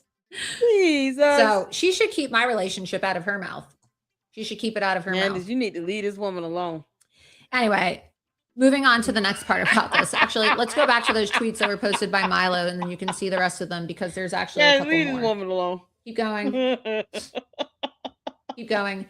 Yeah, so at the Daily Wire, Candace was waxed, tweezed, plucked, and together, of course, to maybe one day be as big a network anchor in her own way, despite her obvious mental and emotional shortcomings, plus obviously the loco for Cocoa Puffs ice bitch vibe from having a gay husband. Why would you let somebody in your house if they said that they had sex with your husband or they said that your husband was gay? Right? Candace is a wealthy woman who could have had anything and done anything. Her marriage made almost anything possible for her, but she has a fatal flaw that resurfaces anytime she's operating without strong male oversight. She doesn't know she's stupid. Why would you let somebody like that into your house, let alone around your children? Candace broadcasts from her home. That's where she does her show. She broadcasts from inside. She has multiple homes, actually, as I exposed this weekend, but she broadcasts from inside her home. So this is what I want people to think about the next time Candace Owens says, and Milo Yiannopoulos told me that Laura is mentally ill and that her father this and her father that. I'm going to show the screenshot right now. Oh my God. Get it up on the screen. Again, doing this all in real time. None of this is scripted. None of this is photoshopped. I'm pulling all this information up right now, looking for it in my phone. And you can see for yourself that the New York Times interviewed my father and he denied all of that. So, they can say what they want, but it's not true. It's not true. And there's receipts to prove it. Let's get this pulled up. God. Candace, oh man, this is what happened. It's so funny to me how she has the right to defend herself. They just lie so much and they don't care about any kind of, she has the right consequences to defend of the lies that they spew. All right. Just sent it to my producer in real time. Again, I'm doing this all in real time because Candace pre-records her show and then she edits things in. She does. And she doesn't actually do her own research. She has an entire team of people. I think it's over 15 people that work for her. So they do everything for her. They write everything. They do all the research. She doesn't do any of the research herself. George stands behind the camera. Just sent this to my producer. And you can see here, pull it up on the screen. Ken Bensinger from the New York Times said, I can confirm to Grok and the whole, he denied ever having committed or otherwise institutionalizing his daughter, Laura Loomer, and also denies ever being interviewed by Milo Yiannopoulos. So the New York Times did this. The New York Times, which wrote an entire piece about how they didn't want me working for President Trump and literally took responsibility for killing off my job offer during the campaign when President Trump was running against Ron DeSantis. Okay, when Trump hired me and then some of his campaign staffers leaked it. So the New York Times has every motive in the world who want to lie about me, to want to smear me, to want to defame me and confirm that, Laura Loomer was institutionalized and Laura Loomer is mentally ill. But you can see here, right? Ken Bensinger, he is a big time reporter for the New York Times. I can confirm to Grok and the whole world that when I interviewed Jeffrey Loomer, he denied ever having committed or otherwise institutionalizing his daughter, Laura Loomer, and also denies ever having been interviewed by Milo. So unfortunately, since Milo uses bots and because Candace allegedly purchases bot farms too, from what I've been told, they've been able to maliciously program Grok. So if you tell AI something enough times and you get enough people to like repeat the lie, Grok will pick it up, right? So Grok was like making up all these lies, and people were using lies spewed by Milo from a hit piece that Milo wrote about me, where he told this like fantastical story about me making up conversations he had with my mother and my father and like all these people that don't even know me, right? Because he never even spoke to my parents. Doesn't even know my parents. And then Grok said, thank you, Ken Bensinger. Again, this is from 2025, for confirming Jeffrey Loomer's denials of any commitments, institutionalization, or Milo interview. This contradicts Milo's uncorroborated claims. Again, it proves that Milo lied. It was uncorroborated because Milo cannot be trusted. And if Milo can be trusted, then we should also believe Milo when he says that he had sex with Candace's husband, and that, you know, he said that Candace Owens is cuckoo for Cocoa Puffs because, well, she has a gay husband. So what is it, Candace? Are we using Milo Yiannopoulos as a credible source? Because if Milo is a credible source, then you are married to a gay man. That's what Milo said. Milo said that he had sex with your husband. Flat out. So you are allowing a man into your home who has been fired for alleged pedophilia into your home, a man who claims that he had sex with your husband, and you're saying that he's a credible source after you yourself said that he's a vindictive psychopath who lies without a qualm. But now that you want to smear me because I exposed the fact that you're a hypocritical, demonic grifter bitch and a world-class Jew hater who hired a Zionist Jewish legal team because, yep, let's be honest, the best lawyers are Jews, right? Even the Jew haters and neo-Nazis like Candace Owens know that the Zionists really are the best Jews in America, right? They that's why everybody who's successful has a Jewish lawyer, Zionist Jewish lawyer. That's the truth. No fury. So you can see it says that Milo's uncorroborated claims aligns with your July 2025 New York Times article. Lack of such details. I'll reassess and correct my prior statements based on this evidence, committed to accuracy. That's the be most. So again, they've continued to maliciously try to program Grok. And my lawyer, Ed Palcic, who also represents the president of the United States, by the way, in all of his defamation cases, sent a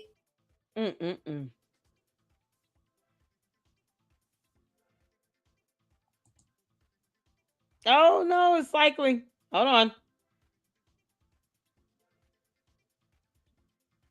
It's cycling, y'all. What's going on? Don't tell me. His defamation cases sent a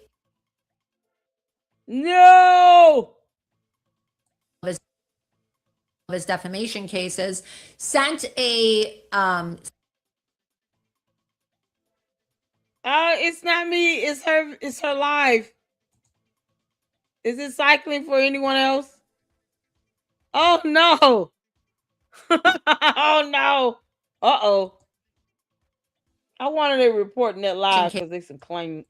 Cases sent a yeah. This is her live stream, y'all. Cases sent. That might be the end of it. Cases sent a okay. We'll just say that's the end of this one. I don't know what's going on, but it's cycling through. But let me show you all what I found. That's public information. Y'all ready?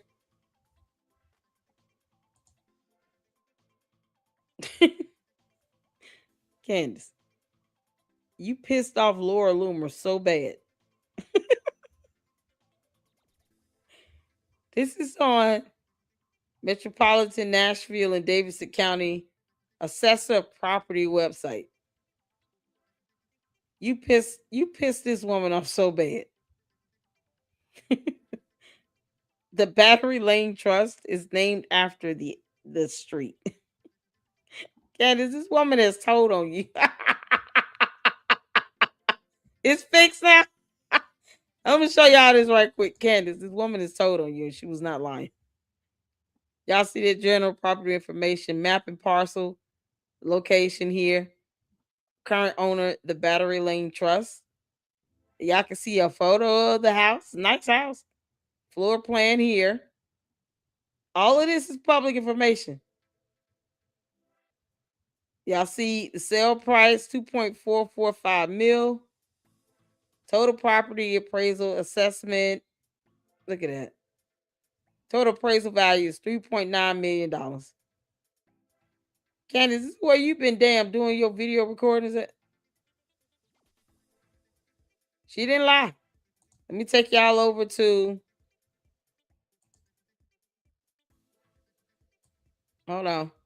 We'll go back to that. This is the Battery Lane Trust. This is the payments. This is from the property website now. Y'all see here. The Battery Lane Trust. You got the information over there. Property information. Y'all see here. Battery Lane Trust. Y'all see that? Look at this here. Y'all see this is the parcel history. It's like the payment history here. Y'all see these 2 years here? Look whose name is right there. For 2021 and 2022, George Farmer made the property tax payments. Y'all see that? George Farmer. So you got these 2 tax years where he made the property tax payments with an e-check, an EFT. So 21 it was 19,000. 22 was tax year 22 was 18,008. Y'all see there right there, George Farmer's name. And it gives you all the years since the property has been developed of the payments and the payor. You have for the last 3 years says FTB lockbox. So that's for this property on Battery Lane. Let me see if I can go to the other one I saw.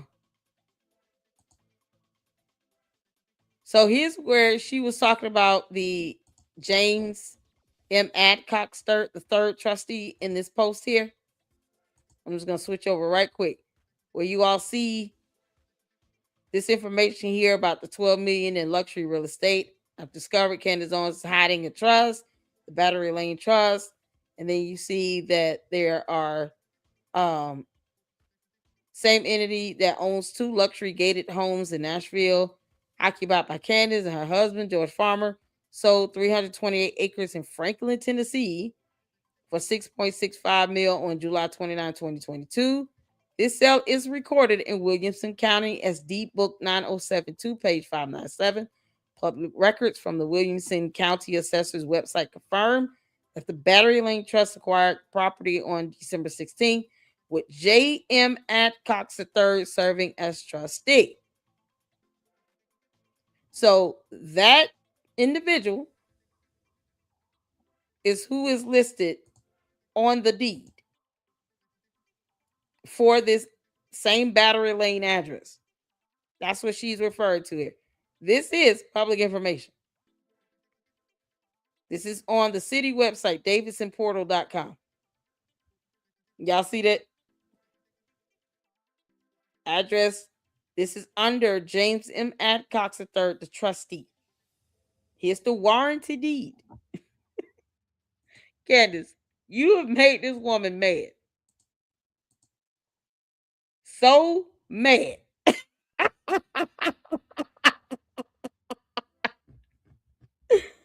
Candace, you have pissed her off so bad. Can y'all hear me? Can y'all see this? I know I'm switching between tabs and stuff, but I'm dropping the links because everybody's sitting here talking about, oh, Lauren's crazy. No, she's not. She's actually telling the truth. She's telling the truth.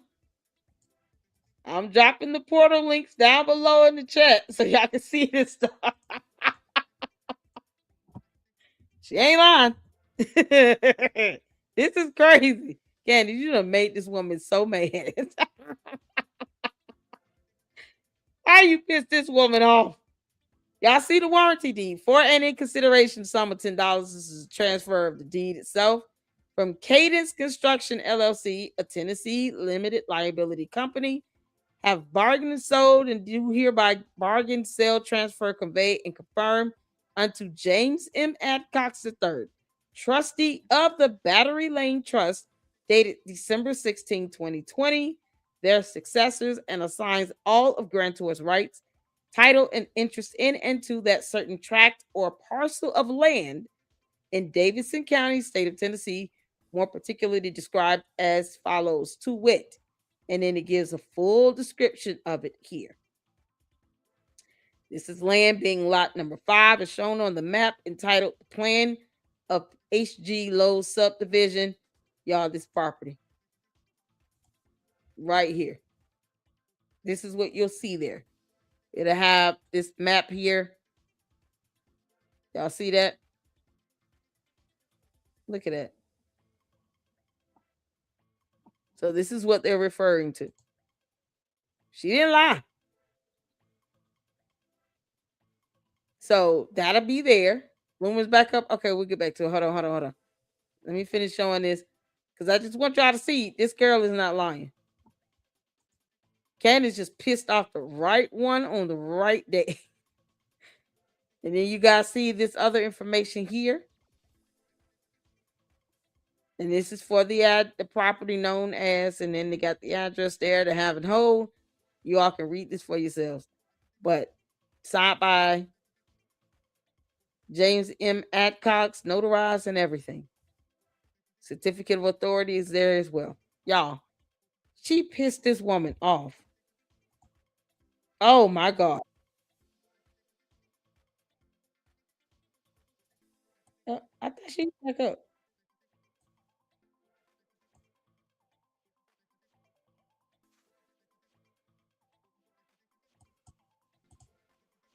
Is she not back up?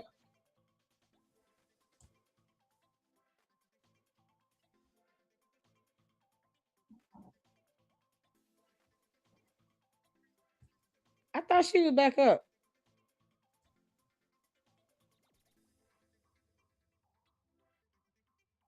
Is it a new thing?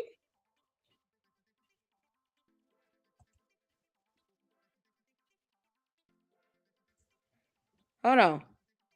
Is it a new one?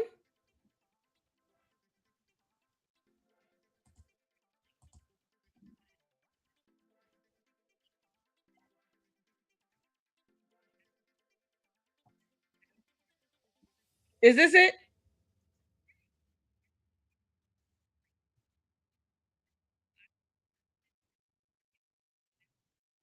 Okay. Y'all can't hear? Ah, jeez.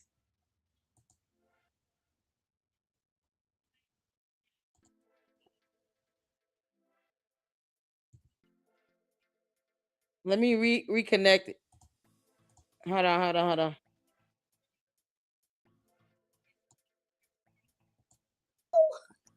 Excuse my language, but like that is not normal. Okay, it's not normal. Do I need to refresh?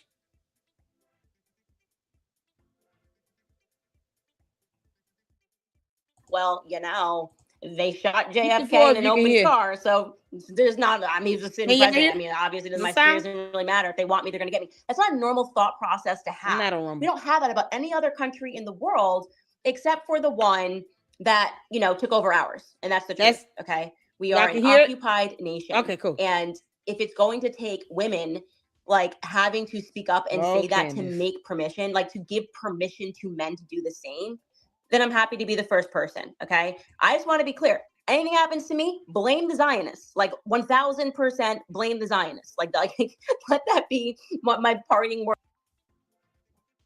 Uh-oh. If anything ever happens to me, blame the Zionists. I think we have other clips as well of Candace Owens talking about Zionists as well, right? We have other clips of Candace Owens talking about Zionists. Candace, you done made this woman mad. Here we have Candace Owens. Let's play this other clip. Let's go ahead and play this clip. This is golden.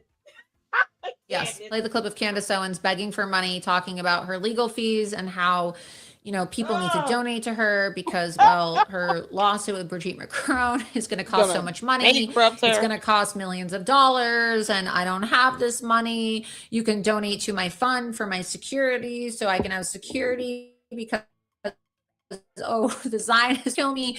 Bibi Netanyahu is spying on me. Oh my God, they're going to kill me. Meanwhile, right, as I exposed this weekend, she has a trust called the Battery Lane Trust that has at least, possibly even more, $12 million of luxury real estate hidden inside of it, which she's hiding from the Macrons because, well, she doesn't want to have to declare these assets because her lawsuit is going to cost at least $5 million. And so, you know, she lives in these multi-million-dollar homes. She has 2 homes, both in Nashville, Tennessee. They are exactly 2.3 miles away from each other. So that's a little bizarre too. Like, why would somebody have 2 multi-million-dollar mansions if they're married, right, away from each other? You know, when I was a kid, my parents got divorced, right? I went to boarding school. I grew up in like a very hectic home growing up, much like Candace Owens, right? She likes to talk about how she grew up in a hectic home as well. Which is so funny watching her now try to attack people who grew up in homes that were a little hectic, right? Now that she is to inherit all this money, right, from her marriage, she tries to act like all prim and posh and proper. And, oh, I'm Candace Owens. I've never had any dysfunction in my life whatsoever. My family's perfect, even though there's videos of her literally talking about how like she grew up in a rough home and whatever, right? How she was jealous of all the white blonde girls. So I bring this up because this is, you know, she lives a very fortunate lifestyle. And a lot of her viewers probably don't have multi-million-dollar homes. They're not living in luxury like she is. And, you know, you have Candace Owens who constantly wants to beg her viewers for money to pay for her security. Oh, people ask me and George how they can support me if they don't want to buy my merch that says CIA and all my merch about how terrible Candace or how terrible Erika Kirk is, blah, blah, blah, blah, blah. Like every week, Candace Owens comes out with a new piece of merch, right? Yep. You know, she's saying that she's poor, basically. She's saying that she's broke, doesn't have money for security, that her life's in danger. She's saying that Jews are trying to kill her, not showing any evidence whatsoever that Zionists are trying to murder her. And she wears very expensive clothes. There's an entire account that is dedicated on Twitter, actually, to just, you know, mocking it. You don't have to pull it up. I'm just explaining it right now. We're going to play this clip. But there's an entire account that's dedicated to just tracking the outfits that Candace Owens wears. Just like there's an account dedicated to showing how she doesn't know how to read because she's illiterate. And every day it's like $5,000 blazer, right? $10,000 shirt, like, you know, $4,000 sweater. And this woman is spending all this money on luxury goods while she lives in 2 multi-million-dollar mansions, less than 2.3 miles away from each other, that she's hiding in the Battery Lane Trust in Nashville, Tennessee. And she's begging people to give her money. I personally find this to be quite enough to give it to her. Why would you need to ask your supporters for a legal defense fee when your husband is set to inherit $1 billion when your father-in-law dies? And you are sitting on a trust that has at least $12 million of real estate in it, probably even more, right? Let's go ahead and play the clip. Yes, we also received a ton of emails from people asking us, sparing her. What are you doing about security? Can we help you with security? We did actually create, for people who don't want to maybe buy our awesome gear. We have tons of awesome kits that you can get on the website. But if you'd like to just give a gift to support our security and what we're doing, you now have that option. You can go to CandaceOwens.com/support. And she has these millions. Are obviously very serious conversations that we are having because Charlie just got assassinated in broad daylight. And I feel like everyone is sort of signaling that they want me and Tucker. Like when you don't want to be name checked. The Candy asks, can you all send me a super? You know, I feel some type of way about Candace giving me all these headaches. They giving up real money to pay this girl's bills. She got millions of dollars. She can buy a $7 million house. And she's asking for money. But yet they want to falsely accuse me of getting paid $7,000. Where's my money at again? What is $7,000? People are very dangerous. I want to be clear. I think these they are never the give us supers though. They want to see it talking about we getting all this money. These are our Trotskyites, and they have the same methods, the same psychological methods. That's why I say get your children out of these schools. They are run with a Soviet methodology. Anyways, also, guys, if you'd like to support the show in a really fun way, you can go and buy my book. I'm telling you, you're going to love it. I was told by a New York Magazine person, it's laugh out loud funny without even trying. Like they were like, did you intend for the book to be so funny? I was like, no, feminism just is funny reflectively. and you reflect on feminism and the things that we've done as a society, it gets Candace, very you have hilarious. effed You guys up can find that at royally. makehimasandwich.com, or you can just throw it into your Amazon cart for the Christmas. So I'm about to lose my lawsuit to Brigitte Macron, who's a biological woman, because I lied and I said she has a penis. And you could just tell from the way I'm talking that I'm so nervous because, I'm going to lose my lawsuit. And, if you want to help me out, you can donate to my legal fund and donate for my security. You can also buy my book and buy this really shitty t-shirt that's, probably made in China. Oh, dear Lord. But I need money because, I just don't want to spend my money. I don't want to have to put one of my homes is worth $7.8 million up on the market for sale because I just want everybody to think that I don't have any money. I just, I don't have money. I don't have money. Oh, and by the way, these Zionists are just so evil. I just really want you to know that Zionists, they're killing your kids. They're literally baby eaters. They're sucking the blood out of babies. And this is why you just got to take your kids out of schools because these children, they're getting eaten. The Zionists, they're witches. They're doing witchcraft and they're putting your kids in a bucket and they're seasoning it like fried chicken. Have you ever made fried chicken? It's Zionists are eating your kids. It's they're fried chicken. She's crazy. She's literally fucking insane. Talking about how she needs money for security in her legal defense fund, and then talking about how Zionists want to kill her and Zionists want to eat your kids and Zionists want to kill your kids, which is why you have to pull them out of school. And then here, let's play this other clip of her where she's saying, I really don't have the money, you guys. I really don't have the money. My lawyers, right, without saying who her lawyers are, because we're going to get into why she's hiding who her lawyers are. Most people are not going to go read these legal dockets and see for themselves who Candace Owens has hired, right? But she's my legal team. And notice she doesn't say who the lawyers are. She obfuscates it. She's a legal team that I've amassed has said that it's going to be $5 million. And you guys, I don't have this money. I really, really do not have this money, you guys. I swear, I promise you, I don't have this money. Let's go ahead and play the clip. And this lawsuit, we got an estimate this weekend from a legal team. It is going to cost us millions. I don't have that money. I really don't. She does. She got it. I don't have that money. I just, allegedly have a lavender marriage and my husband is going to inherit $1 billion and I wear Gucci and Louis Vuitton and designer shit every single day. And I'm hiding my assets in a trust called Battery Lane Trust. And Battery Lane is one of the most expensive neighborhoods in Nashville, Tennessee, where I live. And I have 2 homes and the homes are valued together collectively at over $12 million. I don't have that money. When George and I got married, we actually sold another property for over $6.6 million and over 300 acres in Tennessee, also under our trust.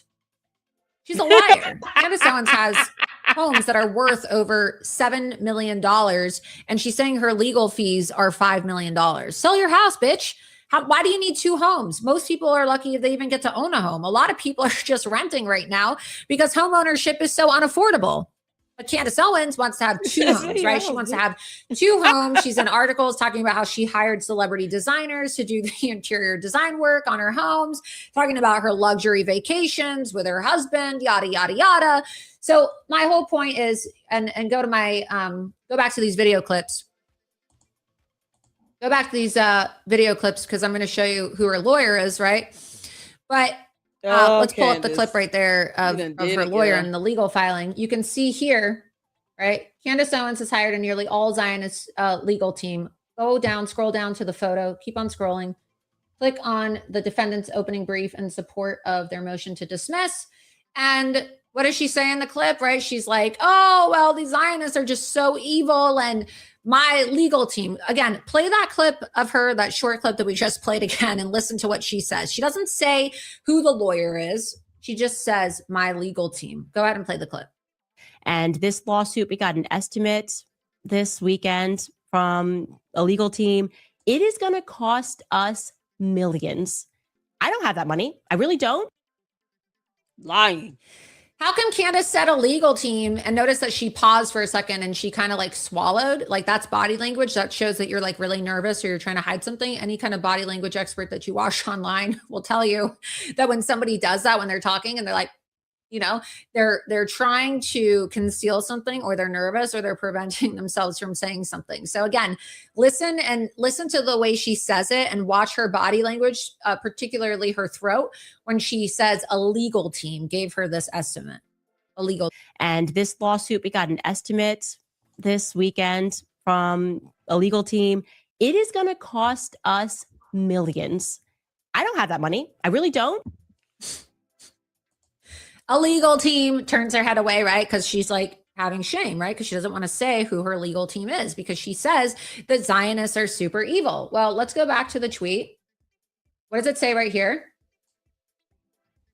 Defendants' opening brief in support of their motion to dismiss. Plaintiffs Emmanuel Macron and Brigitte Macron and Candace Owens and George Tom Inc. Now, George Tom Inc. is the company that her husband has that basically does business and oversees her work, right? The Candace Owens show. And that's the entity through which they raise money. When Candace Owens sends out her donation links as well, it goes through George Tom, which is a company registered to her husband. Now you can see here, there's other lawyers' names too. Daniel Horowitz, Noah Balk, Chad Chandler, all of those individuals are Jews. So she doesn't want to say like which lawyers that she actually hired. She just wants to say a legal team. Meanwhile, her lawyers are all Jews. Now go back to the tweet. Let's look at the photos in the tweet. Now pull up the photo of Mark Kasowitz, the second photo right there. Kasowitz, right? Mark Kasowitz. Kasowitz is a very high profile lawyer, very high profile Jewish lawyer. He represents President Trump. He represents a lot of people. He represents Teva Pharmaceuticals, which is a very large portion of the Israeli economy. Actually, it's worth about $50 billion, and it's a cornerstone of Israel's economy. He is a devout Zionist Jew. And during the Biden administration, when all these Jewish students at Ivy League institutions were facing harassment from their campuses, Mark Kasowitz is who was retained by the students to actually sue schools like UPenn and Harvard and others for their anti-Semitism scandals. And so big time Jew, you can scroll through the photos again, keep on scrolling.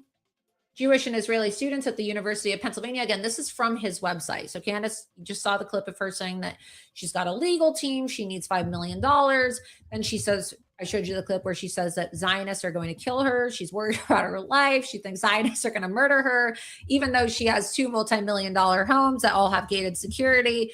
But she still needs your money. She still needs your money so that she can wear Louis Vuitton, and she can wear Gucci, and she can wear gold necklaces, and she can have nannies, and she can live this life of luxury, fly private, do whatever she does. Live this life of luxury, even though her husband, like if you're in such a loving relationship with your husband, and your husband is worth so much money, like why is your husband making you shill all these merch items? And what's the arrangement here? What's going on? What's going on? I find it to be very weird, very bizarre. Something's going on, because wouldn't a loving husband who's going to inherit $1 billion say, oh, don't worry, honey, I'll cover your legal fees? Like, doesn't George have the money? They clearly have the money. It's sitting in a trust. They have real estate hidden away. It's over $12 million of real estate. So what is Candace Owens doing with all this money and all this real estate that she has? Why do they need to have 2 homes? Are they getting divorced? Are Candace Owens and her husband living separately? Is he gay? Oh my God. I've heard he also allegedly has a drinking problem, has allegedly been arrested for DUI a couple times. Another source of mine told me that this is another piece of tea I got from a source at DHS. She's just flowing. When I was breaking all this reporting about Candace over the weekend, a source of mine from DHS actually reached out to me and told me that apparently when Candace Owens' husband was trying to get his green card and then, became a citizen in 2025, they actually allegedly made him get a referral from a doctor and made him go. And this is like, again, working on getting the documentation on this, but this is what I was told, is that allegedly her husband had multiple instances of drunk driving, even in the UK, and that they made him get a referral from a doctor to prove that he didn't have an alcohol issue, because they didn't want to give a green card to somebody that had been drinking and driving allegedly in the UK. And then, of course, there's this police report that Candace Owens denies, but we've never heard her husband deny it, where they say that apparently he was driving drunk and fled the scene of a crash. and allegedly had a firearm in his possession. Mind you, he wasn't a U.S. citizen at the time of this alleged drunk driving incident and had a firearm in his possession. So, I mean, they got the records expunged. You have to have a lot of money in order to get these records expunged, right? So again, go back to the original tweet of Mark Kasowitz. So let's get this stuff pulled up because I want to show this, right? So Jewish and Israeli students at the University of Pennsylvania in federal court in the Eastern District of Pennsylvania concerning allegations that the university enables hostile anti-Semitic educational environments, including pervasive acts of discrimination, harassment, intimidation, in violation of Title IX, the Civil Rights Act of 1964. Mark represented Jewish and Israeli students at New York University, Harvard, Columbia, and Barnard in successfully settling their Title IX claims and obtaining first-of-their-kind settlements, including the creation of an independent Title IX office. Before settling Harvard, Mark helped defeat Harvard's motion to dismiss. The court's seminal option set a new standard and means for combating anti-Semitism through the Civil Rights Act.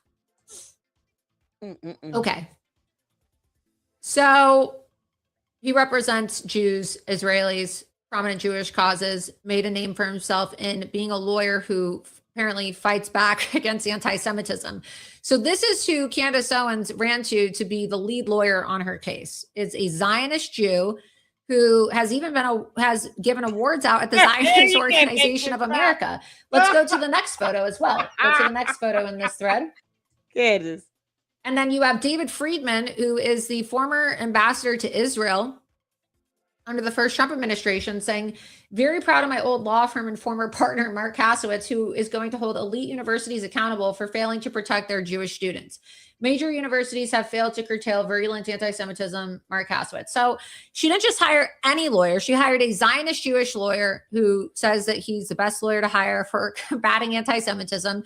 And then not only did she hire him, but his former law partner at his law firm is the former ambassador to Israel. So again, Zionists, right? All Zionists. Most of the people there are Zionists. But Candace Owens says that Zionists are evil and Zionists want to kill her. In fact, Zionists are so evil and Zionists want to kill her so badly. She literally hired an entire legal team of Zionists. And every single time the candy cult watches her show and she cries poverty and tells you while she's wearing her designer clothes, I'm so broke. Emmanuel Macron is trying to bankrupt me. I have no money. As she, sits there, crab, no tears, right? I have no money. How am I going to have this money? The $5 million. Where am I going to get this money? Oh my God, I'm so broke. Meanwhile, she's sitting in a house, multiple homes worth $12 million in a trust. She's got the money. But every single time that Candace Owens and her candy cult get money online, and she raises this money by talking shit about Jews, saying lies, spreading lies that Israel killed Charlie Kirk, lying about Jewish people, telling people they need to find their local Chabad, saying that October 7th is a hoax, saying that no women were raped on October 7th, all the vile shit that she says about Jews, saying that Jews are in a secret cabal of pedophilia, right? All of this vile shit that Candace Owens says about Jews on a daily basis. What you need to understand is that she's taking your money, right? For all the Jew haters out there that love Candace, they stand for Candace, and she's giving it to pro-Israel Zionist Jews. So I want to go ahead and play this clip of Mark Kasowitz, who is Candace Owens' lawyer. This was last November. And at this time, he had already been on her case. So her lawyer at the time, giving an award out, and this is about an 11-minute clip or so it's a little long, but you need to watch it, because if Candace Owens really thinks that Zionists are trying to kill her, why did she hire an exclusively Zionist legal team? Like, doesn't anybody want to ask her this? And then I ask her this, and she says, oh, you're Larry. Her answer to me is, you're Larry. You're Larry. You're a man. You've got a dick like Brigitte Macron. Yeah, okay, yeah. I've got a dick, Candace. I've got a dick, Candace. I'm a man. You got me. You got me. I'm in a fake relationship, Candace. Everything's projection with her, right? She says, I'm in a fake relationship. She says, I'm a man. She says, I'm a tranny. She says, I got a dick. She says, my name's Larry. This is her whole shtick, right? Like, she just comes up with the most ridiculous conspiracy theory, but she doesn't want to address to her viewers why she hired a Zionist lawyer when she said that Zionists are evil. And if you are associated with Zionists, you're associated with filth. She said that all Zionists need to be eradicated from the planet. That's the same thing why she keep talking about being on their payroll with TPUSA, but then talk about how they're getting in Jewish money. You don't ask to be on their payroll for PR if you can't stand the company and you don't like the Jewish money coming in. Then don't sit here and talk about being on their payroll or getting a monthly retainer for PR. Gonna control the world, and we're like, yes, more shekels, more shekels, more shekels, more shekels from Candace Owens, right? Like, she's crazy and she's a liar and she's a hypocrite, and her followers need to understand it's like those televangelists, right? Where you watch these people on TV from like in the 80s when they're like, I don't care if you're dying from cancer. I don't care if you need chemotherapy. I don't care if you are starving. I don't care if you are on your last dollar and you need to find a way to put gas in your car. I don't care. God will provide. God will provide. Can I get a hallelujah, amen? And everyone's like, hallelujah, amen, right? Give me your money. And then you have these like televangelist preachers that are literally like driving around in Escalades and wearing all this stuff and, talking about how they need to take care of the poor. Meanwhile, they're driving around with all these like riches and luxury. That's how Candace Owens is, where it's like, the Zionists are so evil. The Zionists are going to kill me. Give me your money. Donate to my security fund. Help me, help me, help me. The Zionists are going to kill me. Bibi Netanyahu's going to put a laser on my head, and Mossad's going to come in my house at night. And they're a bunch of pedophiles. That's why I invited a man who's been accused of pedophilia to come inside my home. A man who said that he had sex with my husband. Oh, man. She's literally like one of these grifter televangelists from the 80s that's like, it doesn't matter if you're dying from cancer and you are on your last dime and you don't have any money for your chemotherapy treatments. God will provide. God will provide. So can you give me all your money? Can you put all your money in the basket? Can you tithe for the church today? It's very hokey. I mean, it's very, very hokey, right? And I'm not like mocking people's faith here, but there is something very humorous about like these televangelists that go around, and everybody knows what I'm talking about, right? These grifter televangelists who are like, give me all your money. It doesn't matter if your home is going into foreclosure. Give us everything that you have. It's your duty to God. It's your duty to God to put everything that you have in the basket. If you're dying and you don't have money for medical insurance, it's your duty. God will provide. Don't worry. Don't worry. You're going to be homeless on the street, but God's going to provide for you, right? And I'm not mocking God, but I'm just saying like it's that same grifter mentality where it's like, why are these really rich televangelists who are driving around and living in like mega $1 million homes asking people to literally like give them all their money and saying that God's commanding them and using these very like religious, emotionally manipulative tactics? She does the same thing. She's like one of these grifter televangelists that uses these very manipulative lies to get what she wants. Like we can go to the chat and see what people are saying about this, but everybody knows what I'm talking about, right? Like these crazy scammer televangelists that are like, pass the plate. Can I get a hallelujah, amen? It's like, I wish we had a video of this so I could show people what I'm talking about. Praise the Lord. Praise the Lord. Oh, Becky over here needs a kidney and her husband's dying. And you know what? She can't afford to put food on the table for her kids, but she's going to donate to me so I can buy another mega $1 million home. And God's going to provide for her. God's going to provide for her. So it's like Kenneth Copeland, right? I think that's what everybody's talking about. Wow, Paula White. Right, Kenneth Copeland, right? I'm asking my producer, right? Kenneth Copeland is the guy that is like famous for this, right? Where he tells people that like you need to fund my really wealthy lifestyle, and it doesn't matter if you go broke. God's gonna provide. I need to have $1 million house. I need to have $1 million house. That's Candace Owens. You are not a Catholic, and God is going to smite you if you don't harass Erika Kirk. You are going to go to hell if you don't harass Erika Kirk. You are not a real Catholic unless you say that the Zionists need to die, kill all Jews. She's like a female Louis Farrakhan. She's like a mixture between a Louis Farrakhan and a Kenneth Copeland, right? That's basically what Candace is. If we were to like analyze her psychology, she's like a mixture between a Louis Farrakhan and a Kenneth Copeland. We got to have some videos of this grifter shit. Come on, we got to find some videos of this televangelist grifter bullshit, right? There's got to be some videos out there. YouTube, maybe there's some videos on YouTube. Is there any videos out there? Let's go ahead and get this up so we can show people what we're Candy talking asses about, get because it's their literally the same paycheck, though. mentality. Like she uses this whole like newfound persona of being a Catholic. She's so religious and we're doing the righteous thing by harassing a widow. You guys, we are doing the righteous thing as good Catholics. We are harassing Erika Kirk. We are good Catholics. We are going to harass a widow, you guys. We are going to tell our viewers as devout Catholics, and she's not a real Catholic. She is a bastardization of what it means to be a real Catholic. Saying things like, if you stabbed Erika Kirk, she's a robot and she wouldn't die. Candace knows what the fuck she's doing. She's trying to get somebody to stab Erika Kirk because she's so jealous that Charlie Kirk chose her instead of Candace, that she literally wants somebody to murder Erika. I told you all. I said Candace Owens wants Erika Kirk to be killed. She wants her dead. Candace Owens wants Erika Kirk dead. That's not a joke. I've been saying that for 6 months. Kirk. It wasn't enough for Charlie Kirk to be executed on live television in the most barbaric way possible. Exactly. No, she wants, in my opinion, somebody to murder Erika Kirk. That's what I think. I said it. I think we could just go to YouTube and type in these videos. Let's just go ahead and get one of these videos pulled up. Yeah, I hope my video come up. I titled because it's my the video same mentality. You have to watch it. You have to see it. You have to see it. Just type in like Kenneth Copeland, televangelist. Benny Hinn. That's another. Do Benny Hinn. Creflo It's got to Dollar. be like a compilation, right? Paula Kenneth Copeland White. acting crazy for 4 minutes. Y'all remember when Candace was at Paula White's church? Clapping and waving her hands in the front? We'll get I it showed pulled that up. video.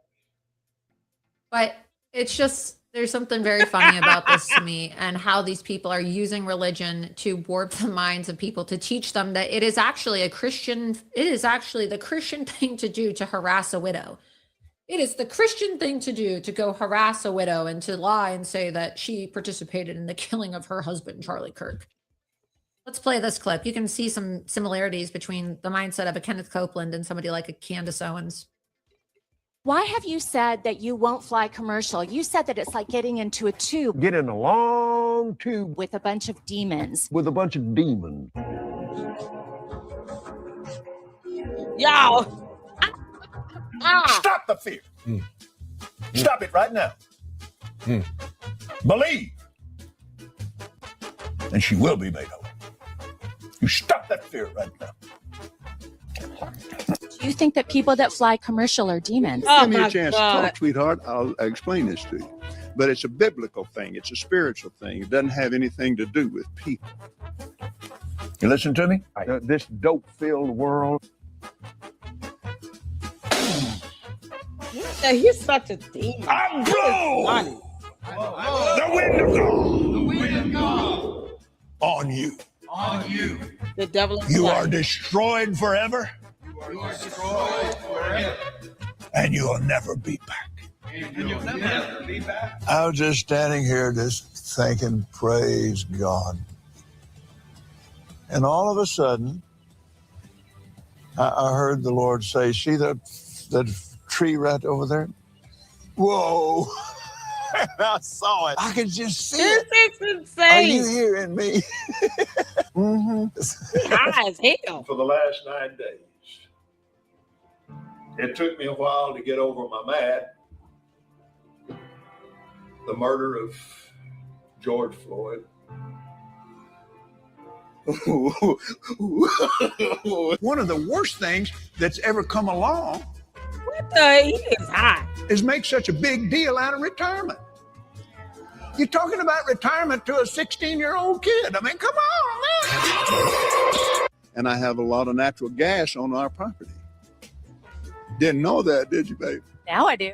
Yeah, you do. Why I had a young African-American. He said, ain't nobody gonna give me no job. I said, what is a job? I'm a plantation boss. I'm him, boy. You put that all over there. When you get done with that, I'm gonna give you another job. You gotta go do this over here. That's plantation talk. Amen. Do you really believe that human beings are demons? No, I do not. And don't you ever say I do. With a bunch of demons. I don't know what I'm going to do. My goodness, this whole thing's going to affect the business. We're not going to get anything from China, and I'm not going to be able to say, oh God, I'm going to lose my car. Yeah, you probably will. And I'll tell you, your car's in danger. It may not be in danger from this, but you're in a good position to wreck it right now. In the name of Jesus. Oh, thank you, Jesus. Standing in the office of the prophet of God. Oh, my good Lord. I execute judgment on you, COVID-19. Oh, I execute judgment on you, Satan, you destroyer, you killer. You get out. You break your power. You get off this nation. I demand judgment on you. I demand a vaccination to come immediately. Yes.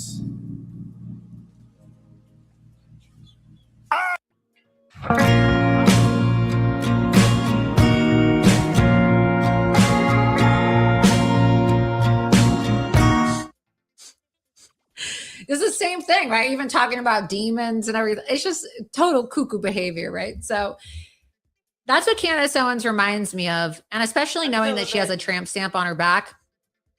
Maybe she's had it removed now that she's married to George Farmer. She's married to George Farmer. She's not with Ryan anymore, right? She's not in Connecticut talking about how she walked into the bars and she would go make out with all the athletes and, have sex with them to show the blonde white girls in Greenwich, Connecticut with the rich daddies, how she could take their man so and gross. talk about how, he likes black girls too, right? So Candace, you a ho-ho? Girl, you an old hoe? You really were doing that? I used that one night stand as a euphemism. I didn't know you was actually doing it.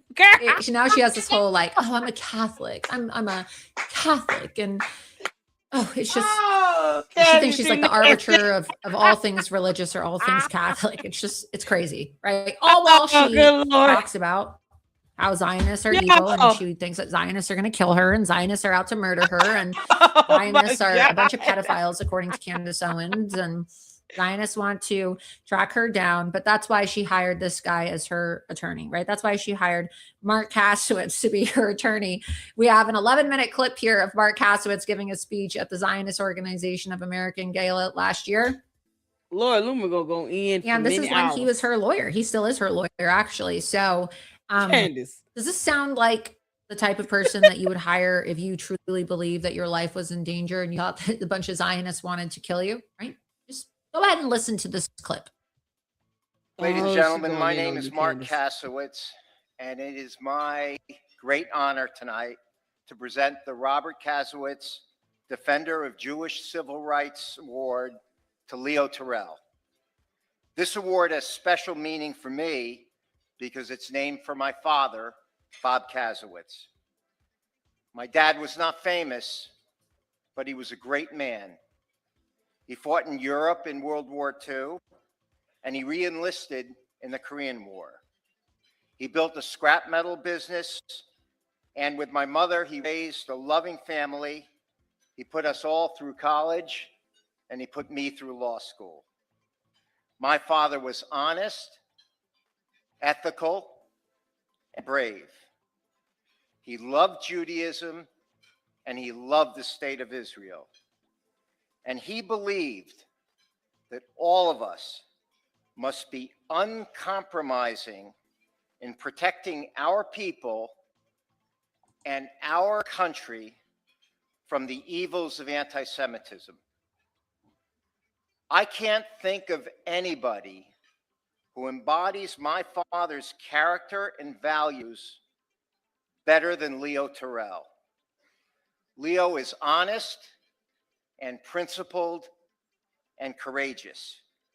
He has worked long and hard as a civil rights lawyer to protect the rights and freedoms of all Americans, especially the members of minority groups who have faced historic discrimination and harassment in this country. In Los Angeles, where Leo grew up, he was the chairman of the Black Korean Alliance. He was an advisory board member of the United States Equal Screwed. Employment Commission, Opportunity Commission, and he was a member of California's statewide commission against hate crimes. Leo never backed down from a fight where the rights and freedoms of minority Americans were at stake, and he always used his voice to stand up for others. He investigated misconduct in police departments, and he wrote an authoritative book on employee rights in the workplace.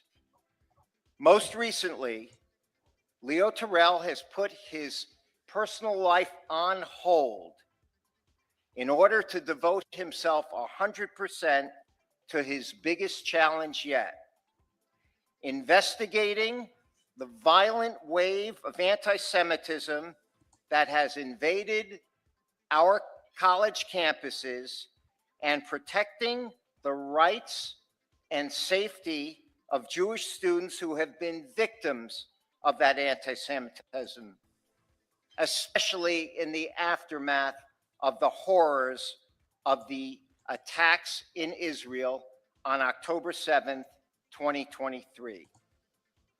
At the request of President Trump, Leo Terrell has become senior counsel to the Assistant Attorney General for the Civil Rights Division in the United States Department of Justice. And in that capacity, he is serving as chairman of the DOJ task force to combat anti-Semitism on college campuses.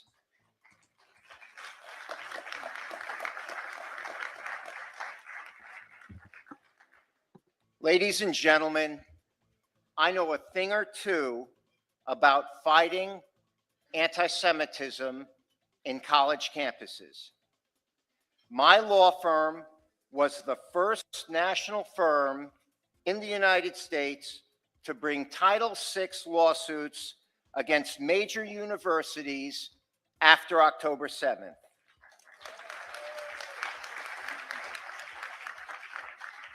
We sued Harvard and NYU and the University of Pennsylvania. But Candace Owens has said that anti-Semitism isn't real. She says that it's a conspiracy and that it's not real. It's a made-up term. So why did she hire the guy who's known as the premier lawyer in America for fighting anti-Semitism? She says that October 7th is a hoax. She doesn't believe October 7th happened. And she's actually said that women were never sexually assaulted on October 7th. So like, why did she hire the Zionist Jewish lawyer who is representing these people and is speaking out against October 7th and is representing all these students who Candace Owens doesn't have any sympathy for because she doesn't think that anti-Semitism is real. She thinks that these Palestinian protests and encampments should be allowed to happen on campuses of universities, even if Jewish students end up getting physically assaulted. Like she has defended these people time and time and time again. So why does she hire Mark Kasowitz, who defends all these Jewish students, if she thinks that anti-Semitism is a made-up term? Go ahead and play the clip. Virginia and Columbia and Barnard. We sued them for failing to protect their Jewish students from the vile anti-Semitic attacks, intimidation, and harassment that broke out on those and other campuses after the October 7th massacres. We defeated Harvard's motion to dismiss our lawsuit, and we achieved historic settlements with Harvard, NYU, and Barnard. And those settlements include the obligation of those universities to accept the definition of anti-Semitism and accompanying examples adopted by IRA, the International Holocaust Remembrance Alliance. And under that definition and those accompanying examples, it is anti-Semitic to call for the destruction of the state of Israel. It is anti-Semitic to say that Palestine must be free from the river to the sea. Goodness. So look, just as much as we can rag on Candace Owens for having Mark Kasowitz as her lawyer, we can also rag on Mark Kasowitz for accepting Candace Owens as a client. You know, Candace Owens says Palestine will be free from the river to the sea. So Candace Owens also has said that Israel should cease to exist and that there's not going to be peace in the world until Israel doesn't exist. So if he thinks that that's anti-Semitism, why is he representing her? It goes both ways, right? Mark Kasowitz is acting like a grifter for representing Candace Owens, and Candace Owens is definitely a grifter for having Mark Kasowitz as her lawyer when she said that Zionists were trying to kill her. Like, she said that Jews are demonic and that Jews are not God's chosen people, and that we need to stop saying that Jews are God's chosen people, and she doesn't like Jewish people and she hates Zionists and that Zionists are filth. So why did she hire a Zionist lawyer? This is his speech to the Zionist Organization of America. Doesn't anybody find this to be hypocritical? I mean, I don't know. We can see the chat, see what everybody's saying, but I personally think it's hypocritical. Y'all, I have to listen. We hitting at 5 hours of this. I have to get to bed because I have to work in the morning, but we need to finish this up. Can one of you all send me this email? I hope she uploads this to YouTube, but if not, can one of you all just send me the link to this live stream and we'll pick up here. We'll know where to start because this is a good stopping point. And then tomorrow we'll do it live and finish this up. Plus, I can show you all the property tax documents and the deeds to support what she said, to corroborate it. Because, you know, we dropped the receipts here too. I'm just, Candace, you have screwed up. You pissed this woman off. And now you and the candy asses are mad because she's clapping back. Why? You've been doing this for 7 to 8 months, Candace. And you've gone after people with zero evidence. She at least is dropping receipts. I just pulled up some of the property tax information and a deed.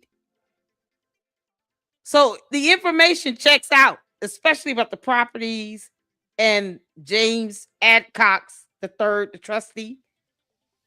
So far, that's checked out. I'm looking at the deeds to 2 properties that he has in his name as trustee that belongs to Candace. Candace, you pissed this woman off. I don't know why. You might want to just not even respond to her because she's going to keep going in on you. You put all this viral, disgusting stuff out here. You asked for this. Candace wanted this attention. She asked for it, and now she got it. And now the candy asses are mad. What the hell for? Why is this not fair game? Your cult leader is not untouchable. Candace, you still have court April 28th at 10 a.m. Eastern Standard Time. Make sure your dumb ass is there. Yeah. Now you and your attorneys have to explain why you trying to hide assets that could be pierced. We'll go back over the irrevocable trust information as well tomorrow. Y'all, this is something else. I'm just right here with it. Laura Loomer, I'm listen, girl. I don't blame you. She is defending herself and going all in. All in. Candace said this woman was R-wording people.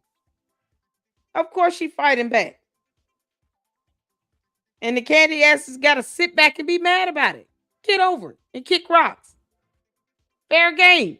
Your cult leader started this shit. Laura Loomer said, you know what? I'm going to finish it. Oh, Candace, you got 3 Jewish attorneys. Let's get their feelings and thoughts on all these statements you've made about Jewish conservatives getting death threats and stuff. Let's see how they feel about that. Can't make this up. Don't forget she doxed her own attorney's law firm. And it's like no one really ever read, because her cult members don't read lawsuits. So most of them probably could care less where they were located. But she put it out there on her own in a video talking about a red crane. She put her own attorneys out there. So that goes to show how much Candace cares about them. Can't make this up. Thank y'all so much for tuning in. I appreciate all the supers, all the support. Y'all make sure you guys hit that like button. Oh man, we got some memberships. Saint has been a member for 10 months. Thank you so much for the membership. Mindy hit us with the $5 super with the Treehouse News. You guys make sure you check out Treehouse News. I dropped the videos link in its entirety earlier in the live. So make sure you go check it out. It's almost 2 hours, 40 minutes long. And she is hilarious, honey. It's so good. And then of course, there's the information on the trust, because the candy asses think that I don't read and research. No, that's your dumbass cult leader that doesn't read and research. We do that here in the LLC. So we pulled that information up, and here's a reputable website, legalclarity.org, where you can read more about that, and we'll go over some more of that tomorrow. And then there's the YouTube channel link for Treehouse News. Thank you, Candia. Juju sent the $3 super. We can't hear. Oh, I had to refresh. Thank you so much for the super. My bad. Thank you so much, honey. And Mira is a new member. Shout out to you, Mira, for the membership. Thank you so much for becoming a member and for the support. And DBS with that $20 super. I love your show. Oh, thank you so much. I appreciate the love and support, you all. Candy asses get mad, but they come up in here and watch. Because Candace, I know you're watching. And you know I have no quarrels with putting up a video title and telling you exactly how I feel. I've been saying for 6 months, Erika Kirk needs to get a protection order. And I said flat out, Candace Owens wants that girl dead. She wants Erika Kirk dead. Period. The candy asses are so dumb. They've allowed this woman to occupy their mind and live rent-free in their head for 7 to 8 months for no damn reason, because their cult leader is an idiot. And then they get offended when people clap back. Laura Loomer is clapping back, and we are paying attention. Y'all, don't piss off Laura Loomer, okay? Just in case you didn't know, don't piss that girl off. Oh, boy. So tomorrow we'll go over this property tax and deeds and stuff. Candace, you open a can of worms, pissing this woman off. She didn't lie. And we got the receipts. All right? So I will see you all. I'm going to set up a live stream for tomorrow for Candace. Thank y'all so much for tuning in and hit that like button. Thank you all so much for your support. Make sure you hype up the videos when this is done. And I will see you all in the next one. Until then, Lady Luck Club out. Deuces.